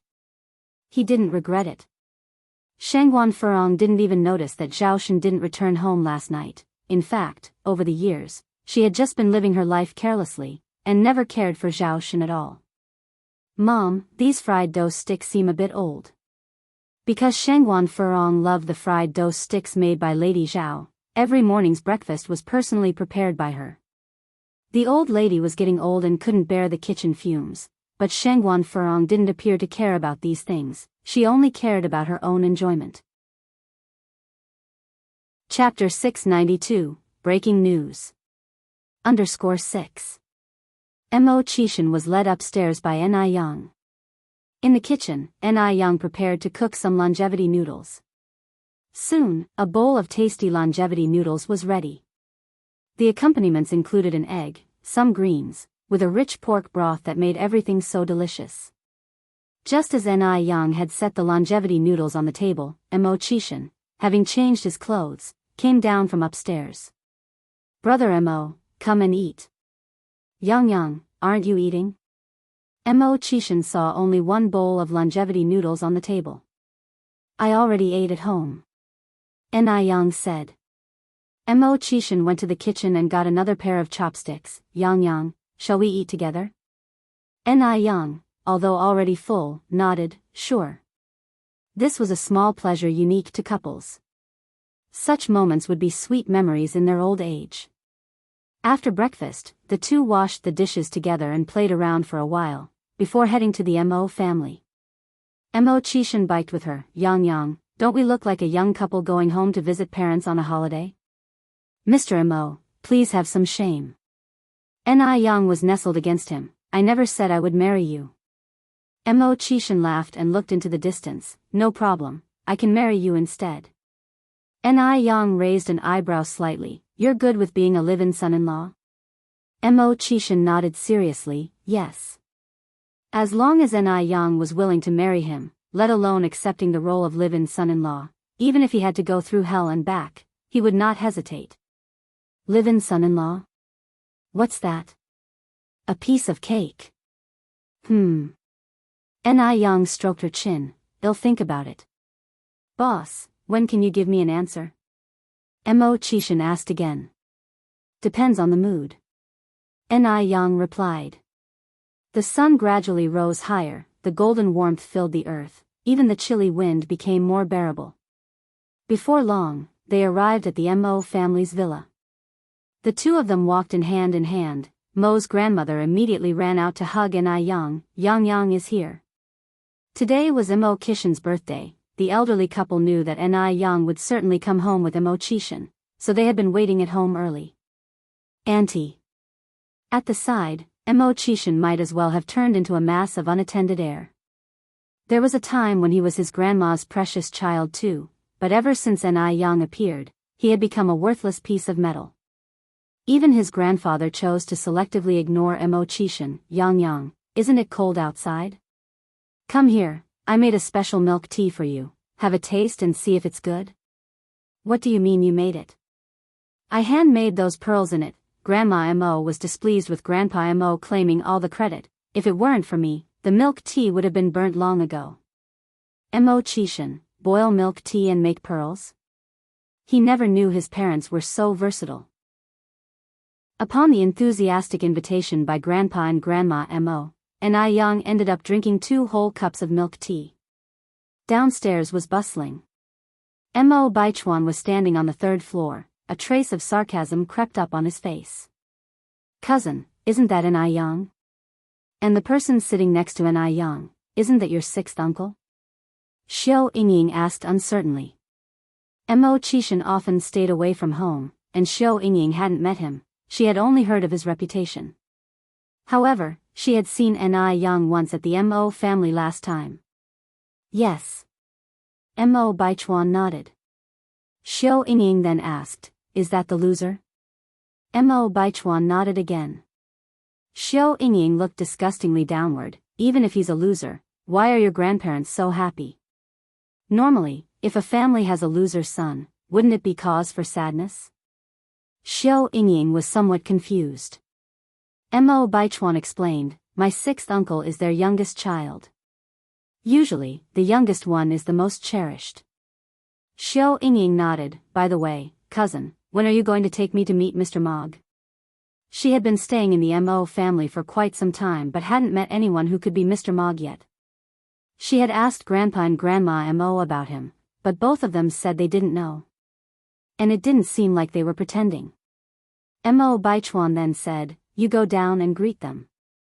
Xiao Yingying frowned slightly. Who wants to greet a loser? I'm going back to my room to sleep. Mo Baichuan continued, don't forget, you're still living in my grandparents' house. Isn't this place yours and uncle's? Xiao Yingying asked. Mo Baichuan shook his head. Reluctantly, Xiao Yingying had to greet them. She had no choice. Who asked her to be under others' roof? By the way, cousin, are you going out? Xiao Yingying turned and looked at Mo Baichuan. Yes. Xiao Yingying's eyes lit up. Cousin, are you going to see Mr. Mog? I want to go with you. Mo Baichuan reluctantly said, I am going to pick up my girlfriend. Mo Qishan was back. Ni Yang was here too. Such a situation naturally couldn't be without Zhao Jingrong, his former fiancé. He refused to believe that Mo Qishan could still stay calm upon seeing Zhao Jingrong. And when Ni Yang found out that Zhao Jingrong was his girlfriend, she would definitely mess up. He was looking forward to seeing Mo Qishan and Ni Yang's reactions later. You have a girlfriend? Xiao Yingying looked suspiciously at Mo Baichuan. Yes. Mo Baichuan nodded. Xiao Yingying didn't believe that Mo Baichuan had found a girlfriend so quickly. He must be secretly meeting Mr. Mog. Then I'll go with you. Xiao Yingying hooked her arm around Mo Baichuan's, just in time to see what my future sister-in-law looks like too. Yingying, don't be ridiculous. Mo Baichuan frowned slightly. Xiao Yingying smiled and said, I'm not. Mo Baichuan had no choice but to take Xiao Yingying with him. When she saw Mo Baichuan's girlfriend, Xiao Yingying was also taken aback. She didn't expect the other party to be Zhao Jingrong. But wasn't she supposed to be Mo Qixin's former fiancé? The relationships were seriously messed up. The three of them came to the Mo family together. When Grandma and Grandpa Mo saw Zhao Jingrong, they were both dumbfounded. What was going on? Zhao Jingrong smiled, hello, Grandpa and Grandma. Grandpa and Grandma? Grandpa and Grandma Mo became even more confused. Mo Baichuan took the lead, Grandpa, Grandma, sixth uncle, future sixth aunt, let me introduce you, this is my girlfriend, Zhao Jingrong. The words were like a bomb. The shock had Grandpa and Grandma Mo questioning if they were hearing things. What did you say? Grandma Mo was the first to react. Before Mo Baichuan could respond, Zhao Jingrong stepped forward, Grandma, you heard right, I am now Baichuan's girlfriend. Chapter 693, Abuse Shangguan Furong, I want to divorce you. _1 girlfriend? Zhao Jingrong is actually Mo Baichuan's girlfriend? What kind of joke is this? Madame Mo looked at Zhao Jingrong in front of her, so angry that she wanted to slap Mo Baichuan. Put aside what type of person Zhao Jingrong is, just the fact that she was previously engaged to Mo Qixin, he should not be getting involved with her. Old Master Mo was also very angry, pointing at Mo Baichuan and asked, what's going on? Mo Baichuan, however, was very calm. Exactly what you see, I like Jingrong, and Jingrong likes me too. Bastard. Old Master Mo clutching his heart, nearly passing out as he gasped for breath, break up. You two need to break up immediately. Zhao Jingrong earnestly said, Grandpa, Baichuan and I are genuinely in love. Please bless us. Genuinely in love? Madame Mo looked at Zhao Jingrong, if I'm not wrong, back then, you said that in this lifetime you would marry no one but Mr. Mog. And now they talk about genuinely in love. What a joke. Zhao Jingrong's expression changed, Grandma, I was young then, and spoke without thinking. Please don't hold that against me. Baichuan and I truly are in love. Please grant us your blessing. Where was the love between her and Mo Baichuan? They were merely using each other. Zhao Jingrong wanted to marry Mr. Mog, and Mo Baichuan just wanted to aggravate Ni Yang and Mo Qixin. However, the usually astute and smart Zhao Jingrong could not have imagined that she had placed her bets on the wrong man. As she said her last words, Zhao Jingrong pulled Mo Baichuan with her onto the floor, kneeling down together. Mo Baichuan subtly glanced at Ni Yang. There was no special expression on his face. Same with Mo Qixin's reaction, it was rather bland. This wasn't quite what he had expected. Were they pretending? From the start to the end, Zhao Jingrong didn't deign to give Mo Qixin a single extra glance. She didn't need to see his face to know that he must be very shocked. He must not have thought that she would end up with Mo Baichuan. Wait. Couldn't Mo Qixin be trying to use this opportunity to deliberately cause trouble between her and Mo Baichuan? After all, Mo Qixin still loved her deeply. With this in mind, Zhao Jingrong started to feel a bit anxious. Old Master Mo and Madame Mo, who were so fond of the worthless Mo Qixin, would make things difficult if Mo Qixin tried to cause trouble. With this thought, Zhao Jingrong squinted her eyes, a touch of worry flitting across her gaze. Dad, Mom, just then Mo Qixin weakly piped up. Did Mo Qixin really want to stop her from being with Mo Baichuan? Zhao Jingrong raised her head to look at Mo Qixin. She knew it, Mo Qixin couldn't forget her. He clearly underestimated the situation, still thinking he could pry her and Mo Baichuan apart at this stage. Zhao Jingrong spoke before Mo Qixin could, Grandma, Grandpa, I know you are mindful of my previous engagement with Mo Qishan. But that was an arranged engagement. I didn't like him at all, there wasn't even a shred of affection. But it's different with Baichuan. Our love is free. We truly adore each other. Zhao Jingrong's words were passionate, so much so that the rims of her eyes reddened. What was Mo Qishan? He simply wasn't worthy of her. It was with great difficulty that she managed to call off their engagement. She couldn't let Mo Qishan hinder her now. Mo Baichuan casually lifted his eyes and looked at Mo Qishan. He knew it, Zhao Jingrong wouldn't let him down. What followed was a big charade. Next second, Mo Qishan continued, Dad, Mom, since Baichuan and Miss Zhao are genuinely in love, why not bless them instead of making things difficult for the loving couple? What? Mo Qishan actually pleaded on their behalf? What's going on? He should be objecting to their relationship, right? Zhao Jingrong was a bit stunned. Mo Baichuan was also slightly taken aback. This was a bit different from what he had anticipated. It must be said, the reactions of Ni Yang and Mo Qishan were somewhat beyond his expectations. Old Master Mo stayed silent, his eyebrows furrowed deeply. In all his years, he had never seen something like this. The nephew actually ended up with his uncle's fiancée. If word of this got out, wouldn't it just be a laughingstock? Come with me to the study. Old Master Mo looked at Mo Baichuan. Mo Baichuan rose from the ground and followed Old Master Mo's footsteps. When he entered the study, Mo Baichuan thought Old Master Mo was about to lose his temper. If you find any errors, ads pop up, ads redirect, broken links, non-standard content, etc., please let us know each report so we can fix it as soon as possible. Chapter 694, Misery Shengguan Furong, I want to divorce you. _2. Oddly enough, the old Master Mo didn't lose his temper, but instead pointed to the chair and said, sit down. Mo Baichuan took a seat on the chair. With his back to him, old Master Mo heaved a sigh and then asked, Baichuan, have you really made up your mind? Yes, grandfather, Mo Baichuan replied, I've decided. He never made decisions he would regret later. Now that he had crossed this threshold, he wouldn't turn back. There are so many girls in Beijing, why did you choose Zhao Jingrong of all people? Old Master Mo turned to look at Mo Baichuan. Do you realize that Zhao Jingrong could have almost been your aunt by marriage? In ancient times, this would have been punishable by submersion in a pig cage. By the time he said that last sentence, old Master Mo could hardly control his volume. But you said it yourself, it was almost the case.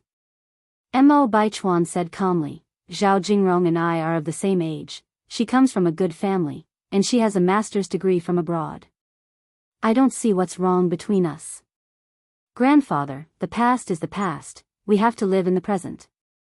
Zhao Jingrong was only betrothed to Mo Qishan, they weren't actually married. At this moment, the old Mistress Mo walked in from outside. Do you know what kind of person Zhao Jingrong is? She's vain and doesn't deserve you. The old Mistress Mo absolutely didn't like Zhao Jingrong. If she weren't so vain, she wouldn't have broken off her engagement with Mo Qishan. It's not that Jingrong is vain, it's because my uncle couldn't hold on to her. Mo Baichuan continued, if I were in her place, I wouldn't want to marry someone like my uncle either. Who would want to marry a worthless man? The old mistress was so furious that she was shaking all over. Old Master Mo sighed again, and then said, Baichuan, are you sure about this? Yes. Mo Baichuan nodded, I've decided. Old Master Mo continued saying, well, since you're sure, there is no point in our talking anymore. You can go now. Old man. The old Mistress Mo grabbed the old master's sleeve. Let him go. Old Master Mo sighed again, the fortune of sons and grandsons depends on themselves. Mo Qishan doesn't mind, we should avoid overstepping our boundaries. Stretching out one's hand too far tends to make them disliked. If they end up together, won't outsiders laugh at our family, said the old Mistress Mo. Old Master Mo squinted his eyes. If the Zhao family doesn't fear losing face, why should the Mo family? Today, If it weren't for Zhao Jingrong prostrating on the ground and begging me, I wouldn't have agreed. Upon hearing this, the old mistress felt a bit better. Right. This time it was Zhao Jingrong who took the initiative, not the Mo family begging for her hand in marriage. If outsiders are going to laugh, they'll laugh at the Zhao family's lack of discipline. Old Master Mo continued, besides, they're just dating right now. Whether they will end up together is still uncertain. The old mistress Mo nodded in agreement. Mo Baichuan walked into the living room and helped Zhao Jingrong up from the ground. Somehow worried, Zhao Jingrong asked, "Why did you come out? How about grandfather and grandmother?" "Don't worry." Mo Baichuan said, "They have agreed to our relationship." The volume of his voice seemed just right to let Mo Qixin and Ni Yang hear. What a pity. The two were like they hadn't heard anything. They sat on the couch, whispering to each other and smiling. Clearly, their laughter was heartfelt. Zhao Jingrong was Mo Qixin's former fiancé. Wasn't Ni Yang bothered by it at all? And Mo Qixin, he didn't react at all to his former fiancé being with his nephew. Jingrong. Mo Baichuan turned to look at Zhao Jingrong. Zhao Jingrong looked at him bewildered. What? Let me introduce you, this is my uncle's girlfriend, Ni Yang. Mo Baichuan brought Zhao Jingrong in front of the two. Zhao Jingrong laughed and said, I had already met Miss Ni once before. The last time in the restaurant, Ni Yang had ridiculed her quite a lot. Mo Qixin said, Yang Yang is now my girlfriend, you two are the younger generation, and should call Yang Aunt according to our family hierarchy. Calling her Miss Ni doesn't sound right. Your uncle is right. Old Mistress Mo chimed in from the other side. Zhao Jingrong had thought that when Mo Qixin saw her, he would be unwilling to let go and cling to her relentlessly. But Mo Qixin had surprised her time and time again. Is he trying to get her attention on purpose? Calling her aunt? Ni Yang looked even younger than her, and the last time at the Western restaurant, they had a falling out. She couldn't bring herself to call Ni Yang aunt. If you find any errors, ads pop up, ads redirect, broken links, non-standard content, etc., please let us know each report so we can fix it as soon as possible. Chapter 695, Tormenting Shengguan Furong, I Want to Divorce You. _3. Everyone says that your Zhao family is a prestigious family that attaches great importance to etiquette and upbringing. Now when you meet an elder, you can't even greet them properly. What kind of daughter have your parents raised? Mrs. Mo did not give Zhao Jingrong any face with these words, even cursing Zhao's parents. Zhao Jingrong bit her lip. She knew that Mrs. Mo did not like her, but she didn't expect that Mrs. Mo would be so unsparing. Forget it. Isn't it just a matter of greeting someone? As long as she can successfully marry Mo Baichuan, she is willing to do anything. The day when she becomes Mrs. Mog, there will be plenty of time for them to regret. Zhao Jingrong reacted and said, Sixth aunt. Ni Yang nodded with a smile, and said gracefully, Good girl. Zhao Jingrong was so angry. This feeling of being lower in rank was suffocating. Thankfully, Mo Baichuan holds a high status. Before getting close to Mo Baichuan, Zhao Jingrong did some research on Ni Yang. She knew that Mo Baichuan had offered Ni Yang an olive branch. But Ni Yang rejected Mo Baichuan. Ni Yang was really blind. She actually rejected Mo Baichuan for a worthless man. I wonder if she will regret it when she knows the true identity of Mo Baichuan. By then, she'd regret it until her guts turn green.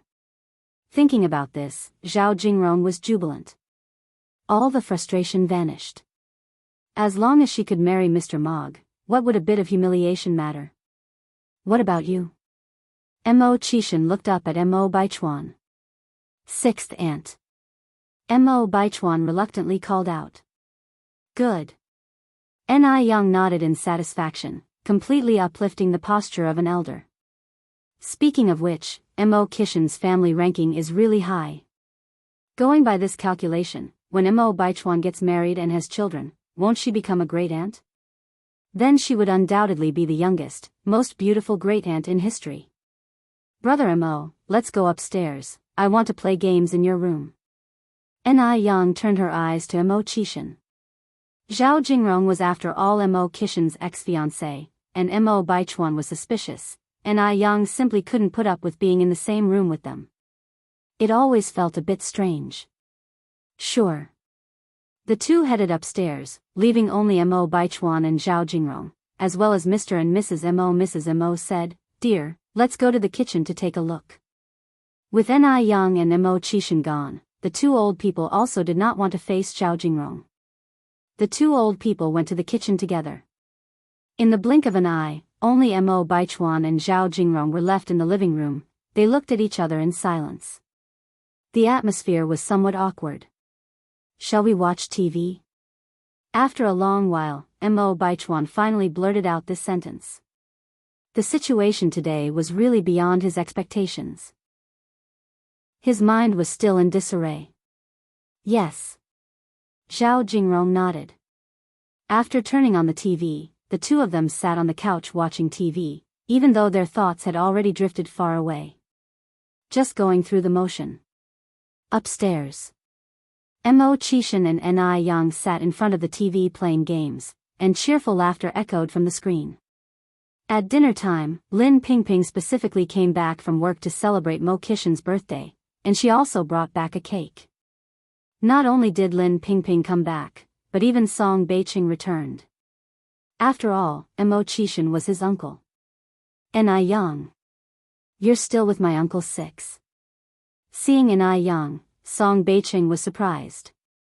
Ni Yang was so beautiful, and Mo Qishan had a bad reputation. He thought their relationship wouldn't last long. Who would have thought? Watch your language.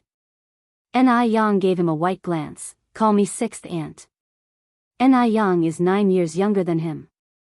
Calling her aunt, he really couldn't bring himself to do it. Beiqing. Mo Qishan gave him a cold glance. Didn't you hear your 6th aunt's command? Although everyone said his uncle 6 is a good-for-nothing, Song Beiqing felt nervous every time he saw Mo Qishan. Very strange. And this feeling came from the bottom of his heart. 6th aunt. Under tremendous stress, Song Beiqing finally managed to set it. Good. Ni Yang nodded happily. Hey, isn't that Zhao Jingrong? Why is she with third brother? Only then did Song Beiqing notice Mo Baichuan and Zhao Jingrong. Ni Yang responded lightly, that's your third sister-in-law. Third sister-in-law? Song Beiqing was stunned. Lin Pingping was also stunned. You mean Zhao Jingrong? Zhao Jingrong is with third brother? Song Beiqing eagerly asked. Yes. Ni Yang nodded. Song Beiqing looked stunned. If you find any errors, ads pop up, ads redirect, broken links, non-standard content, etc., please let us know your report so we can fix it as soon as possible. Chapter 696, Abusing Shengguan Furong, I Want to Divorce You. _4. Oh my gosh. Isn't this a total mess? Lin Pingping followed up, what's going on? Well, Ni Yen raised her eyebrows slightly, Sister Pingping, you should ask the people involved. From an observer's standpoint, there was certainly no love between these two people. It must be a mutual arrangement. But Ni Yen could only speculate and didn't want to say more. Who knew what kind of act these two were putting on? Lin Pingping and Song Beiqing approached them. After finding out that Zhao Jingrong and Mo Baichuan were dating, Lin Pingping and Song Beiqing were genuinely surprised. Song Beiqing quietly pulled Mo Baichuan aside and whispered, Third brother, are you really involved with Zhao Jingrong? Mo Baichuan slightly nodded. Song Beiqing continued, Third brother, don't you think this is somewhat inappropriate?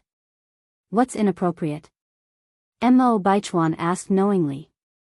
Song Beiqing said, Zhao Jingrong, she once had a relationship with Uncle 6. Mo Baichuan remained calm, that's all in the past. Beiqing, don't be so narrow-minded. It was only an engagement, nothing to be concerned about. With Mo Baichuan's words settling the issue, Song Beiqing didn't say anything more, just asking, do uncle and auntie know about this? Mo Baichuan responded, they don't know yet, but I have a way of getting their approval. If Mr. and Mrs. Mo won't object, then Mo Rongping and Xiao Jiao wouldn't stand a chance of doing so. As long as you've thought this through. Song Beiqing patted Mo Baichuan's shoulder. Although Lin Pingping was shocked too, she didn't say much. After all, it was Mo family's affairs and she was just Mrs. Mo's niece. At this point, she deemed it inappropriate to say more. After the meal, everyone sat around conversing. Lin Pingping suggested, the weather's nice today. Why don't we all go to the racetrack for a few laps? Beijing has a large racecourse that caters to the rich for their amusement. The racetrack wasn't far from the Mo family's domicile. Sounds great. Zhao Jingrong nodded in agreement.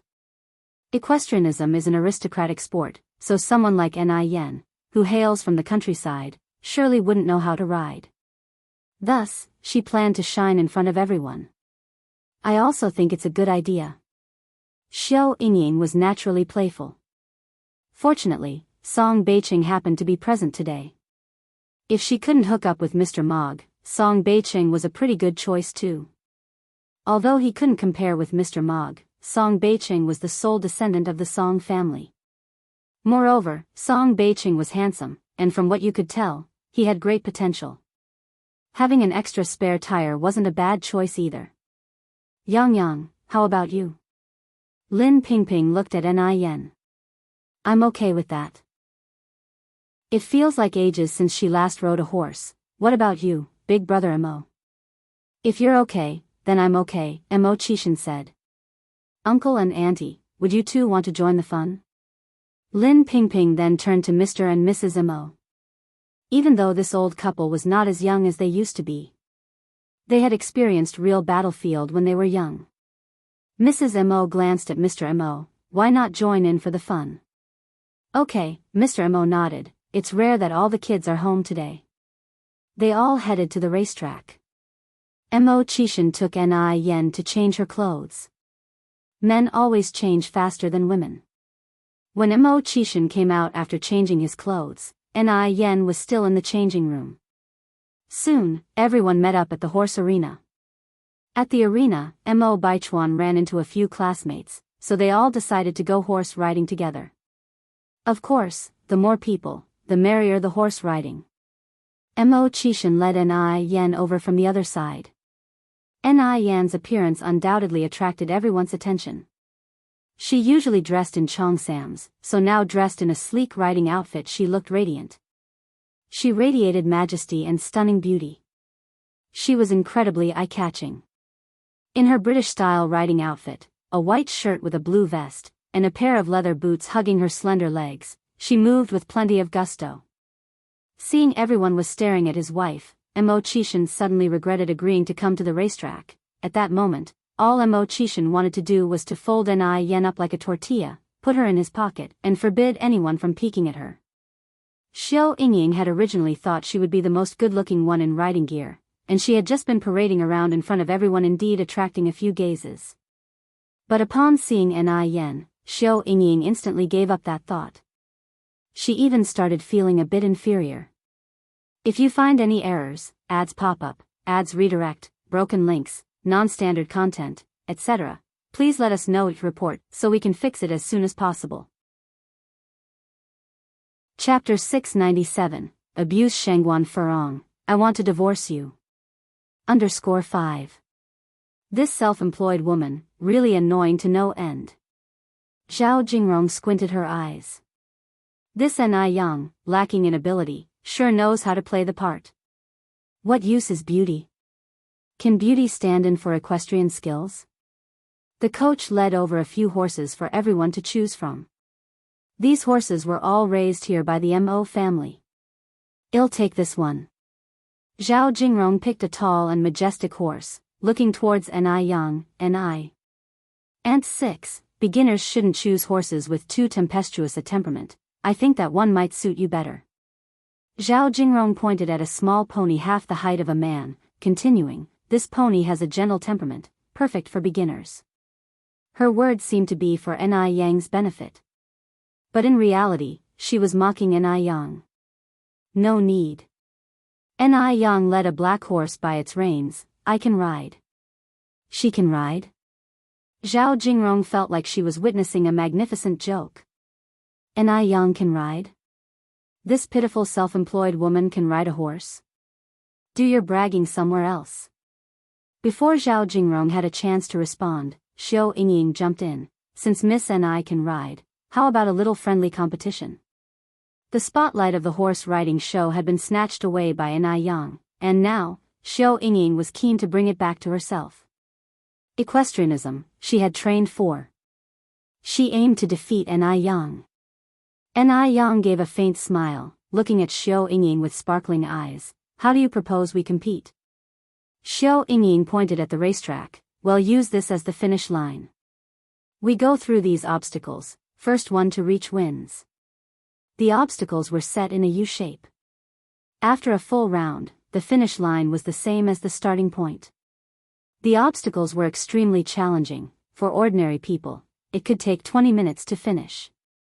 But for Xiao Yingying, 10 minutes was more than enough. When the time comes, she would certainly shine. Okay. Ni Yang nodded slightly.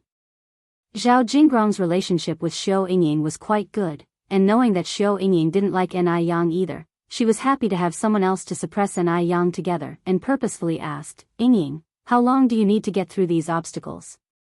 10 minutes. Xiao Yingying answered. On hearing this, the surrounding gasped. 10 minutes. If Xiao Yingying truly could complete the obstacles in 10 minutes, she would stand as a woman of gallantry. And 6, what about you? Zhao Jingrong looked at Ni Yang.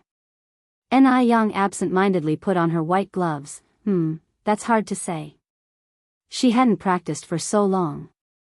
Zhao Jingrong's eyes were full of mockery. These obstacles weren't easy to get through. When Ni Yang falls off the horse, it will be a fun sight. Are you ready? Let's start. Xiao Yingying climbed onto the horse, looking down at Ni Yang with disdain. Ready. Ni Yang tugs the reins, about to mount. Her foot slipped and she almost fell over. Indeed, she had grown rusty. Ni Yang sighed softly. All of this was seen by Zhao Jingrong. She knew all along, Ni Yang definitely can't ride a horse. She's finally going to make a fool of herself. And 6, be careful, this horse is so high, it's no joke if you really fall. Zhao Jingrong eyes filled with schadenfreude. Actually, I really think that little pony suits you.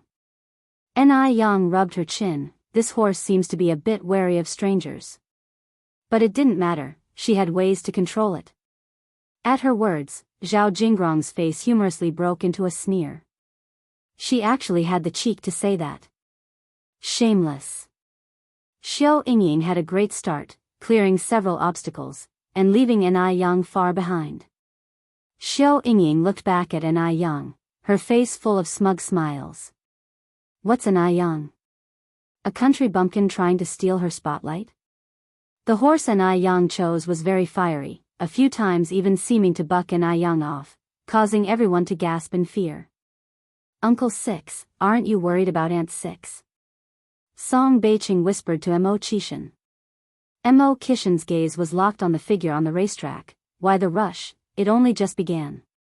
Xiao Yingying had already completed 1/3 of the obstacles. Seeing Ni Yang almost getting bucked off the horse, she began to laugh triumphantly. Just then, Xiao Yingying felt a gust of wind rushing past her side. Its speed so fast it left only a shadow. The air echoed with the clippity-clop of horse hooves. Looking back in disbelief at the sound of horse hooves, Xiao Yingying saw no sign of Ni Yang behind her. If you find any errors, ads pop up, ads redirect, broken links, non-standard content, etc., please let us know your report so we can fix it as soon as possible. You're tuning in to the Carefree Valley YouTube channel. Don't forget to subscribe and join us on this journey to catch the most captivating stories.